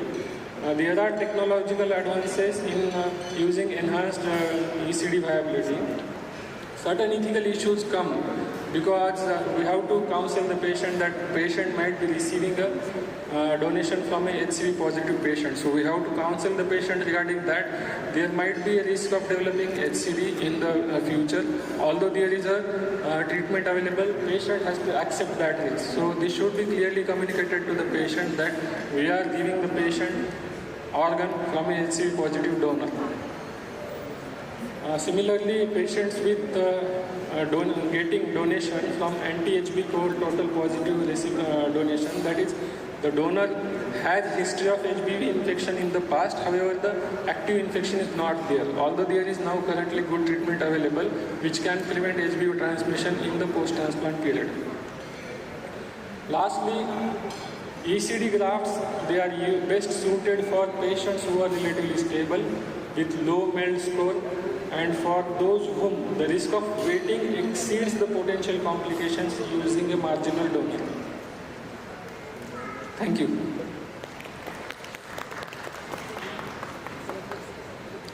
So I would like to take if any questions are there.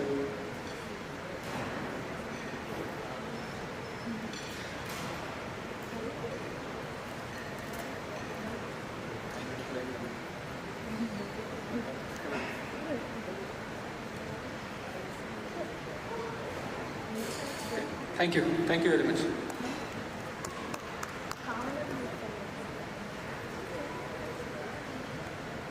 I now request Namrata ma'am, Center Head of Warangal Medicover Hospitals, to hand over a token of appreciation to Dr. Ajay sir.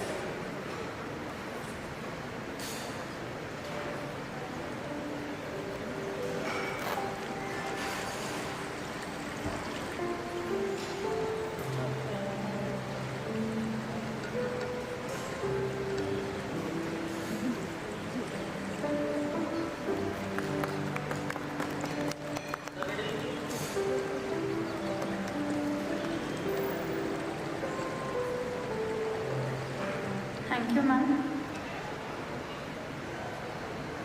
Our next speaker is someone who stands at the heart of renal transplant care at Medicover Hospitals, Dr. Arun Kumar Donokunda sir, Senior Consultant Nephrologist and Renal Transplant Physician, with years of clinical experience in managing patients with chronic kidney disease, dialysis and transplantation. Sir has been instrumental in guiding both pre- and post-transplant care for hundreds of patients. We welcome you, sir.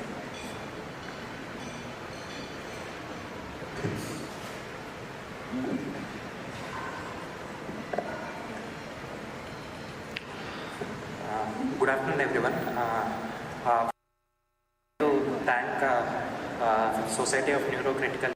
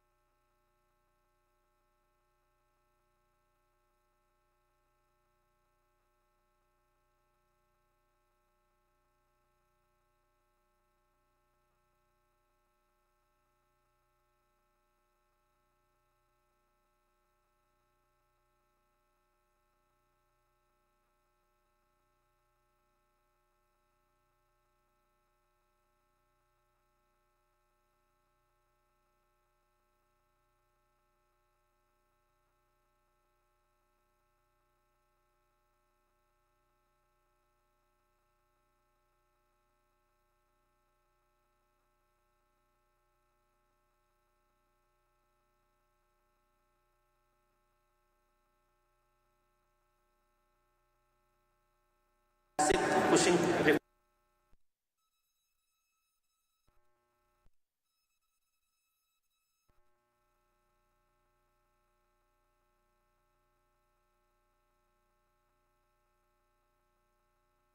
Sympathetic activity resulting in autonomic storm. This is the most important phase in the management of brain dead donors, because this is the phase where there will be intense vasoconstriction across all the organs and vasodilatory shock. All these things tend to cause hypovolemia and causing kidney injury. So what should be our target for fluid management? Ultimately the target is to maximize the organ perfusion. So try to maintain a MAP at least above 60. Try to maintain the urine output at least between 1 to 3 ml per kg per hour. And also there is always a controversy whether to overhydrate a brain dead donor or whether we need to underhydrate it. So always there is a discrepancy between the transplant pulmonologist and also the nephrologist. There is always a debate between dry lung versus wet kidneys. Why this is? Because if you overhydrate him, there is a high chances that your lung is going to get injured and it might be rejected. So this is the reason. So the best approach would be try to maintain a CVP somewhere between 8 to 10 if you have decided to go with all the organs. Or else if you decided that already pre-evaluation, if you decided that the lungs are of no use, then you can go little bit high on the CVP and try to maintain beyond 10. So what are the preferred solutions? So again, it's always isotonic fluids, either 0.9% NS or RL. But do remember, if there is a background of hyperchloremic metabolic acidosis, then avoid NS. Sometimes even RL can be hypoosmolar. So in that situations, you can use some pH neutral isoosmolar solutions like plasmalate. And after stabilization, if you are dealing with cases like hypernatremia in brain dead donor, then go for 5D or half NS. Now coming to the role of colloids, sometimes we may rarely compelled to use the colloids. So we have two options, albumin and hydroxyethyl starch, but definitely it's always albumin. Don't go for hydroxyethyl starch because it can cause AKI, it can cause coagulopathy, and it leads to delayed graft function. And even role of blood products, I will not go too much into detail. And coming to electrolyte abnormalities in brain death, one is the most important thing is hypernatremia, which we routinely see in almost 80 to 90% of the brain death patients. It is the result of maybe a hyperosmolar therapy like 3% NaCl or giving mannitol causing osmotic diuresis can lead to hypernatremia, or it can be due to poorly controlled diabetes insipidus. These two situations can lead to hypernatremia in a brain dead donor. So what is the clinical significance is because many studies have shown that if your sodium is more than 155, it leads to hepatic and renal dysfunction and also cause graft loss after transplantation. So our sodium target should be somewhere between 130 to 150 and target the urine output between 0.5 to 3 ml per kg per hour. And even other electrolyte abnormalities can be seen like hypokalemia, hypophosphatemia, hypomagnesemia due to osmotic diuresis or diabetes insipidus. Do try to correct these electrolyte abnormalities. And now coming to the second thing, hemodynamic instability. How do you manage? First, try to correct the volume deficit. Only go for inotropes. Even after correcting the volume deficit, even if there is a still hemodynamic instability, then only go for inotropes. So there are multiple types of inotropes. So there will be a controversy with this statement dopamine, but when I have gone through the literature, it has many studies pertaining to the kidney. I am talking here to the kidney. Dopamine is not only an inotrope, but it has also additional beneficial effects. It has an immunomodulatory effect, it has an anti-inflammatory effect. The main reason is we are worried about dopamine because of its alpha receptor activity, but dopamine receptor activity has shown these additional benefits of immunomodulatory and anti-inflammatory. Yes, I do accept that that's an old concept. Dopamine will increase the kidney blood flow, but that theory is long gone. So, but it has these immunomodulatory effects, making it as a first line, especially when pertaining to the kidney protection. And coming to the second thing, vasopressin, it is the best second line because it acts as a vasopressor, it can act as a hormonal therapy, and it also can be used for diabetes insipidus therapy.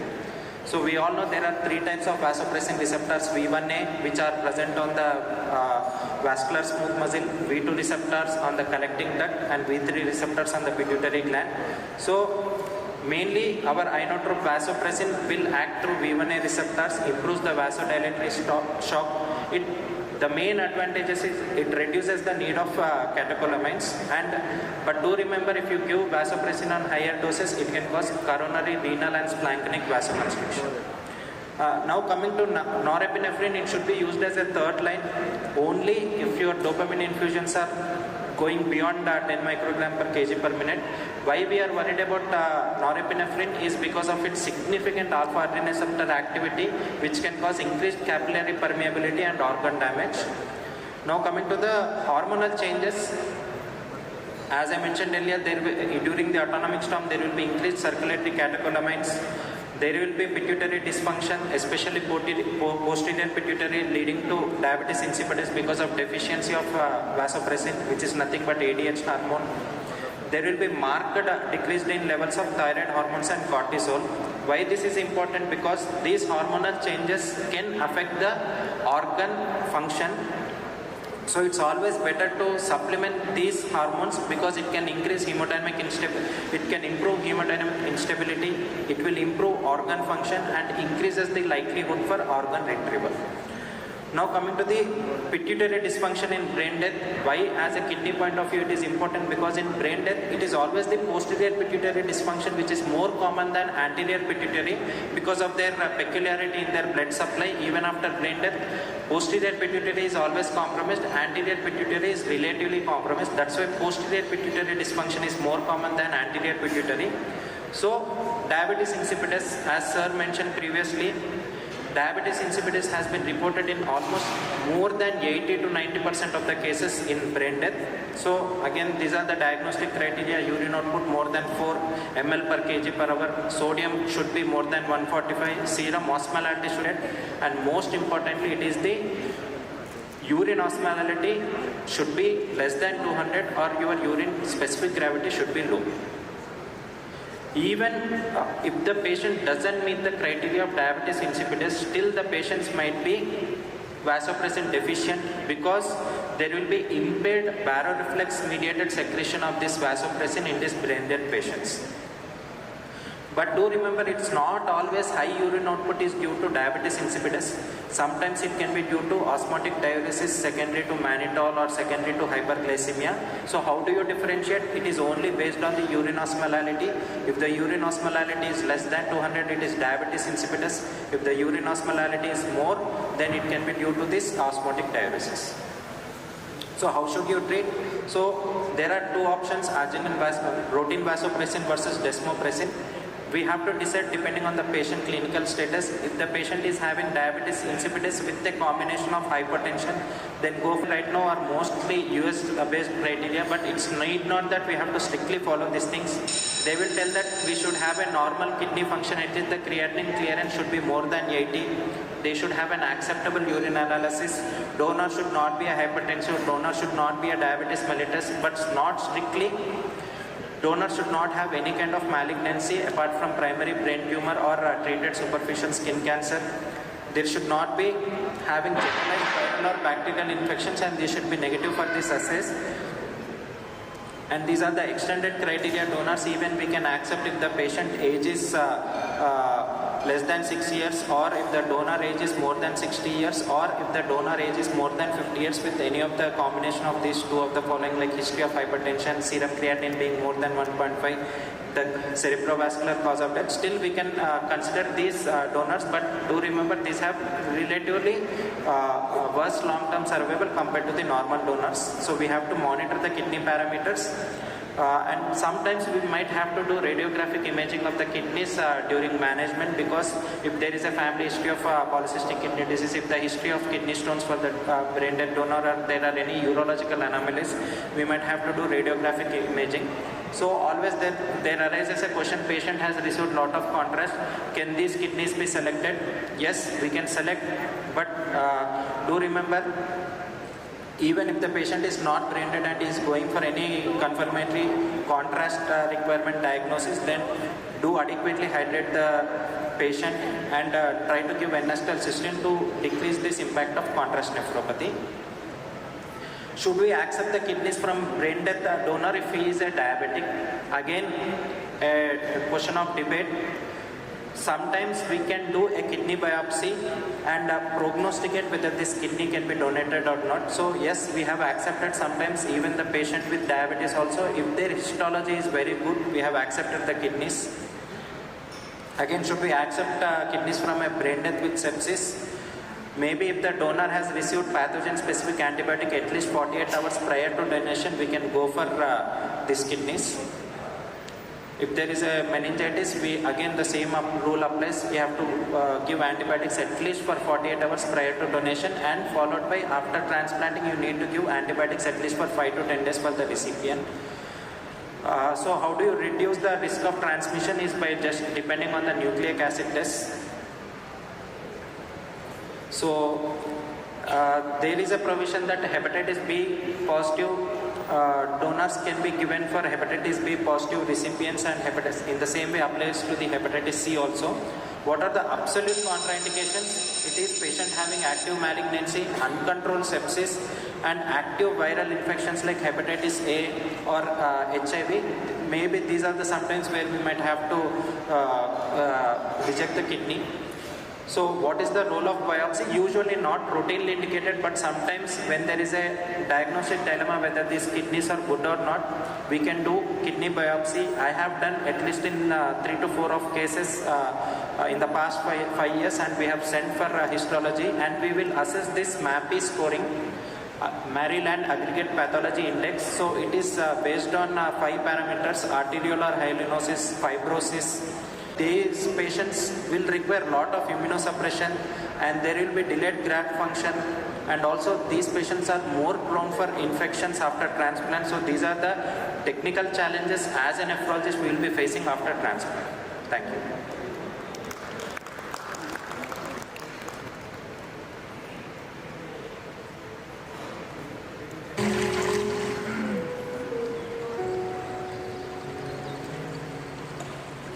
I now invite Shwankar sir, Center Head, Medical Oncology Institute, to hand over a token of appreciation to Arun sir.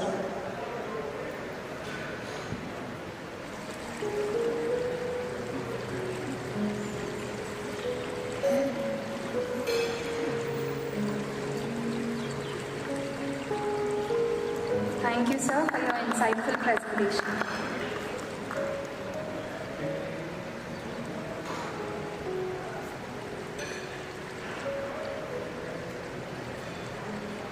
We now welcome our next speaker, Dr. Krishna Gopal sir, Senior Consultant Gastroenterologist and Hepatologist. Sir brings with him extensive experience in managing complex liver conditions including cirrhosis, acute liver failure, and transplant-related hepatobiliary disorders. He is also widely known for his expertise in advanced endoscopic interventions, playing a crucial role in liver transplant evaluations and post-transplant care. Over to you, sir.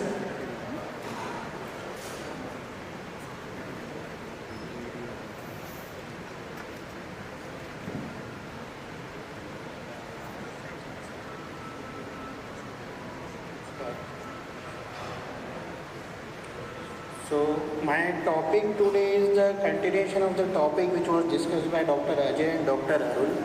I will be discussing the organ-specific issues related to the liver.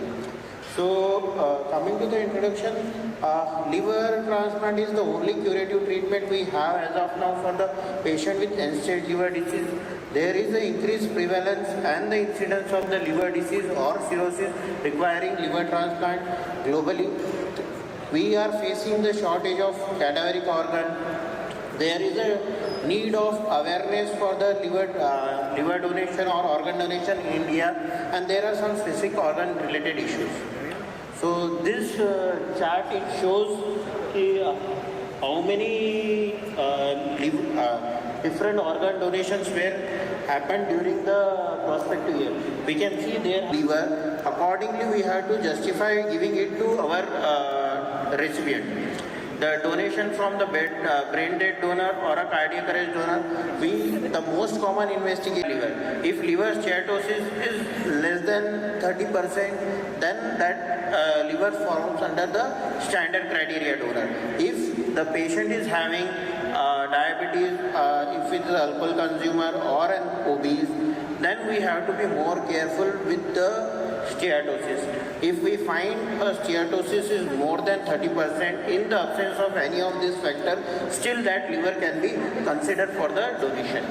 We do a viral screening check for hepatitis B, hepatitis C, HIV, CMV and VDRL. We look for anatomy in the form of the vessels, duct, or at times we come across a situation when we get a situs inversus in a patient.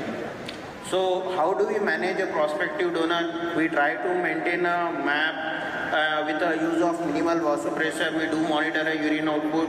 Commonly we all use a crystolite. If there is a prolonged hypernatremia due to diabetes insipidus or as a part of management of the patient with brain a traumatic brain injury, that can be associated with the increased risk of graft dysfunction. So in that scenario, before going for a retrieval, we always try to correct the hypernatremia. So if our patient is having hypernatremia with hypotension, we tend to use vasopressin. If patient is having hypernatremia in the absence of hypotension, then we use desmopressin. The judicious use of high-dose steroid, the control of infection and the prevention of the hypoglycemia are the important factors which should be looked into the management of the prospective donor. The steroids, although all the guidelines do recommend the use of high-dose steroid to prevent the cytokine storms and all the other factors, but that comes with its own baggage of having the high risk of infections. So what are the targets for the donor? Maintaining MAP of more than 60 mm of Hg, urine output of more than 1 ml, temperature of more than 35, sodium is targeted less than 150, normal arterial blood lactate, PaO2 more than 80, and we tend to keep hemoglobin more than 7. This is one of the risk stratification index which is given, which has a particular parameters into it to look for the high risk donor. So someone whose composite score with this comes around more than 17, they are considered as a high risk donor, and in those donors we have to be more careful while retrieving that organ. So how the journey of a prospective donor goes? So first, when we do a declaration, then we look towards the parameter of the organ.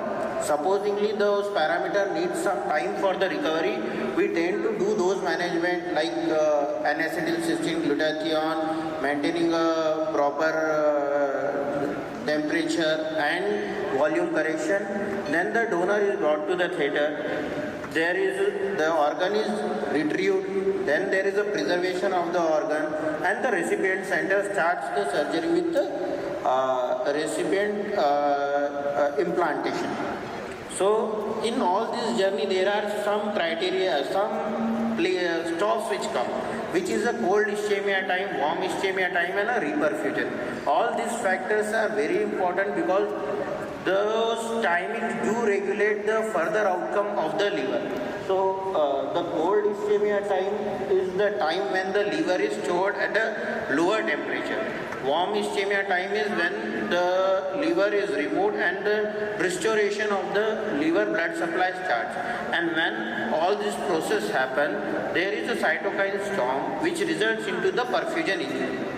So cold ischemia time, the organ is retrieved and stored at a 4 degrees Celsius. There is an increased risk of graft failure and bile duct injury if we keep our cold ischemia time high. Warm ischemia time is a time when the organ is implanted and there is a restoration of the blood supply. Liver do experience lot of oxidative stress, so we use N-acetylcysteine glutathione as a common measure in our practice to decrease that oxidative stress. This can result into the delayed graft function and recovery. Some of the consequences which are per se more commonly seen in the cadaver liver transplant are the primary non-function and the delayed graft function. Primary non-function by definition is we have implanted the liver and the liver is not working at all. That comes as one of the serious condition in the liver transplant. The second is delayed graft function. That means we have transplanted the liver is picking up, but it is taking some time to pick up. So if our cold ischemia time, warm ischemia time, these are more, they indeed reflect in one of this format. So what strategies do we use to control all those things? We do use a University of Wisconsin solution. We try to keep a normothermic machine perfusion, and we tend to decrease our time for warm ischemia time. The easiest procedure to do so is running two OTs parallelly. Once we get a clearance from the donor side that okay, this liver is okay to use, that time we fast track the recipient surgery. This is the protocol how it grows through. We retrieve a liver, there is a cold preservation. If liver is deemed suitable for transplant, then we straight away go ahead with the transplant procedure. If liver is deemed unsuitable, then we try to maintain at a hypothermic oxygen perfusion, and at a particular point, if liver is suitable for the transplant, we do so, and if not, then that liver is deemed as a definitive non-utilization of the liver. During the process of a liver transplant and their recovery and follow-up, we do come across a rejection. The initial phase, hyperacute rejection,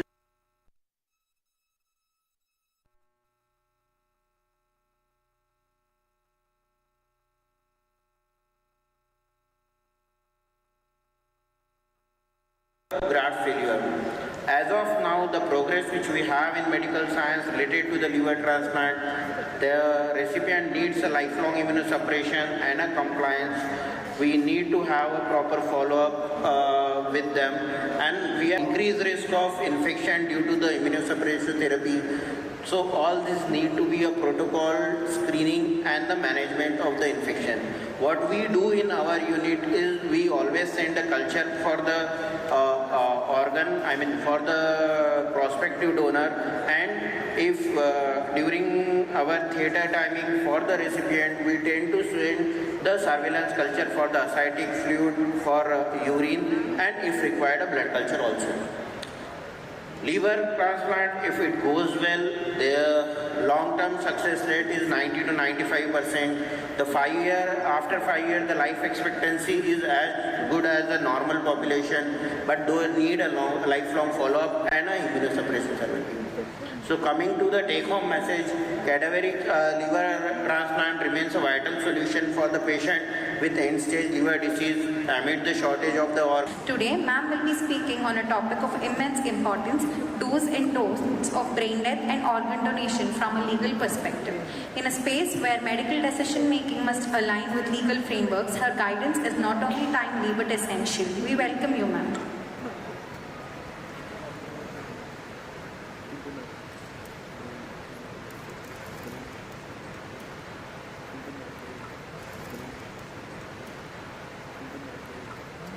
Thank you so much. Thank you so much, and it is indeed a pleasure to be here amongst all the esteemed doctors. For me, it's a very interesting afternoon because usually I find myself speaking to lawyers.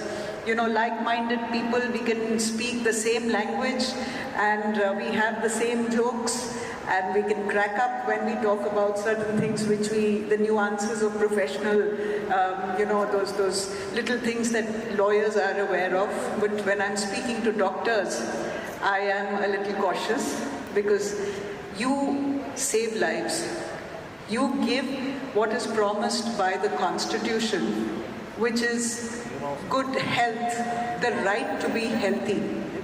That is a promise that is given by a constitution, and I think, when speaking to people of your caliber, I think I have to be I'm very respectful, very, very mindful, and I hope I can give you some information that will help you in your professional journey. And this is a very, very important topic.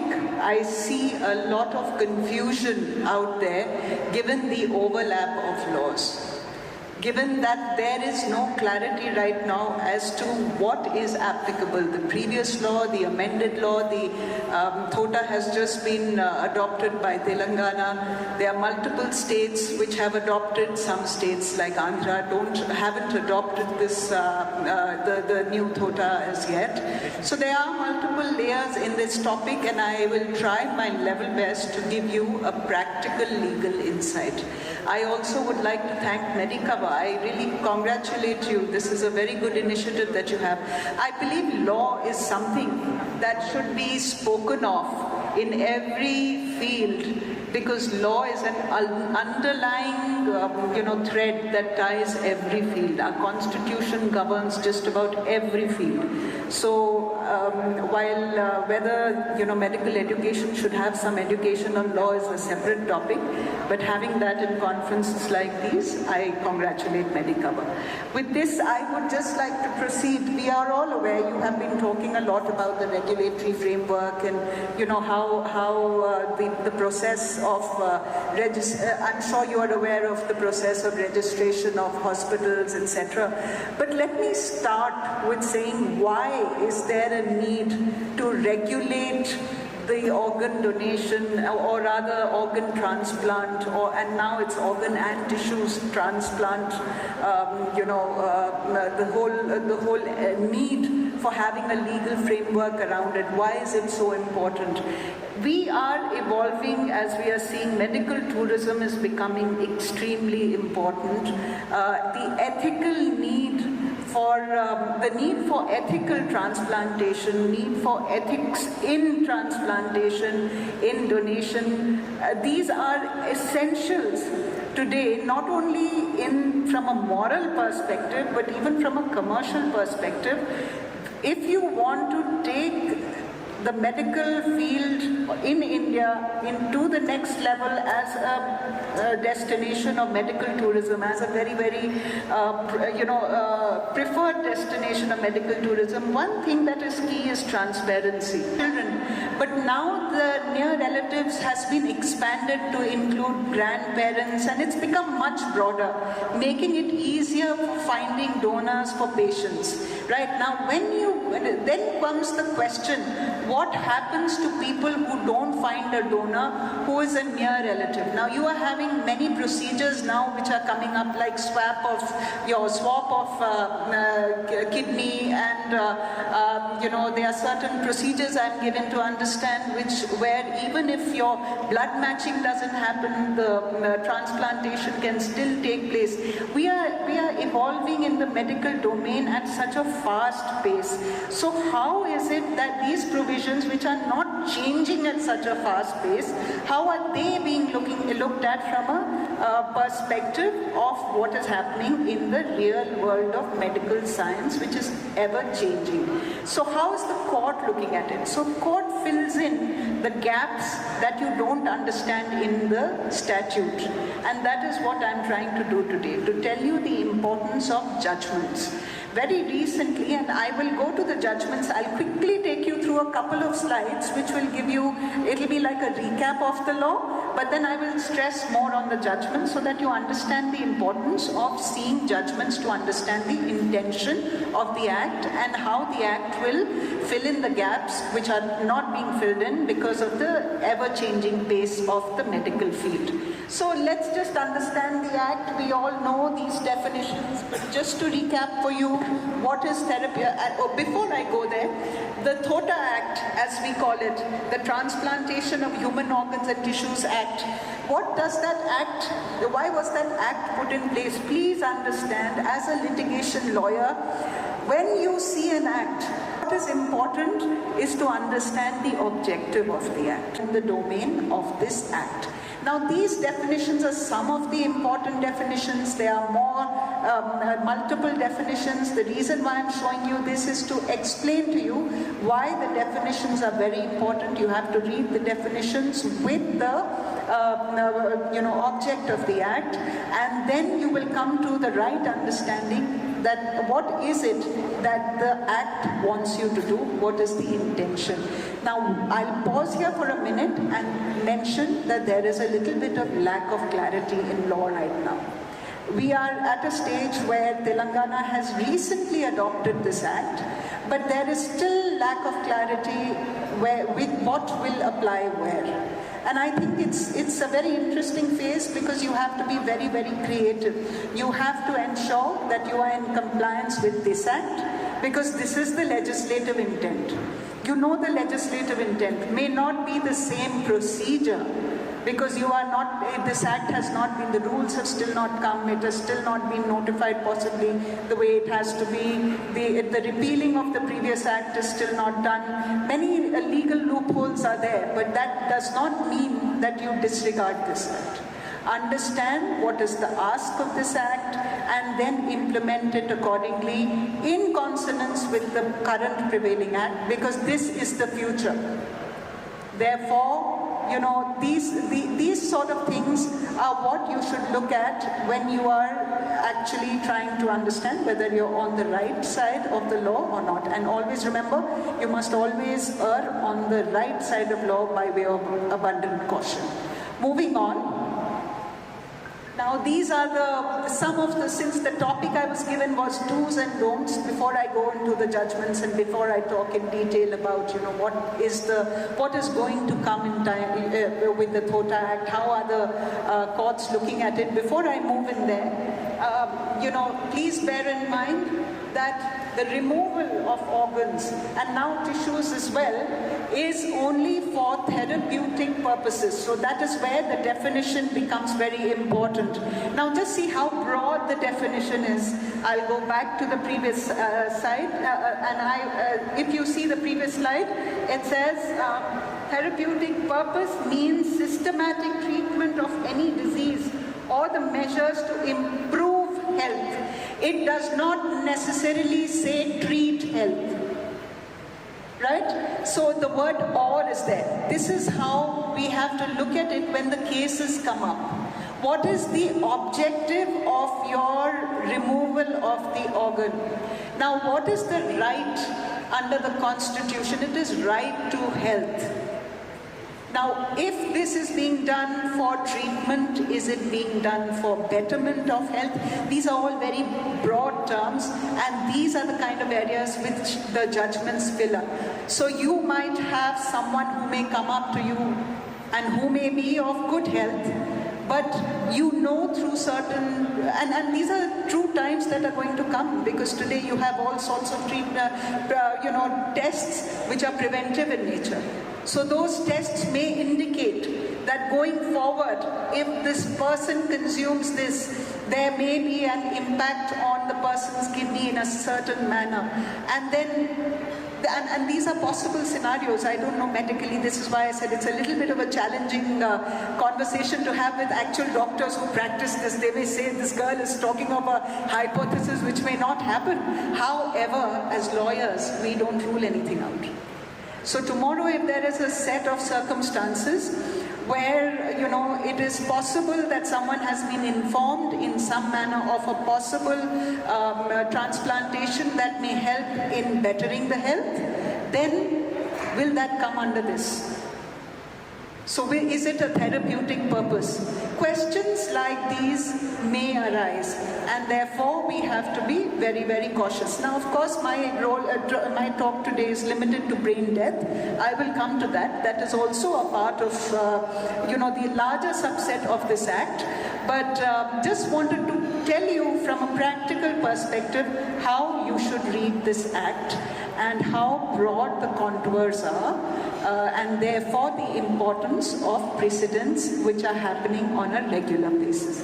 Now, some of the other things, of course, these are procedural in nature. Anybody who's familiar with the Act already knows this. You need a consent and the consent has to be without coercion. Of course, the whole idea is of the act is to stop or make zero the happenings related to illegal organ trade, and therefore the safeguards, these are all safeguards that have been built up.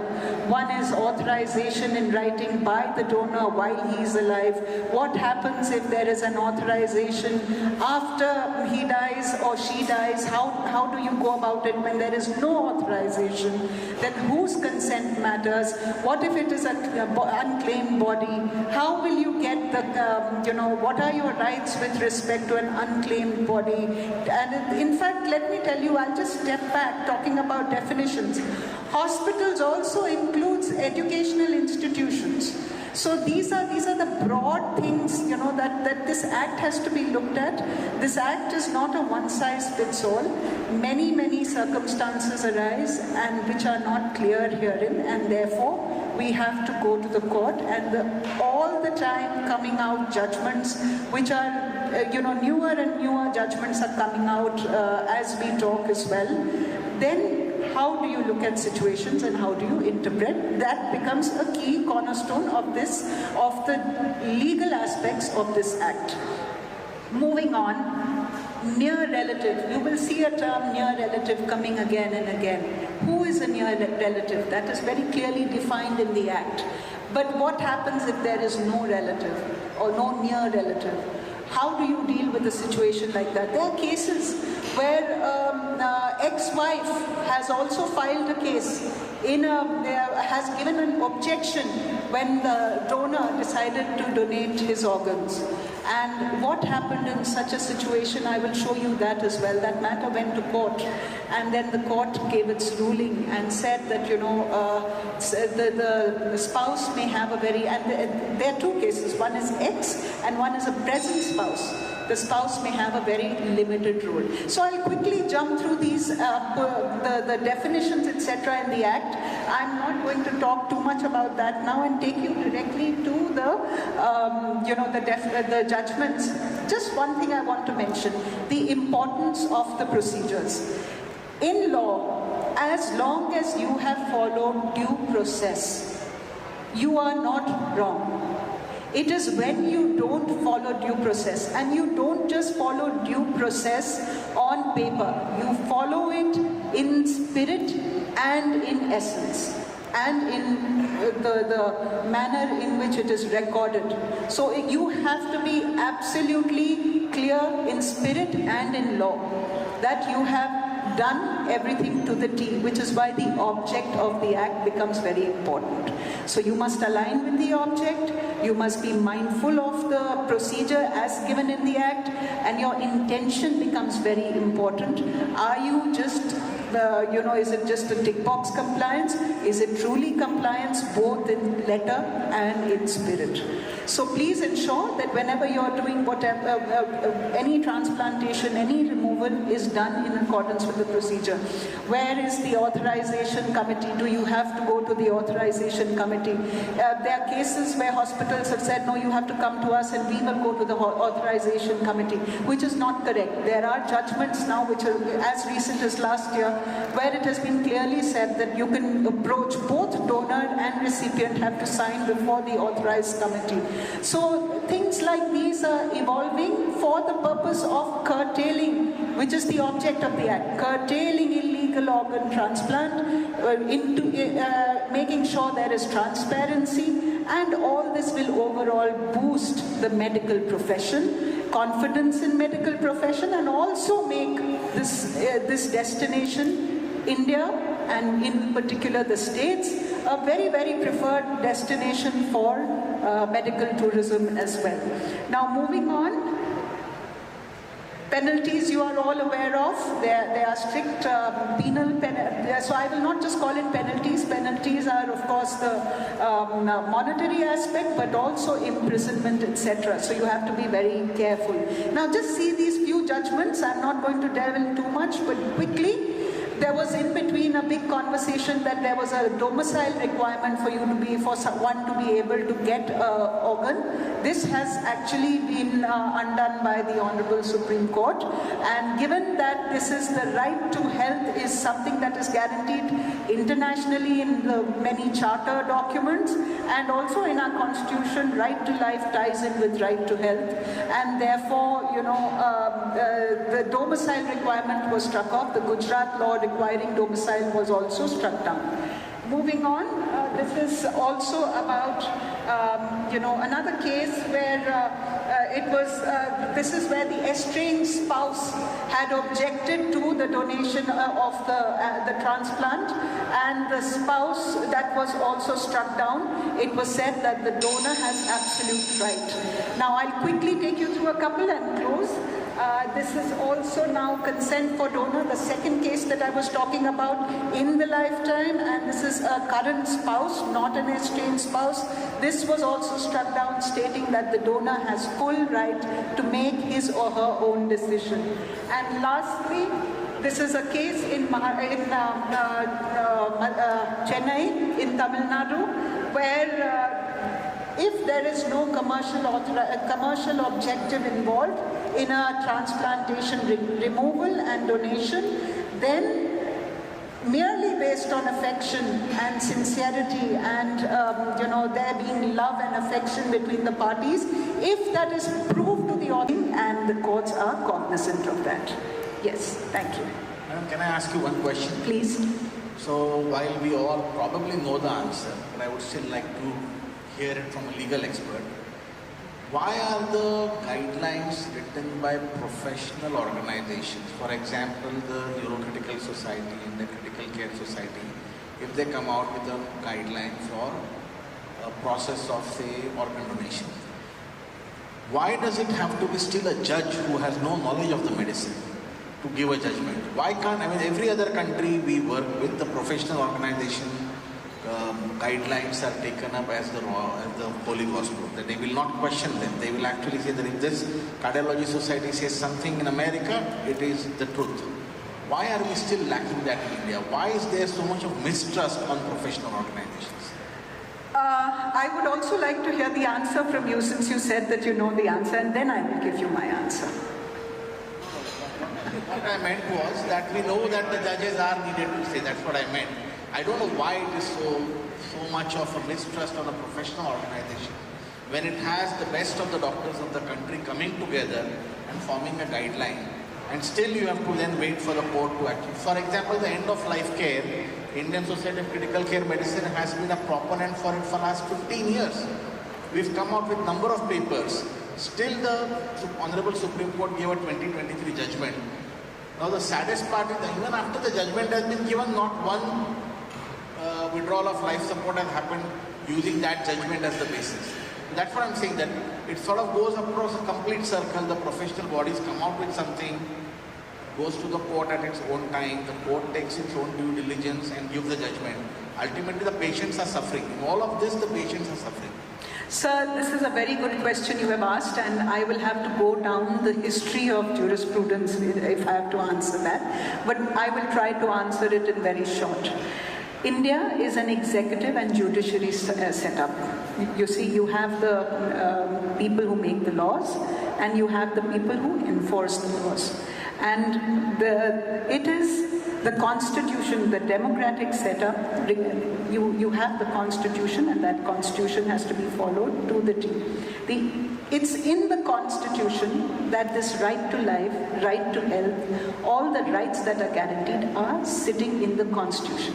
It is for the individuals to approach the court if they are not very happy with anything that may come out. Now, the professional organizations, in their wisdom, they make their guidelines. However, in the implementation of the guidelines, if there is any question that arises, you will not find the court suo moto just taking up the guidelines and looking into them unless there has been some action against it. Someone has appealed against it, someone is discontented against it. If it impinges on any of their rights, that is when the judges will look at it. and the judges will implement the fundamental rights, the obligations that are cast on them through the various laws, including but not limited to our Constitution. Therefore, without that wing, everything becomes open to everyone to just form and implement. But the basic essence of democracy has to be implemented, and the judges do that. So, to your point, in your wisdom, you make the guidelines, which is true for all professional bodies.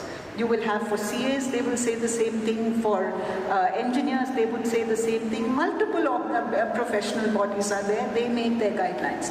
But if it is impinging on any individual, any person under law, their rights and obligations, or rather the implementation is happening ultra vires of the Constitution or other laws, it is for the judiciary to look into it, and that is, without that, there would be a failure of the society. That I understand. Anyways, I don't think we have a lot of time. I'll talk to you offline when Absolutely, more than happy. More than happy. Thank you. Yeah. Thank you so much. Thank you. I hope I've been able to give some guidance. This is a very, very broad field. I won't do justice in 20 minutes, but I hope I've made you think. Thank you. I now request Dr. Ghanshyam Sir, Director Critical Care Medicine, Medicover Hospitals, to hand over a token of appreciation to Ma'am.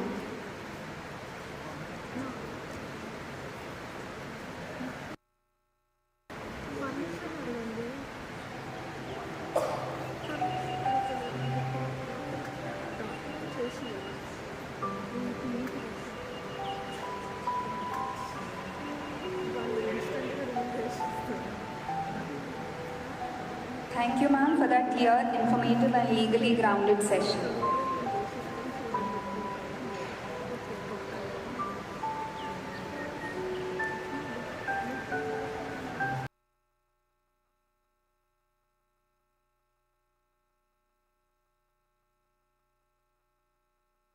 Most importantly, the human side of care. Our next session is panel discussion, which brings together some of the finest minds and most experienced professionals in the fields to share expertise, challenge assumptions, and offer practical insights into how we can strengthen our systems from donor identification to organ retrieval and beyond. Moderating this session, we have two eminent experts, Dr. Ghanshyam Sir, Director of Critical Care Medicine, Medicover Hospitals, the guiding force behind this conference, and Dr. Amardeep Kaur Ma'am, Assistant Professor in Critical Care Medicine at Dayanand Medical College and Hospitals, known for her expertise in both ICU protocols and academic research.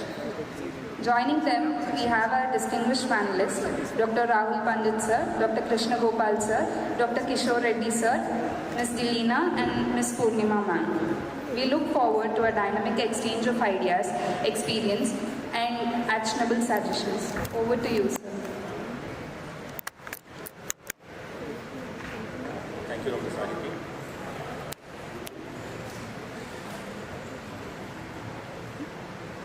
See, the idea of having this panel discussion was not for me or Dr. Amandeep to ask the questions.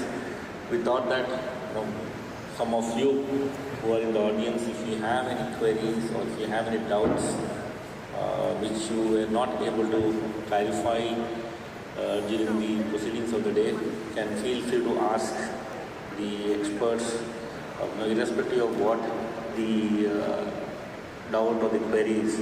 If it's there in your brain, then it always keep disturbing you. So take this opportunity, and if you have anything that you want to clarify about brain death declaration as well as organ donation, please feel free to ask. Okay. Can I request the panelists to please come onto the stage?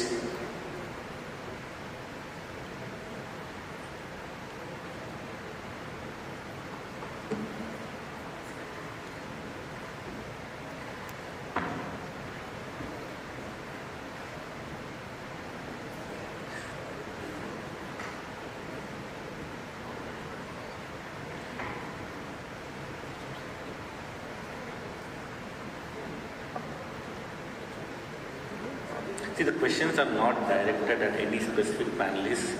So, me and Dr. Amandeep put forth some of the questions that came to our minds.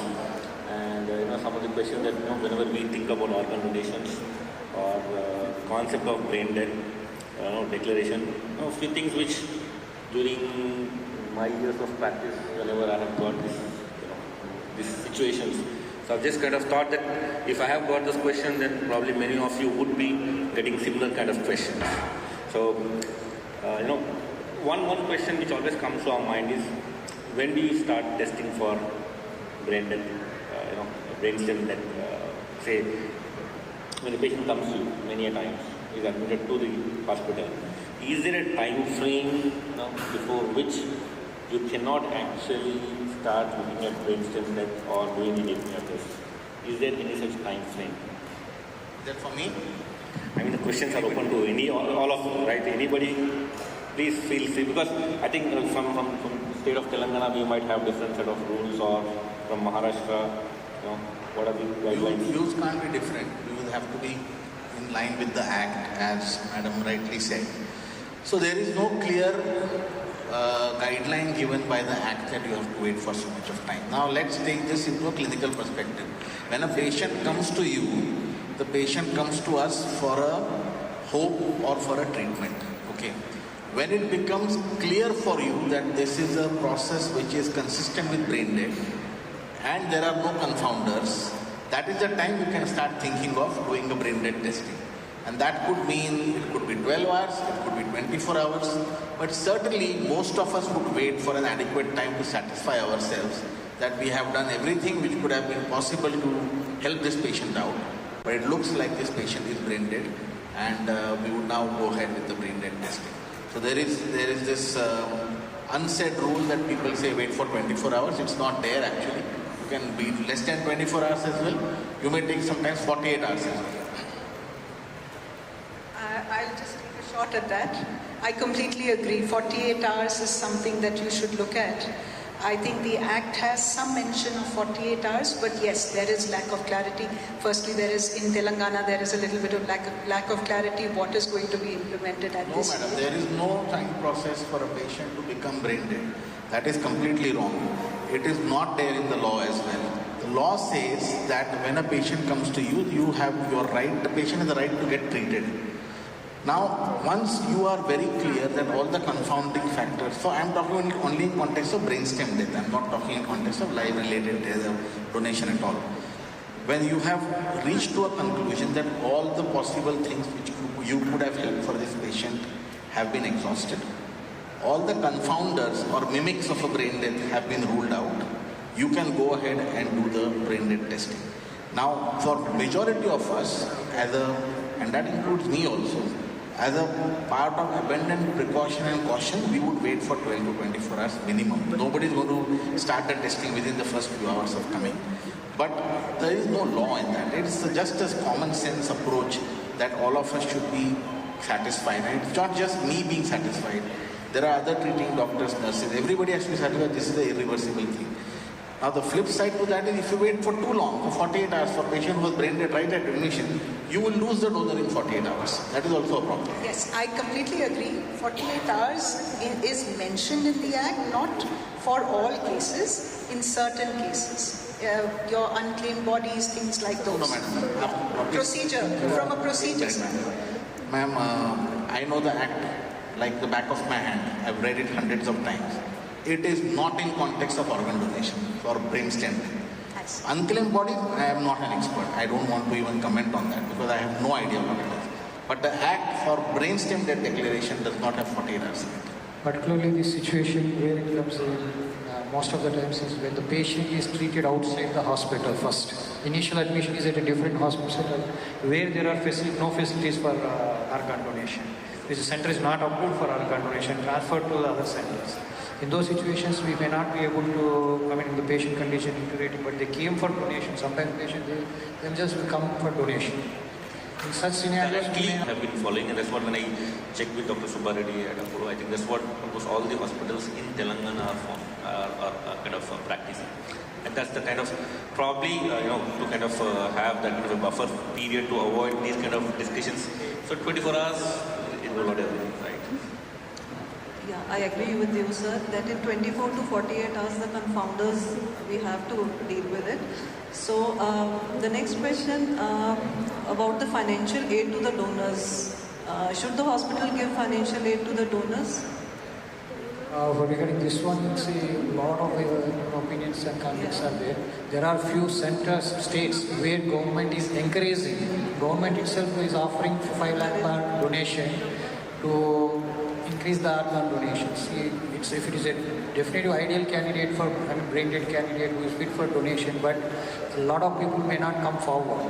In such, few states, they themselves in India also, their government itself is promoting this. So, but if it is, we should not go off the line. So in live related, I would let Madam talk, because there it's actually a crime to give. Okay. Now in brainstem death again, it's a donation, right? Ideally there should be no exchange of any benefit or anything to the donor family. What government has done, and some of the states have adopted, is given the liberty to stop the billing once the consent for organ donation happens for that person, which I think is a reasonable thing. If they have consented for organ donation, from that point of view, you stop the billing. Up until that, they pay the bill.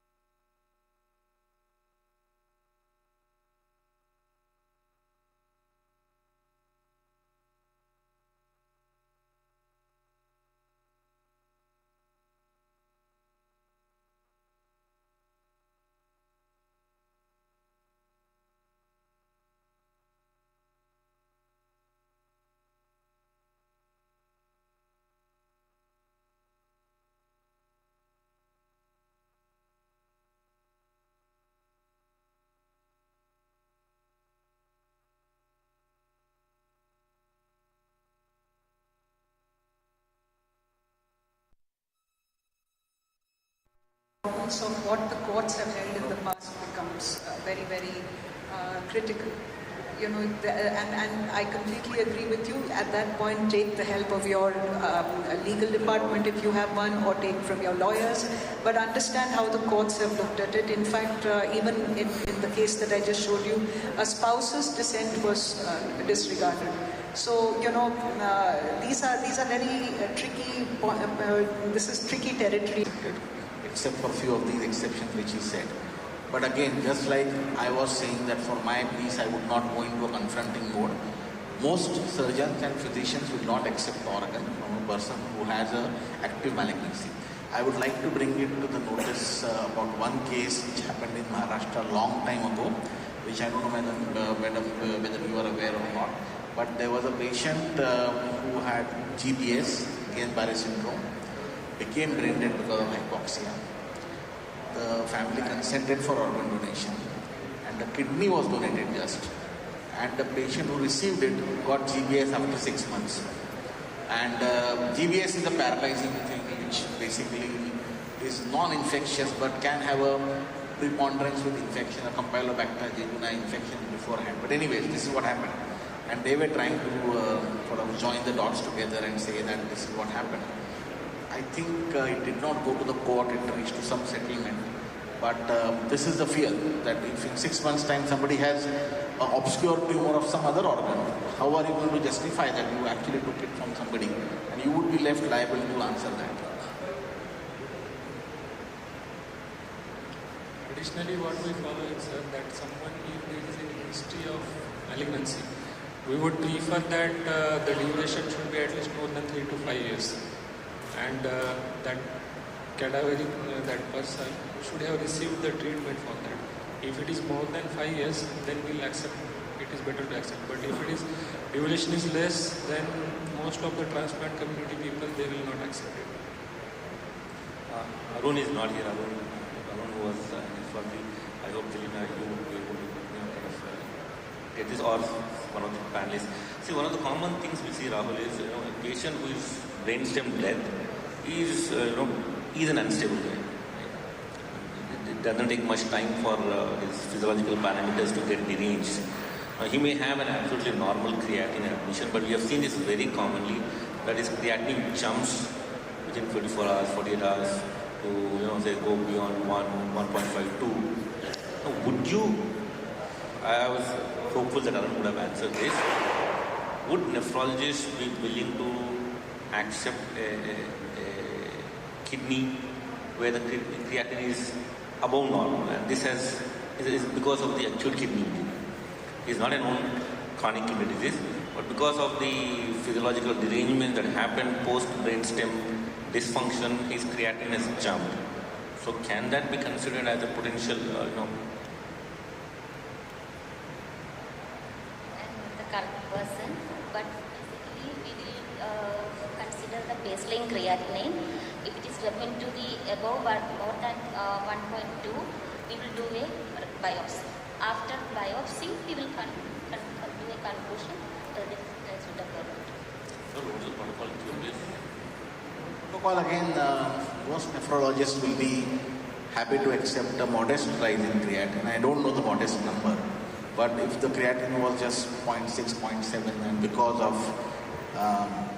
diabetes insipidus, hypovolemia, hypotension, contrast-induced nephropathy, if the creatinine has gone up, some modest rise, say 1.5, 1.6, will be accepted without a lot of discussion. But if the creatinine is 3, 2.5, 3, then there has been discussions in past, and I know there has been thought process of actually putting 2 kidneys in the same donor. So giving the benefit of doubt. That has also been, same recipients, that has also been thought about. So I think we have to, again, this goes on to the expanded donor pool. These are all the borderline donors, and if you actually think of it logically, that 3 days ago the creatinine was 0.3, 0.6, and there hasn't been a lot of contrast-induced nephropathy as an issue. It looks like more of a brainstem death complications. Then putting 2 kidneys to the same recipient would work perfectly fine. You would actually have a better outcome with that. So rather than rejecting it outrightly, say somebody who is going to dialysis every day and gets an opportunity to do this, a lot of recipients are willing if the nephrologist is able to think out of the box. And there are people who are doing this now. Maybe other factors. Maybe I think considering the other factors like donors, other lack of other comorbid conditions and baseline creatinine, all those things also we can keep in mind. Extend the same question to the liver parameters. Liver transplant, liver transplant. transplant pathologists here. Suppose you have some amount of hemodynamic instability causing ischemic hepatitis with fatty liver or something. Raised liver enzymes. Would you be happy to take such a liver? Depends on what are the members exactly. So just as I discussed in the expanded criteria for donation. So ideal donor is with normal liver histology, normal no steatosis and normal liver function test. But most of the times we cannot get the ideal donor. So little bit increased enzymes, fatty liver, steatotic liver, say stage 2, that is steatosis more than 33%. If we select the recipient accordingly with recipient age less than 50 years with low MED score and no comorbidities and no history of any multiple hospitalizations recently, then we can accept this graft. Although it comes under expanded criteria for donation. Liver, I think, has got so much more because it's one of the best organs to regenerate. So I think hepatologists are actually, I feel so, I may be wrong, that they are more generous than the nephrologists. So they are able to accept more expanded criteria. This is serious medical stuff. We all know that liver somehow tends to be a little bit more protective than kidney. And they also have, if they have a very good healthy kidney, they also sometimes do a split graft and benefit 2 children, for example. That's also possible. So rather than one kidney going to one adult who is 60 years old, they may put one liver going to one adult, they may put one liver into 2 small children who are in 15, 16, 20 years old and who have a long life to live. Liver, how rapidly our enzymes are going up, number one. As I said again, say patients age, comorbids, we do consider. Third is obviously if the enzymes are shooting up with the patient, deterioration clinical condition of the patient, then still even then we do consider checking the liver on table. If required, we will do send the biopsy also. And with the invention of all these machine perfusion and all,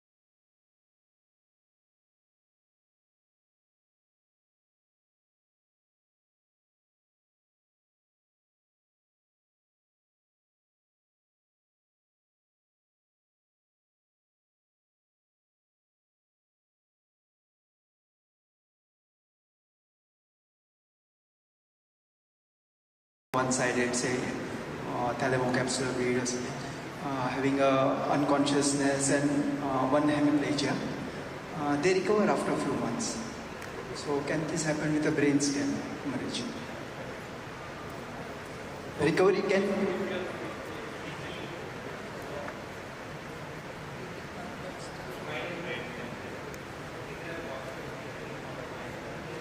Your question is that anterior circulation hemorrhage patients recover, posterior circulation hemorrhage patients who are declared brain dead, would there a possibility of recovery?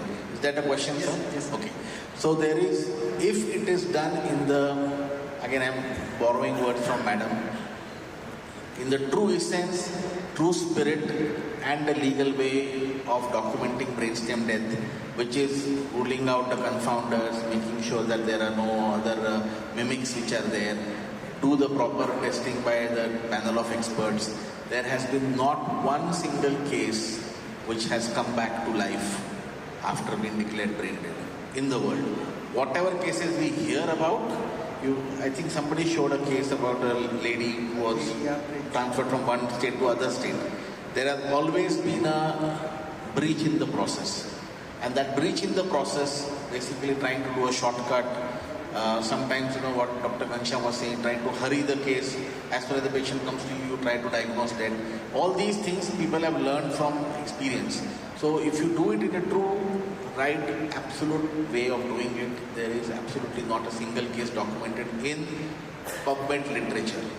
In tabloids, I don't know. Second question. So, there is a very high risk surgery, including a death on table. Say, patient with acute myocardial infarction has got ventricular septal defect or free wall rupture or something very critical. He may expire on death on table. So this is explained to the family. So in that case, can we take, in case he expires, we can harvest the organs. So this is Maastricht category 4 and category 3 and category 5. So there is a provision in medical literature to do it, but in the Indian law right now, while the law does actually say that deceased person, after, by means of which all cardiorespiratory efforts have gone after a live birth has taken place, technically you could do that. But here the patient is a myocardial infarction patient.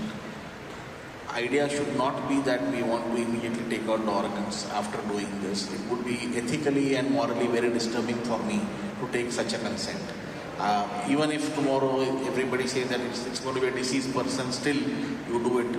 I think morally and ethically I would refrain from even talking about it, because then I don't want even 0.5% of my mind to think that my efforts would go down a little bit to not save this person and think about the organs which might yield out of that. I don't think I would be comfortable about it.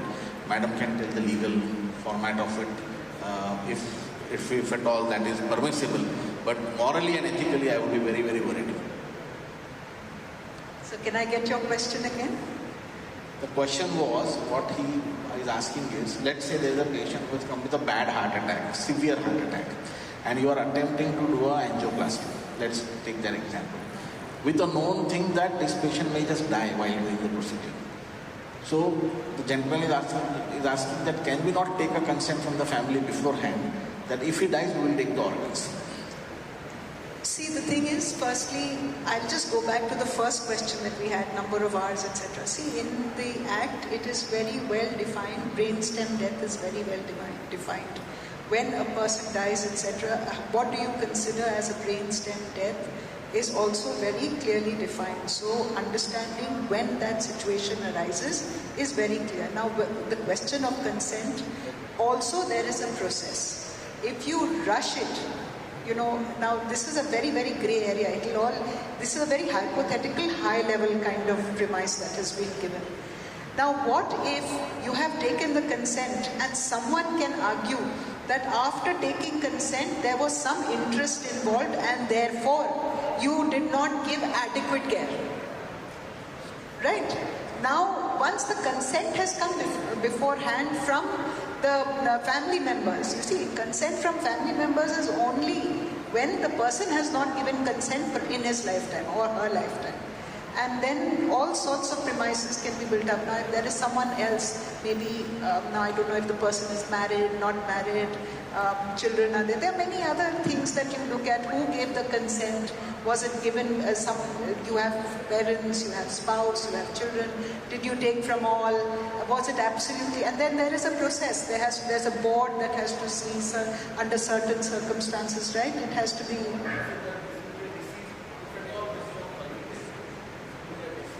Organ donation. Okay. In the patient, what we call as the DCD, donation after circulatory death. But still, this is exactly what I said, that morally, ethically, my primary duty is to save that life. I should not have even 1% thought in my mind that the organ maybe, or somebody should not ask me that your efforts were less because you were wanting to have the organs. That is what... So I would not even think of taking forget about organ donation. Consent also I would not even think of it. I would not think of organ donation as the outcome. What would happen is that if this person while doing this became hypotensive, had a cardiac arrest, had a CPR for a long time and then became anoxic brain injury and over the next 2 to 3 days in ICU was declared brain dead, then I would be comfortable to think about organ donation in that person. But not immediately while saving death on table, I would not be comfortable at all. Because our duty of care is towards that patient who is under our care, not for those 7 or 8 patients who may benefit from our care. In fact, my question to you, sir, then would be coming from this. Duty of care and law, what takes precedence? Or your knowing that, So duty of care is for the patient and the patient's interest only.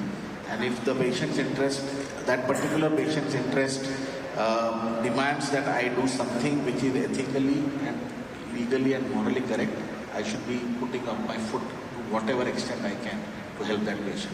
That doesn't mean that I break the law at any instance. But at the same time, I would be not willing to cross the boundary of the law for something like this, for example, where somebody else may get benefit. This is also come up, madam, quite regularly in directed donations. So I have had people say that we will only donate the patient's organs, but brain dead patient's organs. If my uncle's brother who is on dialysis, you have that question? So I don't want to steal the thunder from your question. So there has been a directed donation request as well. Again, directed donation according to me is morally not correct. But I think I may be wrong. There is some precedence there that directed donation was considered and there was an appeal in the court.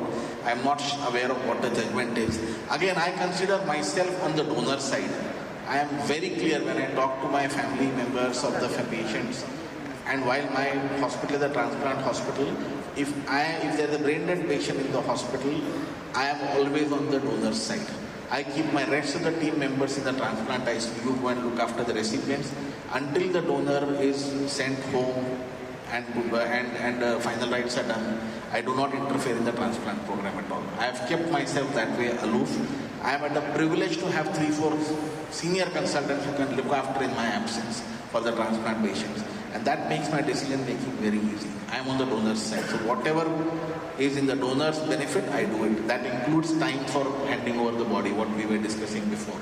So if there is a request from the donor family that we want the body in 15 hours, 20 hours, I put my foot down and say, no, this person has gone out of the way to donate. We have to make sure that their comfort level is taken into care. That's a very good line to take, donor's side. That way you'll never go wrong. You have some more doubts? Kuch doubts are? Please go ahead. I mean, agar hai to please go ahead. Devices come up, Neuralink. Say a decade ago, if somebody was quadriplegic, then we would have said medically, okay, we don't give any hope. Now, is it possible that some device may come up? Elon Musk's Neuralink, which was recently. Now devices come up by way of thought and a mind and a computer interface. Patient is able to write, is able to play chess. So this is regarding the recent update. Elon Musk Neuralink, where one of the patients who could not use his body, but I think that patient was not brain dead. The patient was it's totally. brain is still working. Yes, he was able to think. Brain was still working, but because of the severe muscular involvement, he was not able to do, and he was quadriplegic. So after they placed the Neuralink, he was able to crack the computer and put his thoughts into action. This is, I think, 50 years ago was happening. Everything else was good, lungs were bad, but there were no ventilators. Now we have ventilators and we don't give up on patients who have bad lungs. We treat them, we transplant them, we do proning, we do all sorts of ventilation. So I think it's progression of medicine, sir. I'm sure in 10 years, 15 years time, there will be things which you would have not thought before. 20 years ago when iPhone came in, nobody thought that we would all be moving with the camera in our pocket. Now we What you want to ask is there, do you see a possible future that you might have something like this for a brain dead patient? No, sir. At this moment, as of now, see, the Neuralink, whatever is there for not brain dead people. Brain dead is different, totally. Then only we can go for organ donation. It's totally different.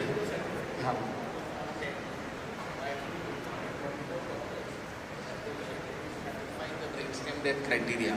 Only after we have declared the patient brain dead, family has accepted it, organ donation consent has been taken, are the surgeon and the transplant physicians involved into that. So death is death. As of legal definition right now, death is death, it doesn't change. And as long as you do it in the right way, I don't think any neural technology which will come will make a person live again, unless we are starting to believe in the mythology that it will come back where you'll be able to resurrect people from death again. That's a different discussion, philosophical discussion to happen. So many RTAs coming in the hospital can be potential donors, and how we safeguard about the medico-legal issues related to that. Madam, again, whichever patient walks through our door or is brought through our door, our primary intention should be to save the life for this patient. But you are right, many of these have catastrophic brain injuries and could be potential donors.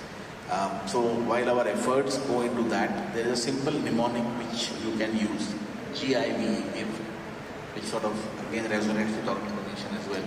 So Glasgow Coma Scale of less than 5, intubated, ventilated, and absent or abnormal eye signs. That is what GIV is. And if you have any of these patients, these people are potential possible donors in the future if they don't recover. So a lot of them will recover, because initial GCS is never a right GCS to go by. I think the question was, a lot of medical legal issues happen, right? So, getting the post-mortem or those things, how important are they in day-to-day life? Because these are some things, people, many of us have this mindset or the doubt that if it's a medical legal case, then probably he may not be an organ donor, or we may not proceed with brainstem declaration. You have any donor coordinator here from your hospital? Madam, you will be able to answer that question very well. 90% of our donor coordinators actually look into that. They are very, very efficient. 95% of organ donation happen only in the RTA. So in case of MLC, the hospital should register the MLC, and after that, when it's come to organ donation, after the consent of family, we will inform to the forensic and police. Then police and forensic surgeon, they will come to the hospital, and police Panchanama and the brain death declaration and form C, whatever it is, and they will conclude the conclusion, and postmortem will be done in the hospital before shifting the order. So the idea is, I just want to clarify that having a MLC is not a contraindication or an hindrance for organ donation. So that is the message that we want to give. Right? There is a well-defined process, there is a well-defined legal way that even in those patients who have met with bad road traffic accidents with medical legal cases, if the family is willing and if the patient fits into the criteria of brainstem death, you can proceed with organ donation. So that's the message that we want to give. If it is done in the hospital, that is so much better in Telangana. We are studying in Maharashtra to get the postmortem done in the hospital, and it is very heart-wrenching to see after donation we have to send the body for a postmortem in the mortuary. It is very heart-wrenching, and I don't know why it's not happening across the country. And I must applaud you. Telangana is doing it in the hospital. That's a very, very positive step forward for the family. They are just completely broken when they are taken to the postmortem rooms for postmortems. Brain death, whole brain death or brainstem death?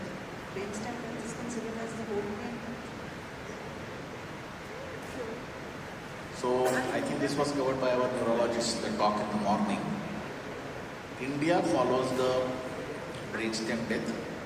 So if you are in Rome, be a Roman. If you are in India, be an Indian. Let's follow our law. Let's not try and overjudge onto the other thing, because there has been no real problem with the current way in which we are declaring brain death. If there have been problems, then of course that law needs to be looked at. But I would say everything in medicine evolves at some stage. And if there are new findings which come up in the light of the information, we may have to think of whole brain death or a brain death. But right now, we have to follow our law. Having said that, the brain death project, which was sort of the paper which came out, discussed this into great detail as well. And they had no official. So this was a group of neurologists, neurosurgeons and intensivists across the world, across around 60-70 countries who to discuss this. And there was no consensus whether one is better than other, because ultimately I think they both lead to each other anyways. Just one last question that sorry, please go ahead. One thing is, see, when there is, it is related to living donor issues. When there is no donor in the family and we are trying to do unrelated donation, it's a lot of time taking. So many, we need to get from police, police approval, something. Of course, I do agree with prevent organ trafficking, all these things. But in this current era of digitalization, all these things, if the patients are too sick, is there any way to speed up these things? And one thing why I am asking to this one means, because of delay in the process, by the time we get the approvals, we may lose the patient. So we are not able to promote this unrelated donation in India, though they are real unrelated volunteer, though they are really, ethical and conservative kind of thing. Even then, we are not able to promote or we are not able to encourage the donations. Is there any way you have? Yes, there is no set, there is no one size fits all, but I think on a case-to-case basis, given that once you will have to go through the process, but you can definitely speed up the process through courts. You can file a writ, you can do many other things where, you approach the court asking for the procedure to be cut down, and to be expedited. But it all will depend on the bona fide of the parties. If you can establish to the court that there is an urgency, there is the donation that is being done in accordance with the principles of law. Everything is being done and there is an urgency, patient is going to die and therefore you need this really fast. You can definitely go to court and ask for their interference. Otherwise, if there was a process, it could have been part of the law. It is not a part of the law. That is why you need to get the support from the court.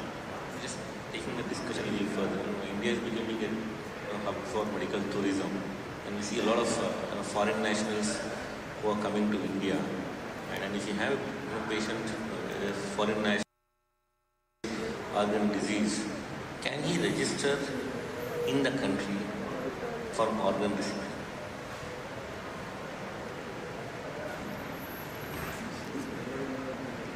Yes, there are number of instances where foreign nationals have gone and bought organs. But now there is a hierarchy. The 2014 rules or the 2021 rules, I may be wrong in the year, clearly defines what would be the process. The process is Indian nationals first,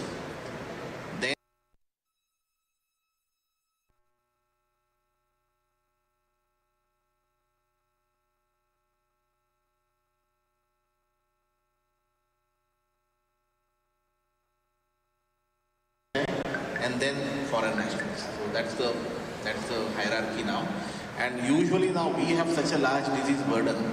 Of late, I have not seen any foreign national getting organ, because whichever organs get distributed on the noto site, we all usually come to know which organs have gone where. And if it's a foreign national, 5 years ago it would get highlighted, it's a foreign national. Now in the last 4 or 5 years, I haven't seen a foreign national receiving organ. So, but foreign national can donate in India if they become brain dead. There are precedents of that, yes. You need an embassy permission. The embassy can give you permission and happen, and I think it will happen in one instance in Mumbai. The TCC managed to do that. I was not involved in the case, it was in some other hospital, but they did do that and the process went ahead.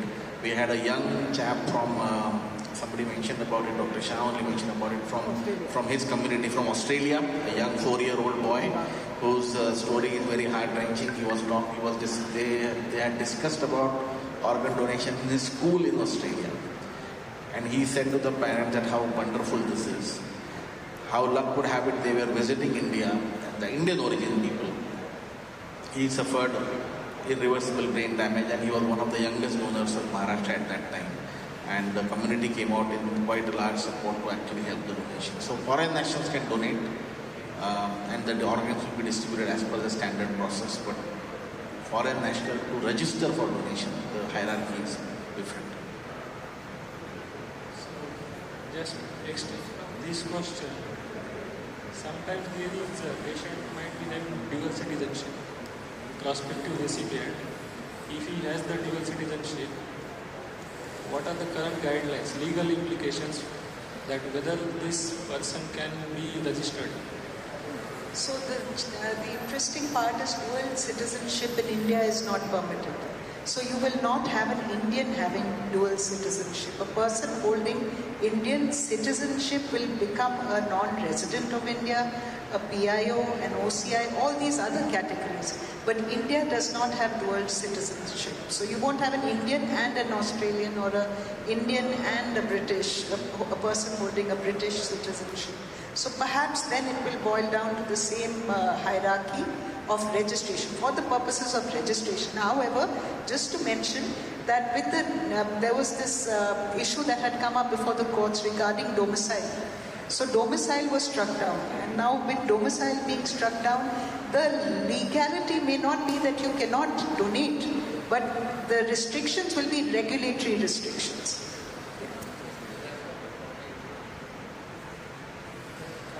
Waiting list pool and hierarchy, I think obviously for farmers it's most of the times. Because even if you don't have a recipient in our hospital, then it goes to the next other hospital in general pool within that area. If it is not next to the next state level, if it is region level, or if it is not entire national level. So with the current disease burden, It goes from one state to another, right? it goes to all over India. Go to Soto. From Soto, if there is no registered donor, it go to Roto. From Roto, it then goes to a national Noto call. Roto call basically means that all the 5 Rotos get a call, including the Roto in which it was involved. And then they will see if there is any potential donor. Trust me, Dr. Mansham, there is always somebody. If we are not able to reach sometimes, there may be a donor in east, north, south, and the donation may be happening at the opposite end of the country. The patient's family may not have the resources to charter a flight and bring this. See, that's the problem. A lot of organs are not reaching the potential recipients because of the time constraints, because of the financial constraints, because of the way in which they can be transported. That's another problem. I would like to mention one thing. It's interesting that we are discussing this, the hierarchy, etc. India is being promoted as a destination for medical tourism. I do believe that there may be some policies evolving around that, how the foreign nationals.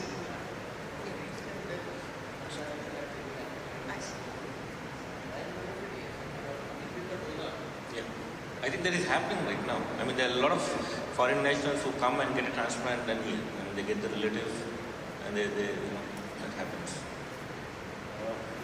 Yeah.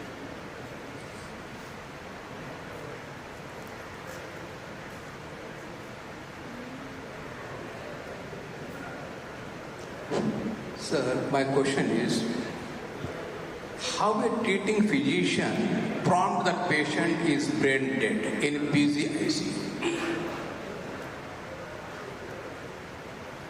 In a busy ICU, sir, what makes the treating physician to think that patient is brain dead?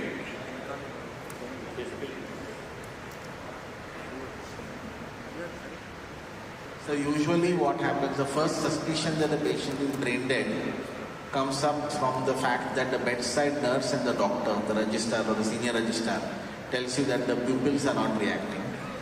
There is no trigger seen on the ventilator. The nurse will say that when I am suctioning, there is no cough, no gag. And then at the consultant level, we have to make a decision and see that was there a sedation going on, was there a muscle relaxation going on, is the patient profoundly hypothermic, is there any other confounding factor like electrolytes abnormality, all those things. So treating physician, in fact, will come to know very, very quickly. Within few hours of the absence of signs, these things are quickly notified because pupils are checked in any ventilated patient every hourly or 2 hourly by the bedside nurse. And if they are not found reacting, it's a big alarm bell. They will immediately inform that the pupils are not reacting, and then that sort of triggers the whole process. I think the treating physician, can such patient go unnoticed for a longer period in busy ICU like a setup in Indian setup? Such patients, those who are brain dead, can they go unnoticed for a few more hours? Before finding out the patient is brain dead. So they may not go unnoticed, but there may not be a thought process that this is brain dead immediately. Every non-reactive pupil is not brain dead, right? So can such patient go unnoticed for few hours, at least 24 hours, 12 hours? Sir, if a person's pupils are not reacting and otherwise the patient was doing okay, and there is a diagnosis which could progress onto brain dead, you could still take up to 24 hours to decide whether the patient is brain dead or not. Yes, sir. Then we decide by apnea test that we take the patient off the ventilator. Is it, sir? Is it right? Yes. That we take patient off the ventilator to decide the patient is brain dead or not with apnea test. Correct. So can the relatives of the patient turn table on us that patient has died 24 hours before or 12 hours before and the patient has been kept on ventilator for want of money? Am I right, sir? That can happen even without the brain dead scenario. So that can actually, acquisitions can be anything, but if you have done, madam, I think you would be able to answer that question in a better way. Because if I have done everything right in treating this patient, I have nothing to fear about. Anybody can come and point one finger to me, that is going to happen regardless. But for that fear, I shouldn't stop doing what is right. Can I add a small point? See, no matter how busy your ICU is, right, it is mandatory that you examine the patient very frequently. If you have not examined the patient, then yes, there is a possibility that forget about brain death. Even a cardiac death may be missed. If you are not examining, then yes, then you are not only liable by the patient, but anybody can point a finger at you saying that you are not examining the patient.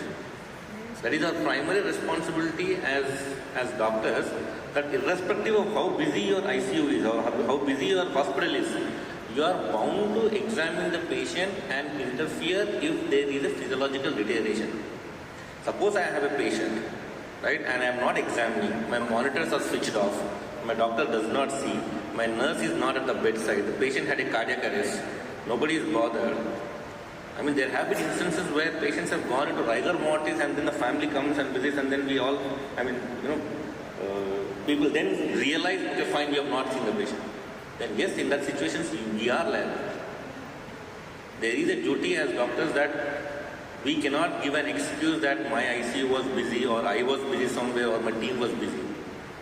If the patient is admitted under our care, then we are bound to examine him frequently depending upon his condition, monitor him and make sure that if there is any kind of physiological deterioration or deviation from his vital parameters normal range, we are supposed to intervene and act. If I may just take a shot at that, and I think I'll be able to give you the legal answer. See, I remember some time back I'd done a case where I was arguing in the National Commission, the consumer, it was a consumer case. And it who had come into the hospital.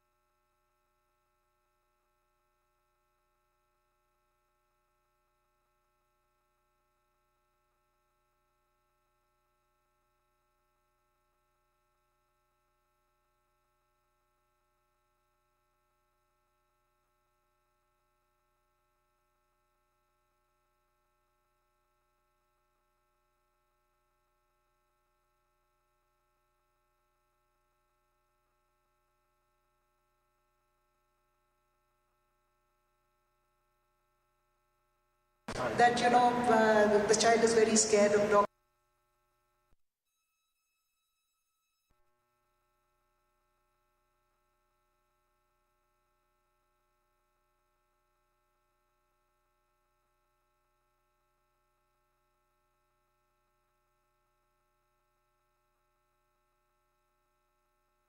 A reasonable person with that professional qualification under the said circumstances.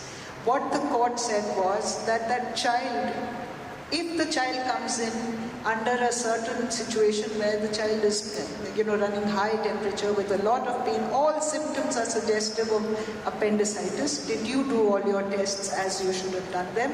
Was it a reasonable deduction that could have been arrived at? And did you do everything in the line of duty as you should have done to give the care that you are bound to give?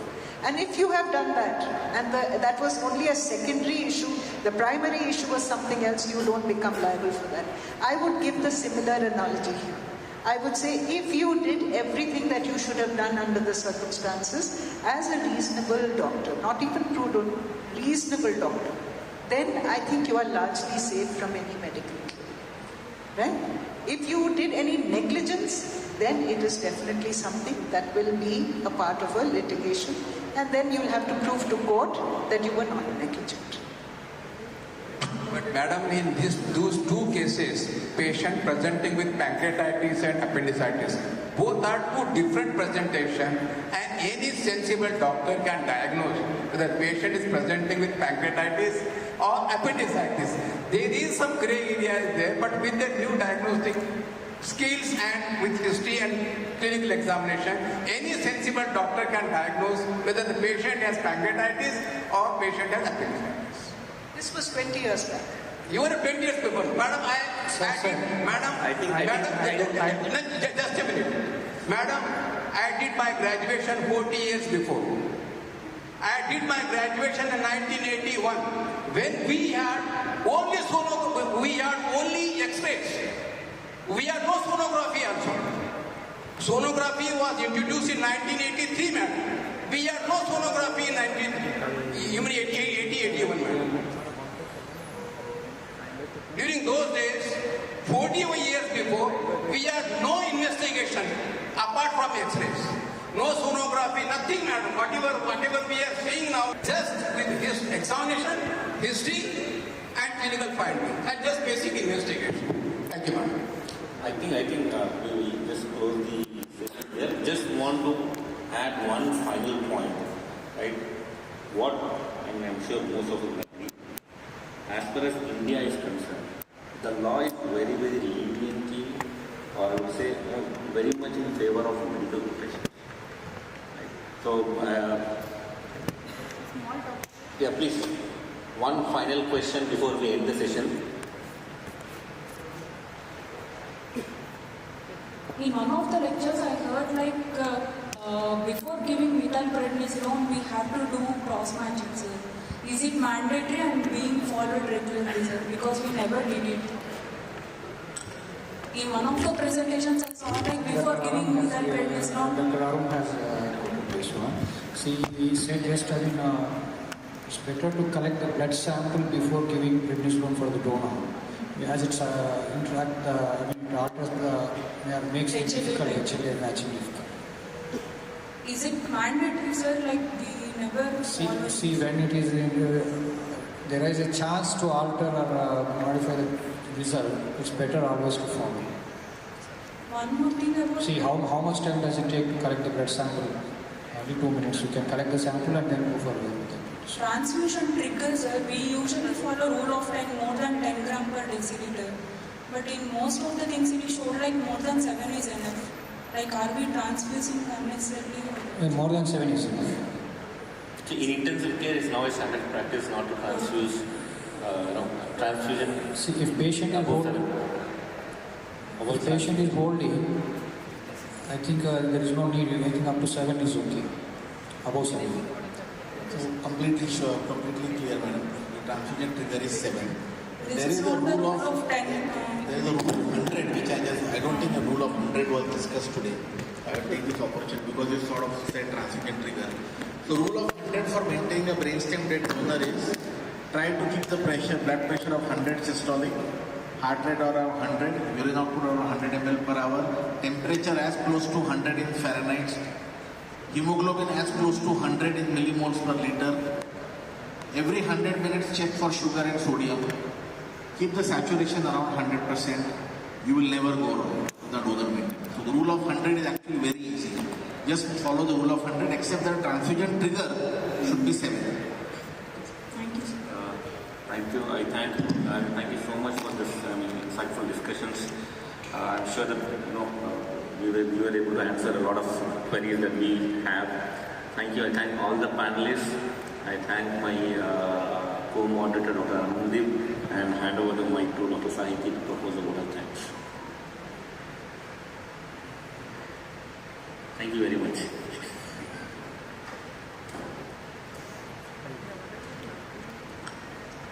I request Shravanti ma'am, Center Head Medicover Hospitals, High Tech City, to hand over a token of appreciation to Dr. Amandeep ma'am.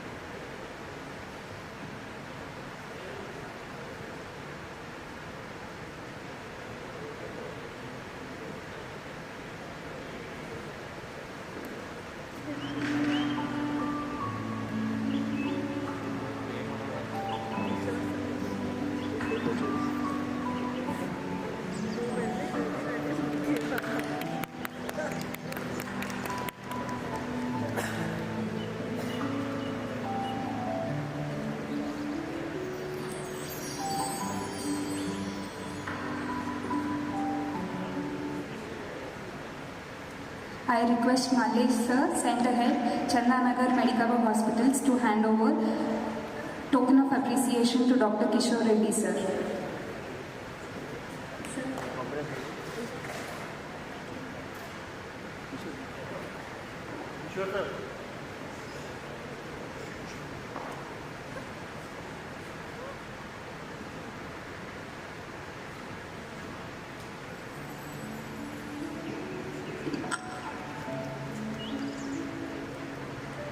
I would now like to thank Dr. Ghanshyam sir, our Director of Critical Care Medicine at Medicover Hospitals, who has been the driving force behind this initiative, from conceptualizing the event to curating the agenda and bringing together this incredible panel of experts. His leadership has been the backbone of today's success. I now invite Dr. Dilip sir and Shrikant sir to present a token of appreciation to sir.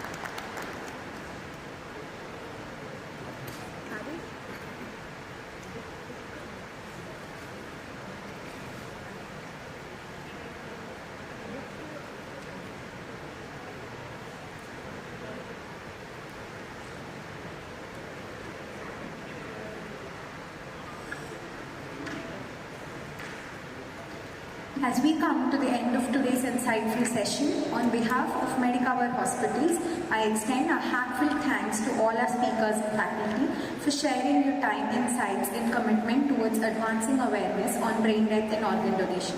A special mention to Ms. Purnima Kamli ma'am for her invaluable session on the legal and ethical dimensions of organ donation.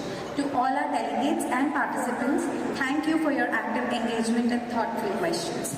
A sincere gratitude to the organizing team for your meticulous planning and to the marketing and communications team for ensuring the message reached far and wide. Lastly, thank you all for your presence, passion and support in promoting this life-saving cause. Let us continue to carry this mission forward, giving life beyond life. Thank you.